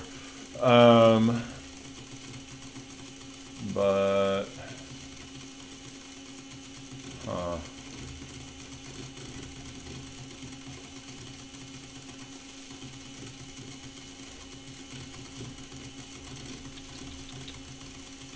right, what to do? Why can I not like that?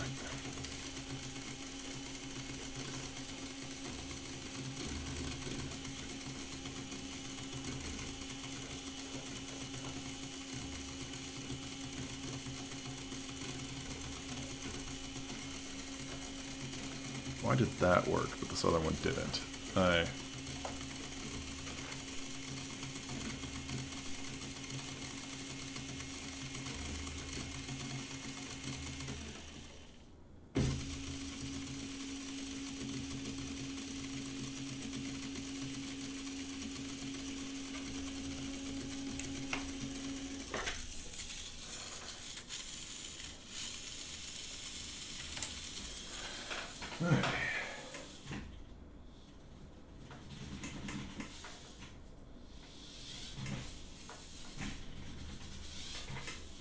Something's funky.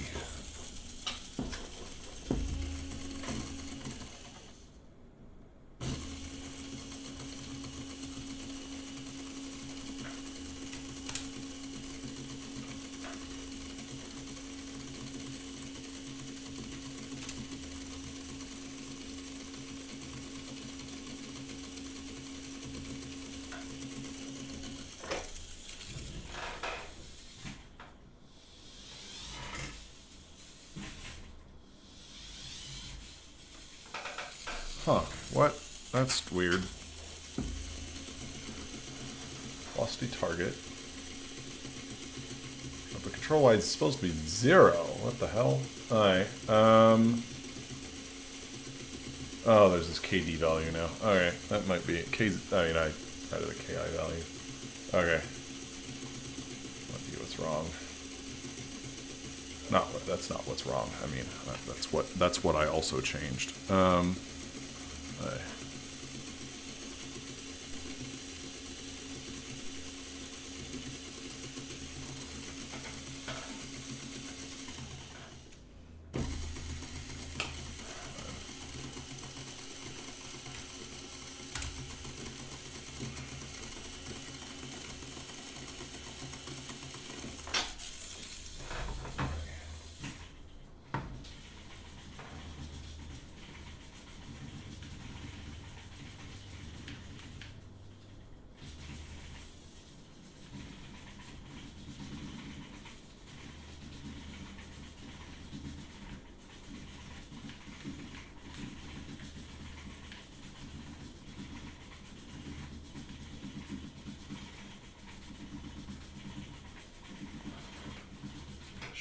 I can spin it, but I can't.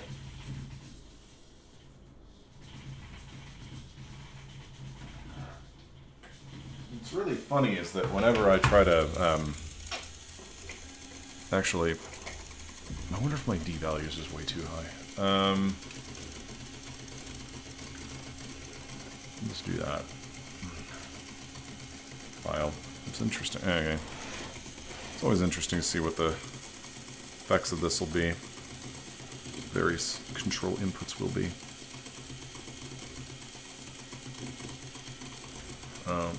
Flash project.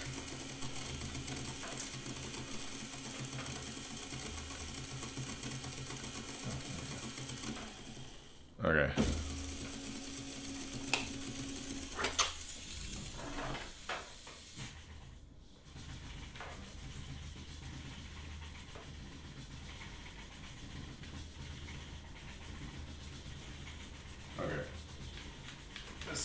Being weird. Okay, so we need to change a few things. Alright, we're going to change a few things. Let's change a few things. We need to get more data out of the robot. Alright, so plug this into the debugger. Alrighty. So, what we're going to do is we're going to try to send all these intermediate values over to the, what do you call it? The, fuck it, whatever. I'm going to send more data to the debugger program here, right? All right. So rather than having this orientation and PID response packet as two separate data streams, we're going to do kind of what we did with the PID packet, and we are going to, and also we're going to get rid of these multiple notebook handle things. We're going to use a graph VBox. So let's actually just handle that bit first, just so we can know what we're doing. Push notebook. Actually, no. We need to start with the data source orientation stuff. Okay. Yes. All right. So we're going to get rid of this concept of an orientation packet. We're just going to have one giant state packet. So what we're going to do, we're going to come up here. We're going to say we're actually going to delete PID response. We're just going to call it a state packet. We're going to call it motion packet type state. All right. And our state packet is also going to start with a vec3 Euler. That's actually just going to be called orientation again. Vec3 orientation. Do all this stuff. We're going to delete orientation packet. This is going to be called the state packet. And then we're going to come down here. We're just going to have a state packet. State packet. State. Down here to where all these errors are happening, we're going to call this, I'm going to say state dot orientation equals Euler. I'm going to say this is called a state packet. This is called state packet. This is called state. I'm going to delete send state to the network thread. Perfect. That's already looking good. Motion packet, state packet, type state, cool, orientation, Euler, PID, left, right. All right, awesome. So we're combining all of this state into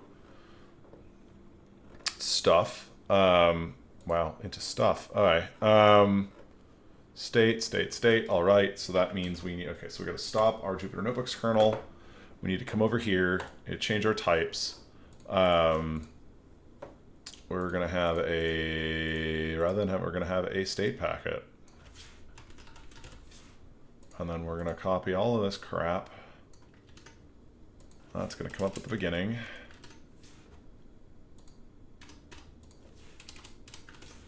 Alrighty, make sure to put our comma there. And get rid of that. And get rid of the orientation thingy. We called a packet type state. I believe it's a type 1 packet. Set that as type 1, type 2, type 3, just because currently still able to redo all this. So type 1, type 2, type 3. This is going to be called state. This is state packet. Get rid of this. All right, cool. Config. Perfect. Done all that stuff. Got it. Pico balancer. We're going to compile this. We're going to not upload it quite yet because we need to handle this. All right. So I'm going to say add. This is just all things just to be called state packet. This is going to be called state. This is state.timestamp, state.pitch. We're going to copy this. Do that. We called new data. Actually, all of this is just going to be called state.timestamp yp .pitch. This is state.p, state.i, state.d, state.left, state.right.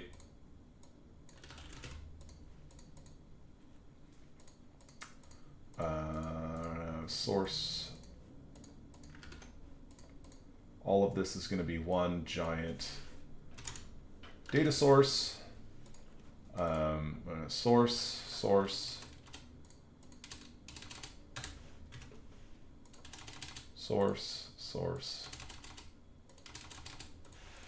And with 2, we're just doing this to have minimal change for now, just so we can verify that all this is working. Yp is p, yi, yx, y. So I got x left, xy, xyp, xy. Okay, perfect. Source stream, new data, push notebook, handle PID position. All right, so this should, in theory, be what we want. This is stopped.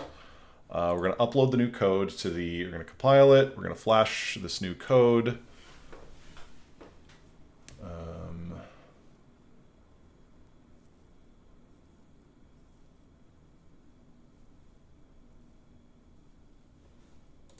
programming finished. We're going to then run all cells. I'm going to have not done something right. Address is already in use. Okay, sorry. I need to restart the kernel. And we're going to run all cells. And this is not going to work because none of this is defined. This is packet type state. Then we're going to add state packet data.state. That's going away. Okay. And local address, UDP socket, lambda, blah, blah, blah, stop, restart the kernel. We're going to do that. We're going to do that. An import error, PID response packet, that doesn't exist. State packet, that does exist. Stop. Restart. Do that. Do that. Do this. That's our types. This is wrong. PID type state.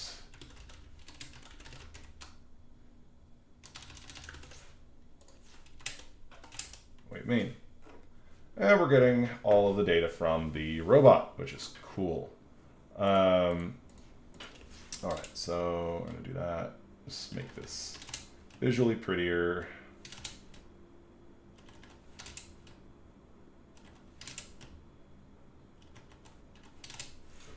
All right, add state packet. Cool. And then what we're going to do is motion packet. Honestly, we're not even really doing the state, any of that stuff. All right. So now, rather than having multiple notebook handles, what we're going to do is we're going to see Boca, Jupyter. Wow, I can't type. Jupyter VBox.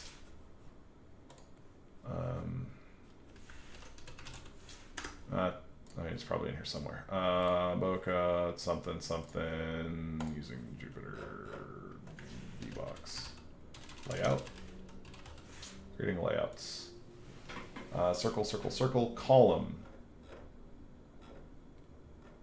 That sounds good to me. Boca layouts. Boca layouts column. That sounds good. All right, we're gonna do from balance. That's all this stuff from Boca.layouts import column.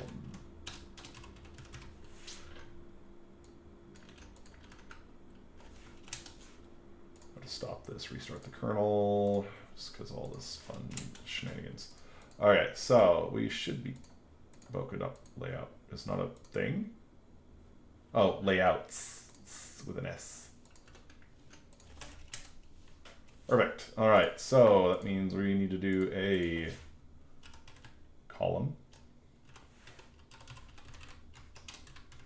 P PID, P position, notebook handle, and then we should just have one notebook handle. Should just be able to do that. Nope, that did. Oh, I did two. And oh, what was me? Okay. Hey, look at that. That looks good. Cool. Now we only have one. Now this is much shorter and much simpler to look at. Okay, cool. We're gonna get rid of this P designation. We're gonna get left line, I line. Let's call this orientation. Orientation PID, and then velocity PID. That's going to be the orientation.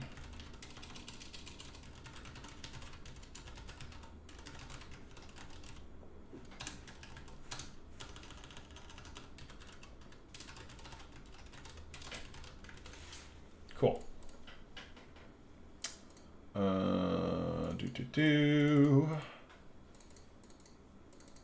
PID column, velocity PID, orientation PID, orientation. Perfect. Was it orientation PID orientation. We'll just title orientation. Stamp. What time?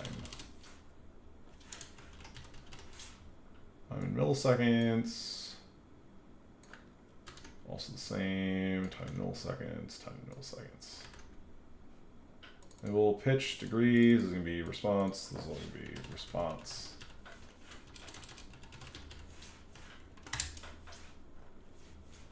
Damn. All right. Stop. Restart. Yes. Doop, doop, doop, doop.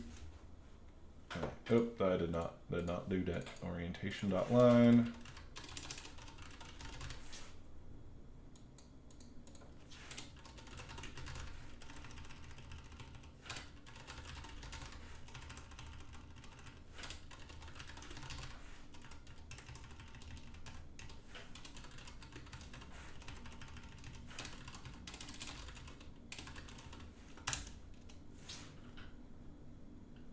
Oh shit. Velocity PID. Velocity PID. Perfect. And it is in fact working. Perfect, perfect, perfect. Nice. All right. This is going to be velocity PID. Okay. So, all right, I got this running. So now what we're going to do, we are going to start adding all of our funsy stuff in here. I say const float velocity p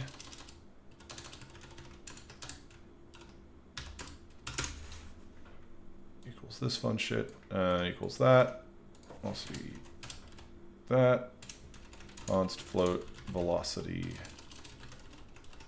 I,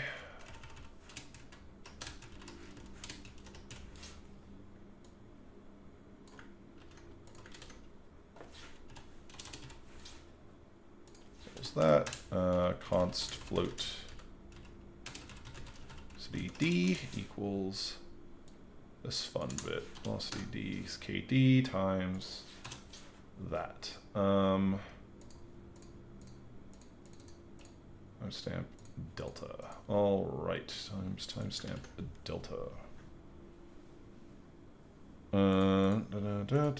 Right. All right. Then we're gonna say control plus equals velocity p plus velocity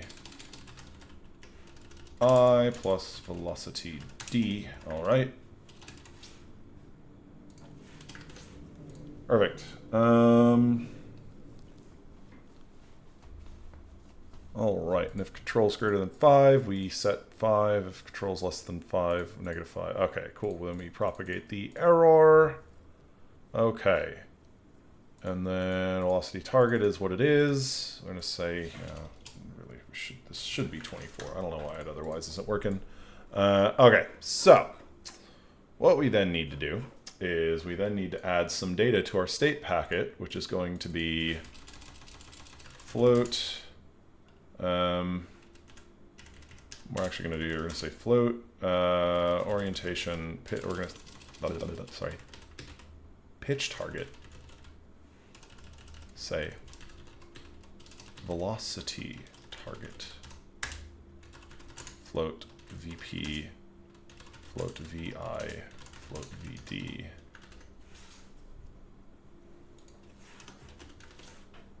Get rid of that.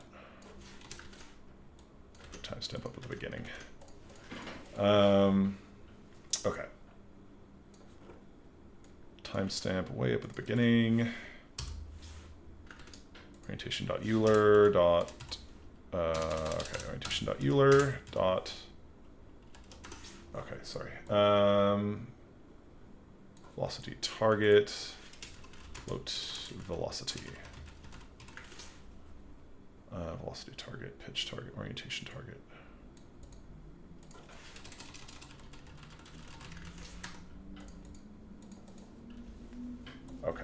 We're going to say timestamp orientation Euler, orientation target equals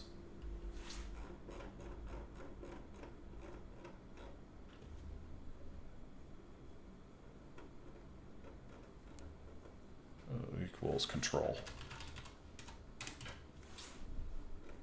Control.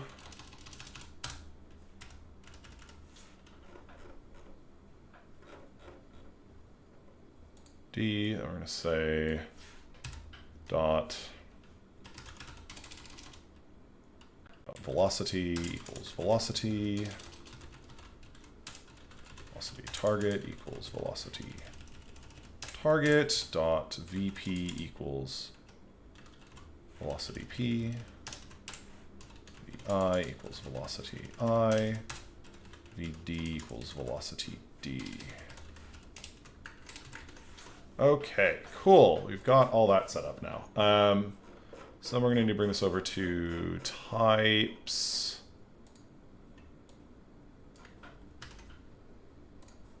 I'm just going to dunk that down there. So yaw pitch roll.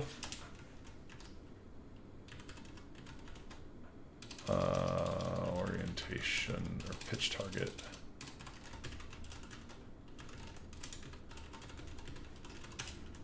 Float, move the timestamp up to the top because it's where I've moved it to. Yes. Yaw pitch roll, pitch target, PID. And then we're going to do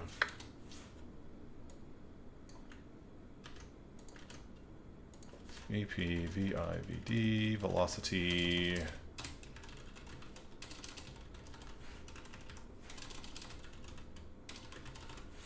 Velocity target. Cool. Float orientation target. PID, velocity, velocity target, VP, VID. All right, cool. Gotcha. Perfect. Compile that shit. We're going to upload that to the robot. Or actually, we're going to stop this first. Flash this to the robot. And then what we're going to do, we get V, X, Y. Oh, baby. We're going to get, this is going to be pitch.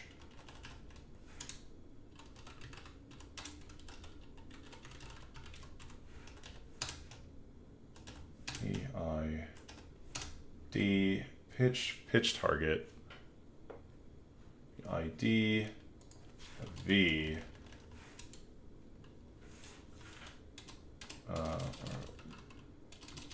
Y equals 0.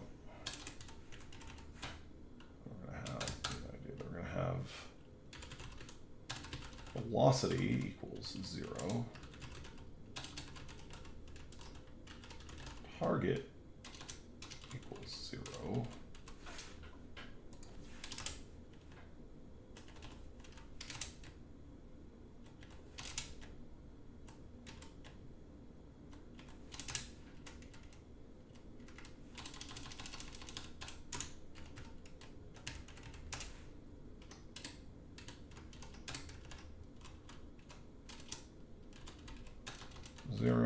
VI equals 0. VD equals 0. All right, cool. So this is what we call T, timestamp. Orient is I got timestamp, pitch. That's gonna be PID, timestamp.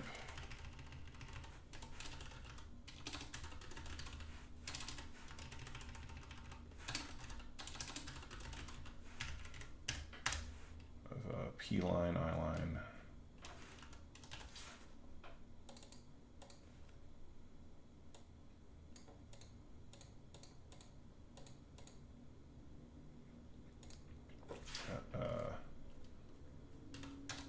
PT line equals orientation PID dot line timestamp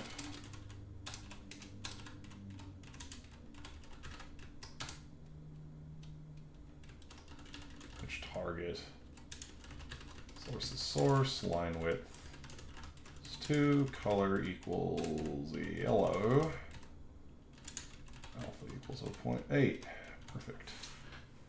Velocity PID, we're going to have timestamp.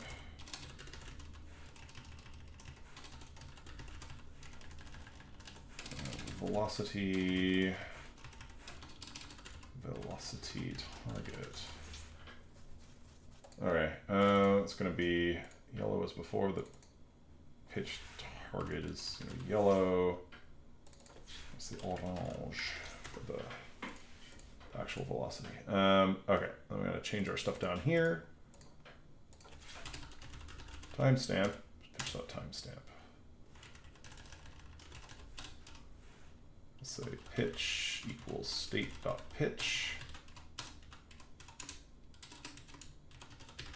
Pitch target equals state.pitch target. Say YP, YI, YD. That's actually just going to be PID, right? Yeah, PID. Delete this line. And we're going to say velocity, state.velocity, velocity target equals state.velocity target. We're going to say, it's basically VIVD, yeah.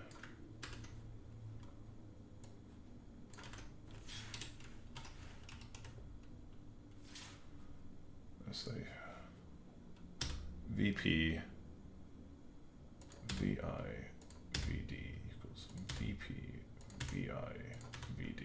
All right, that should do us. So Flash project, which I think we already did. Restart the kernel.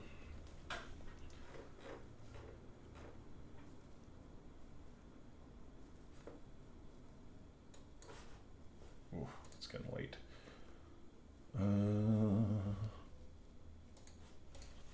Test, keep close it. All right, so theoretically we're up. I did that wrong. VD. Positional argument follows keyword. I've done something wrong. Line 7. All right, oops.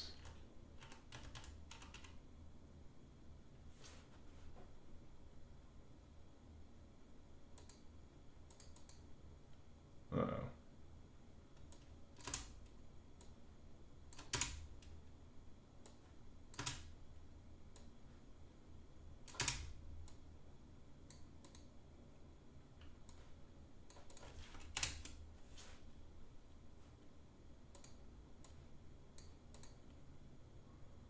Hold on, I did something wrong.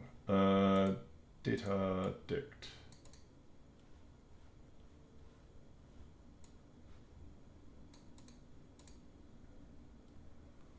Oh, what about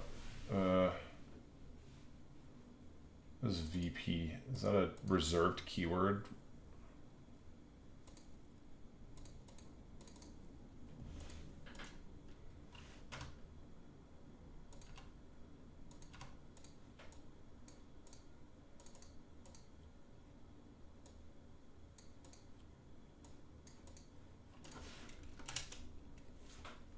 No, that's not wrong. VLP.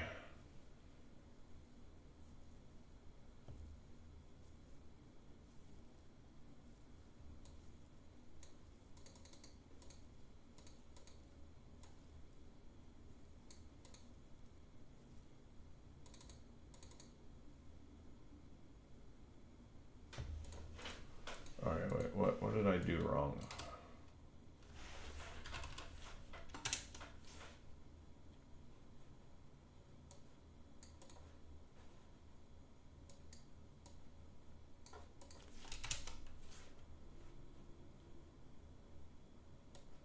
It's just too long. Is that what I did?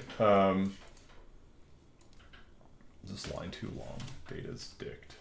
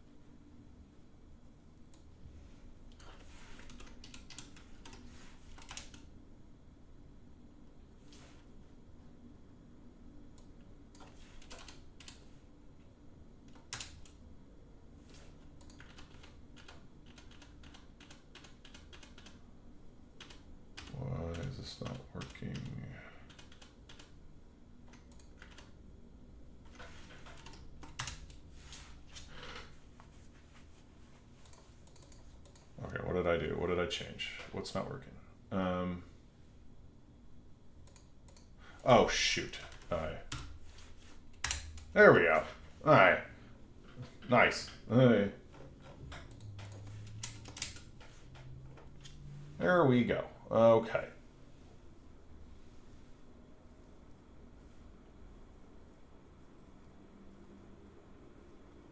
Let's do PID target. Orange is what? Uh-oh. Wait a second. Wait a second. What did I do? Left encoder. Oh, crap. Okay. Wow. Okay.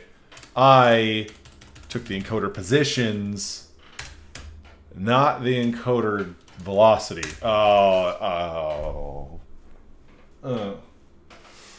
Okay. Well then. Okay. I'm an idiot. Okay. There we go. Let's see what happens now. Flash SWD. Alrighty.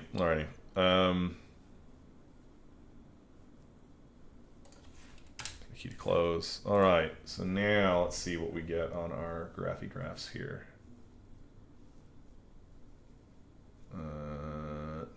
Once we record. Alrighty. There we go. Orientation PID.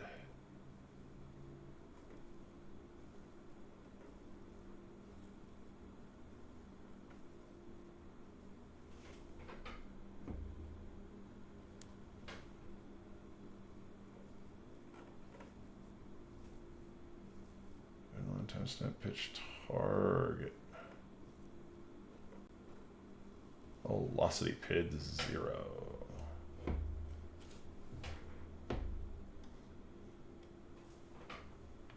Or if we spin up our Gamepad tool, theoretically, we should be able to adjust the velocity target.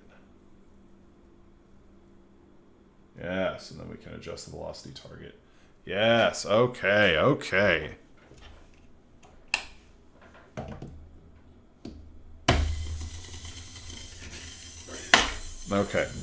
Hypothetically, should hold position. Generally.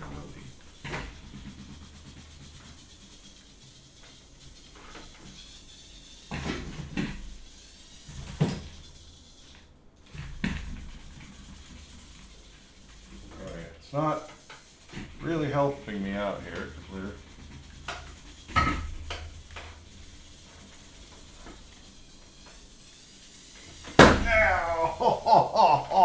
it fell over my foot. Okay. Well.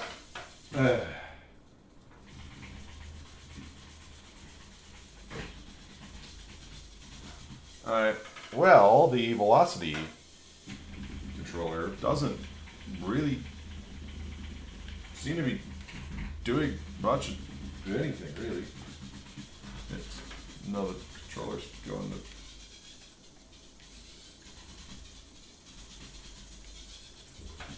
Okay. Well, that's some interesting data.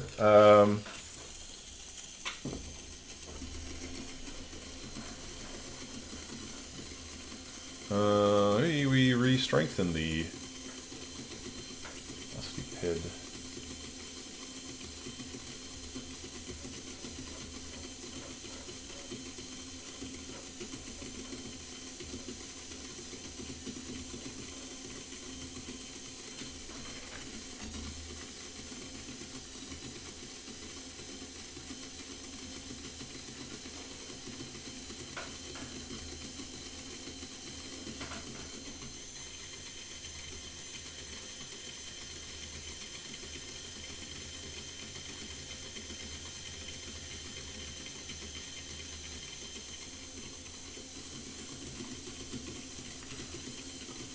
The orange line again. I made the orange line of actual velocity.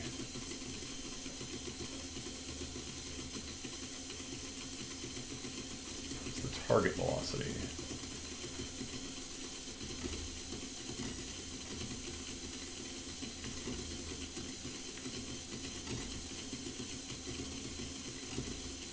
Yeah, the yellow line is the target velocity input. And orange is the actual velocity. And what we're going to actually do, we're going to copy this target line onto the new blue, red, blue, red.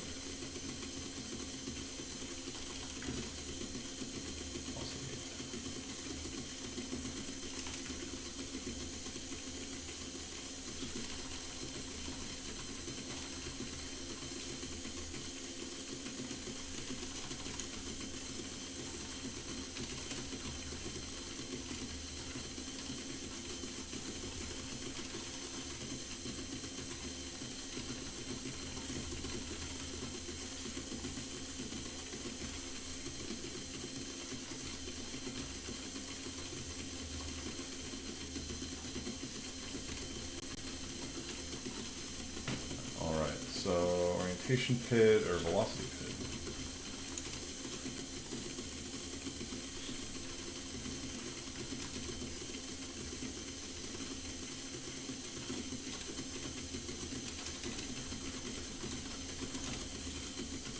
Alrighty.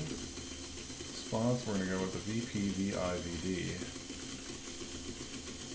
Target velocity, velocity pid, and do velocity.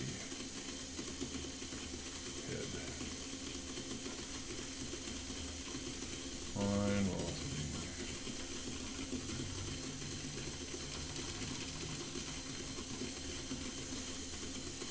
D. I do velocity. Alright, let's stop this, restart the kernel, the Jupyter kernel. Do that. That did not work.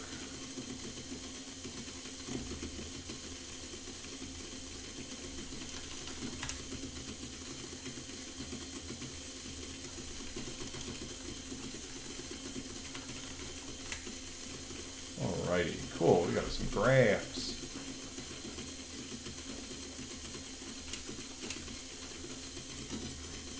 Alrighty.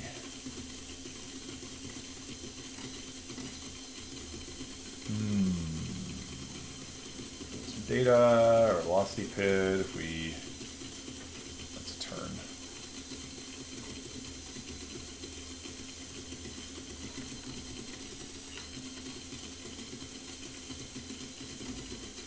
So our target, it doesn't really do it. Red is it's red, green, blue, right? Yeah, red for the p-value.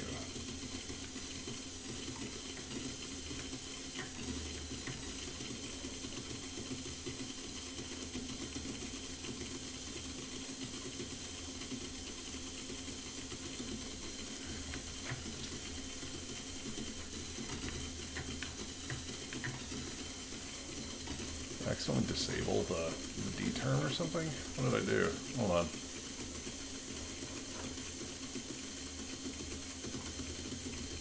This turned pretty high.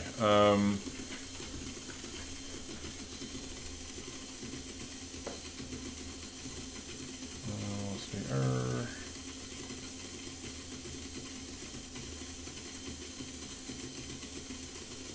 One, zero.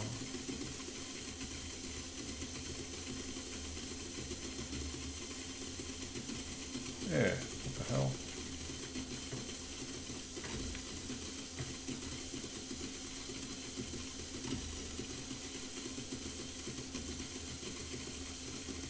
Okay, well, anyway, it's this little thing there. Let be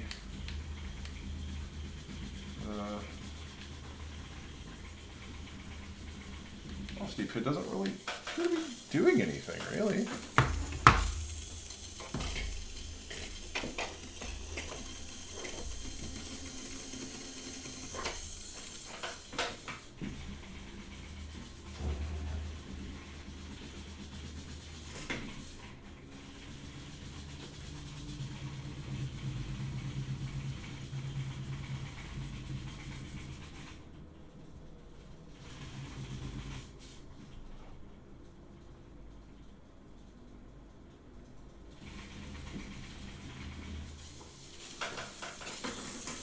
Huh. So, like, that didn't really do anything, huh?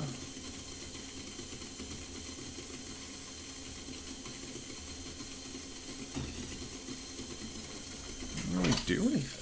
Well, alright.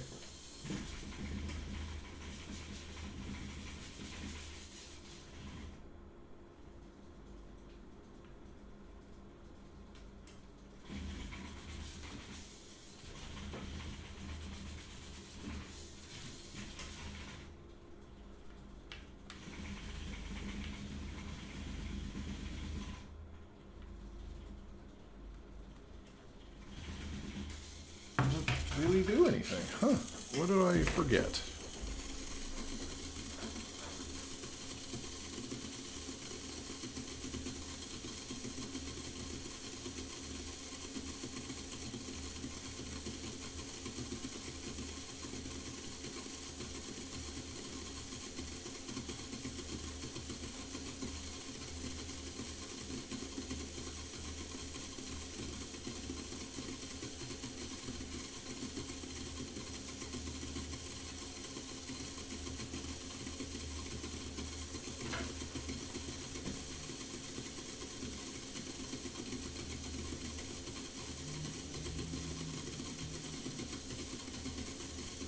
I might as well have it report error too. Alright, I'm gonna do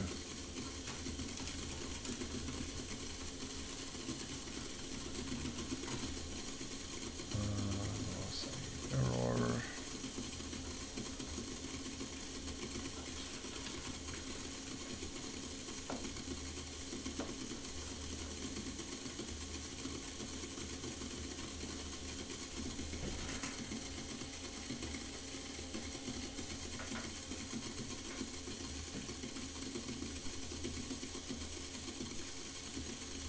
Alright, so we're gonna do velocity equals 0.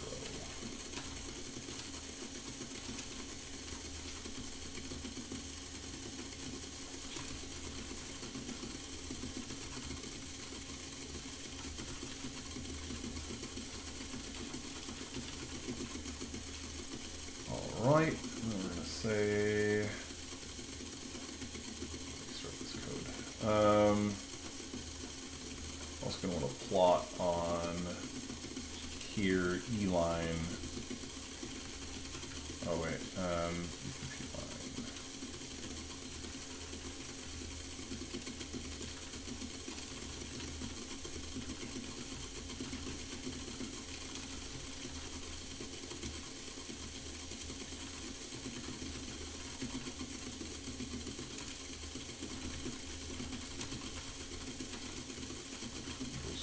Color equals yellow, alpha equals 0.8. Alright, so, oh damn it, column data source is not defined. Oh, okay. Perfect. Alright. Oh, let's see what we get on our velocity error chart. Oh. Gotta restart our controller program.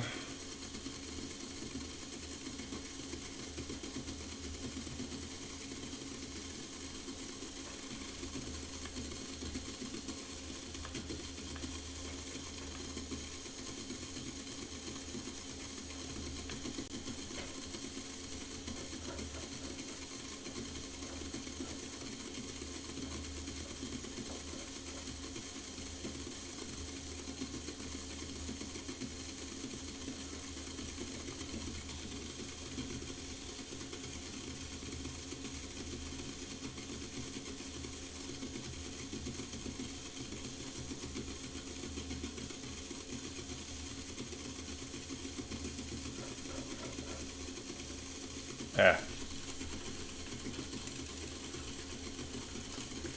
That's a neat programming problem. Okay, compile. Last project.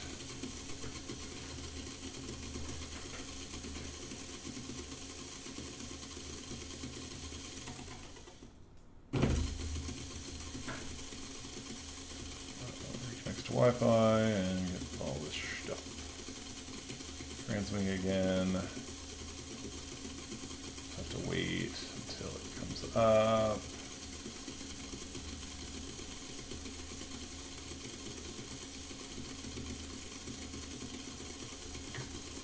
Gamepad tool needs to get restarted.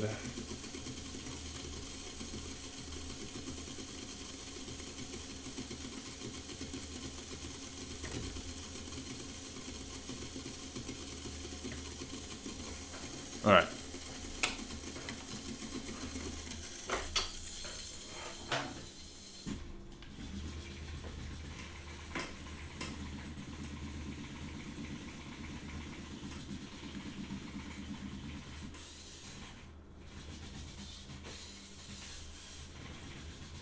Okay, restart the thingy because I think the controller's freaking out. Okay.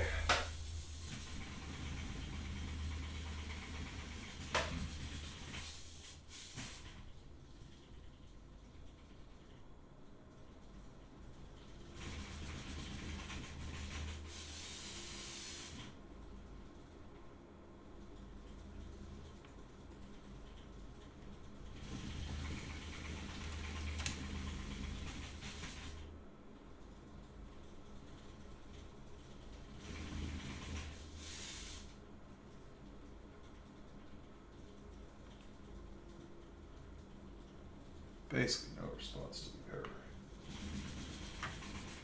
Basically none at all.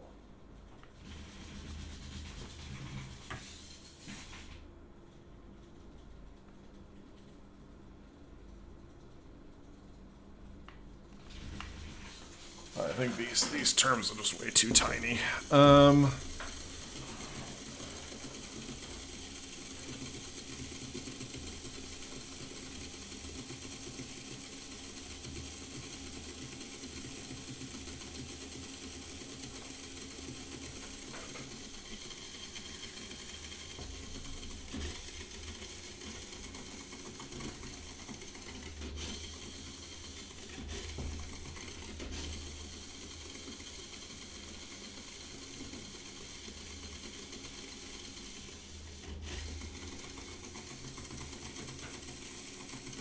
Huh, wait, what? Hold up.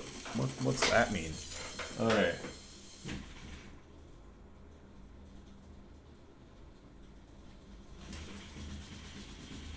Actual.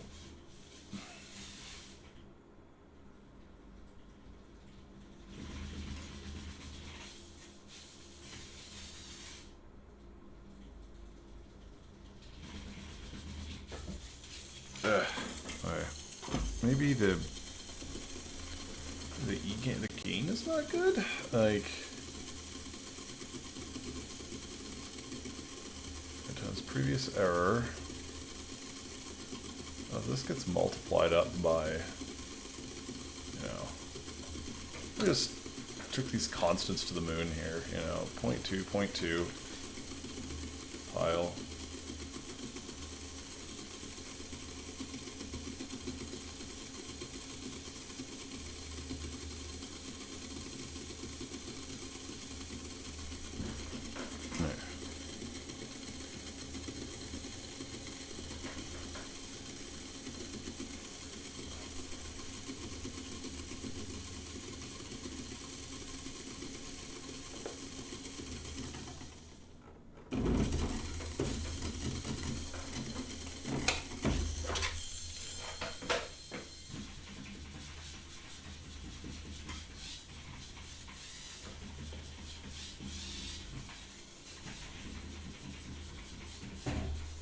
Huh. It's not. Alright.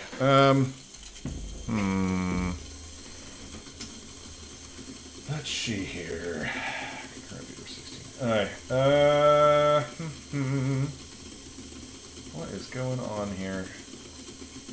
So. Yeah, it is bedtime. Okay. Alrighty, so, oh my god, it's midnight. Okay, so, thank you everyone who's watching.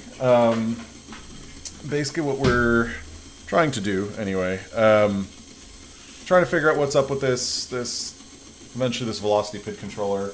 It's probably tuning, but then it's, you know, there's always non-linearities when you mix a PID controller controlling another PID controller. You end up with like weird exponentials and things. So we have this, you know, data that we're seeing from the controller, and clearly the velocity control is doing something, because as I turn up the gain, it gets more and more jittery, but it's still not responding to the control input, and I gotta logic through why that's happening.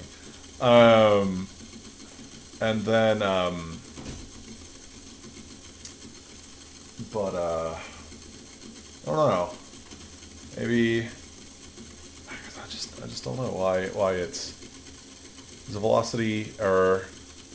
It's just not responding well to controller input, and I don't know why. One more silly attempt at control here. Velocity target minus.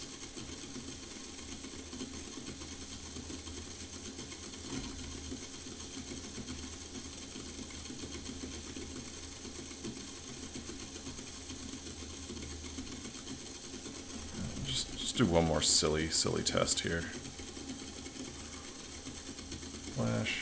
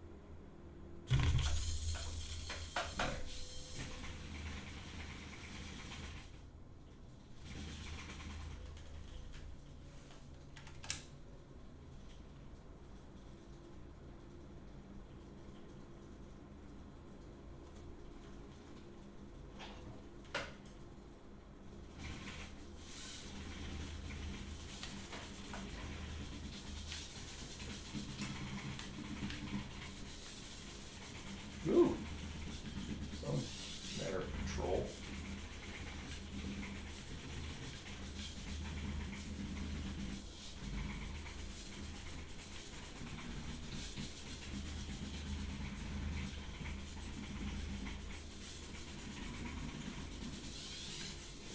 Oop.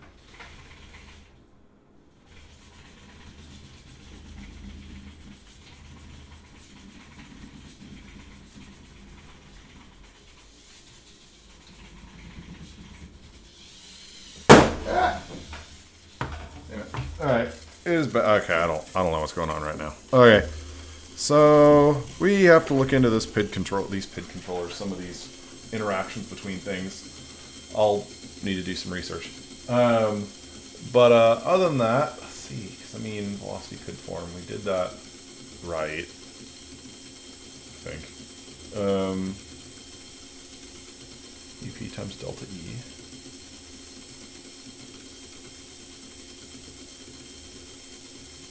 Yeah. Either way. Because, yeah, I mean, yeah. Either way. So we demonstrated a little bit of rudimentary control, and we also demonstrated more merging of data structures in the balancer logic. So hopefully next time we can. Well, I'll be honest. I'm going to sit down and try to understand some of these nonlinearities, do a little more research before I do a stream on the balancer again. But next week for the stream, I think I'm going to, you know, we've been working on this balancer for a month now. So, or well, streaming once a week, but you know, we've done a month's worth of streams on it. So I believe next time what we're going to do is we're going to take. We're actually going to work on some other RTOS type stuff, and so we're actually going to take, if you see that green robot behind me under the table over there, that one, we're going to be converting its Arduino. So there's its motion control is handled via an Arduino Uno, which is obviously a lot slower than the Pico we're using in this balancing robot. But what we're going to do is we're going to migrate it from using this really horrid Arduino sketch. I mean, I can't call it too horrible. It works. The robot does what it's supposed to do, but I added a new inertial measurement unit to it, and its data rate is a lot higher. Well, actually, I should take that back. It wasn't previously. The inertial measurement unit on it was connected through the Raspberry Pi that's in it. So high data rate didn't matter. You've got 4 big ARM cores, processing it. So that's fine. But I added an IMU connected to the Arduino that's in it. And even though the Arduino doesn't have to do any of the actual logic processing of it just has to forward the data to the host controller, or the Raspberry Pi. The Arduino stack by default uses a blocking I2C operation, which sounds familiar because we had to solve a blocking I2C operation problem in our balancing robot. But either way, the default Arduino I2C implementation is blocking. So obviously we can just migrate to a non-blocking version, but just to be a little more fun, what we're going to do is I'm going to migrate that from just this big super loop blocking Arduino sketch, and we're going to migrate it to an RTOS called Chibi OS, which is the same thing that I believe that which I heard about because the modern version of ArduPilot is built on Chibi OS, and they did the Chibi OS migration, I believe, before they did the migration off of AVR. Maybe I'm wrong about that, but either way, ArduPilot is built on Chibi OS. People do run Chibi OS on Arduino, on the AVR-based Arduinos, and I did a couple months ago verify that I could in fact run Chibi OS on an Arduino Uno.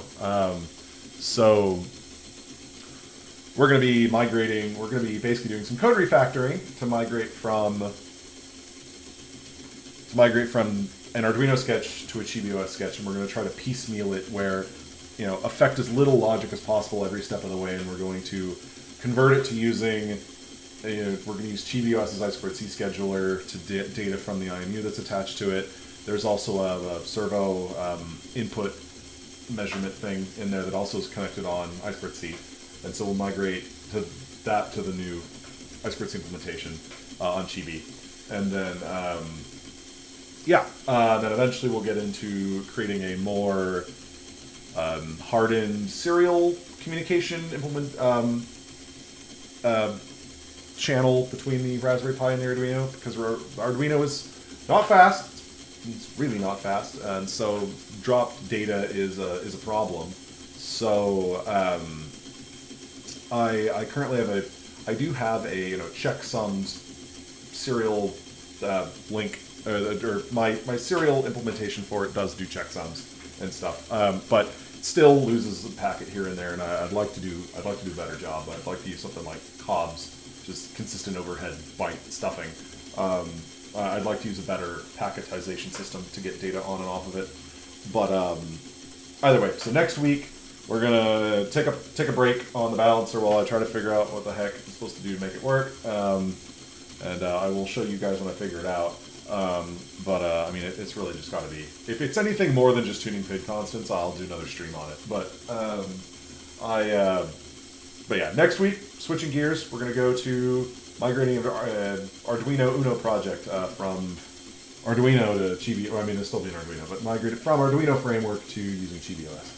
And thank you everyone who's watched and commented on the stream. If you'd like to see more of me or any of this, and you'd like to catch them streaming, you've been trying to do either Mondays or Tuesdays, Monday or Tuesday night, once a week. And please like and subscribe if you haven't. Really helps. But and hopefully I will see you all on another stream in the future. Thank you.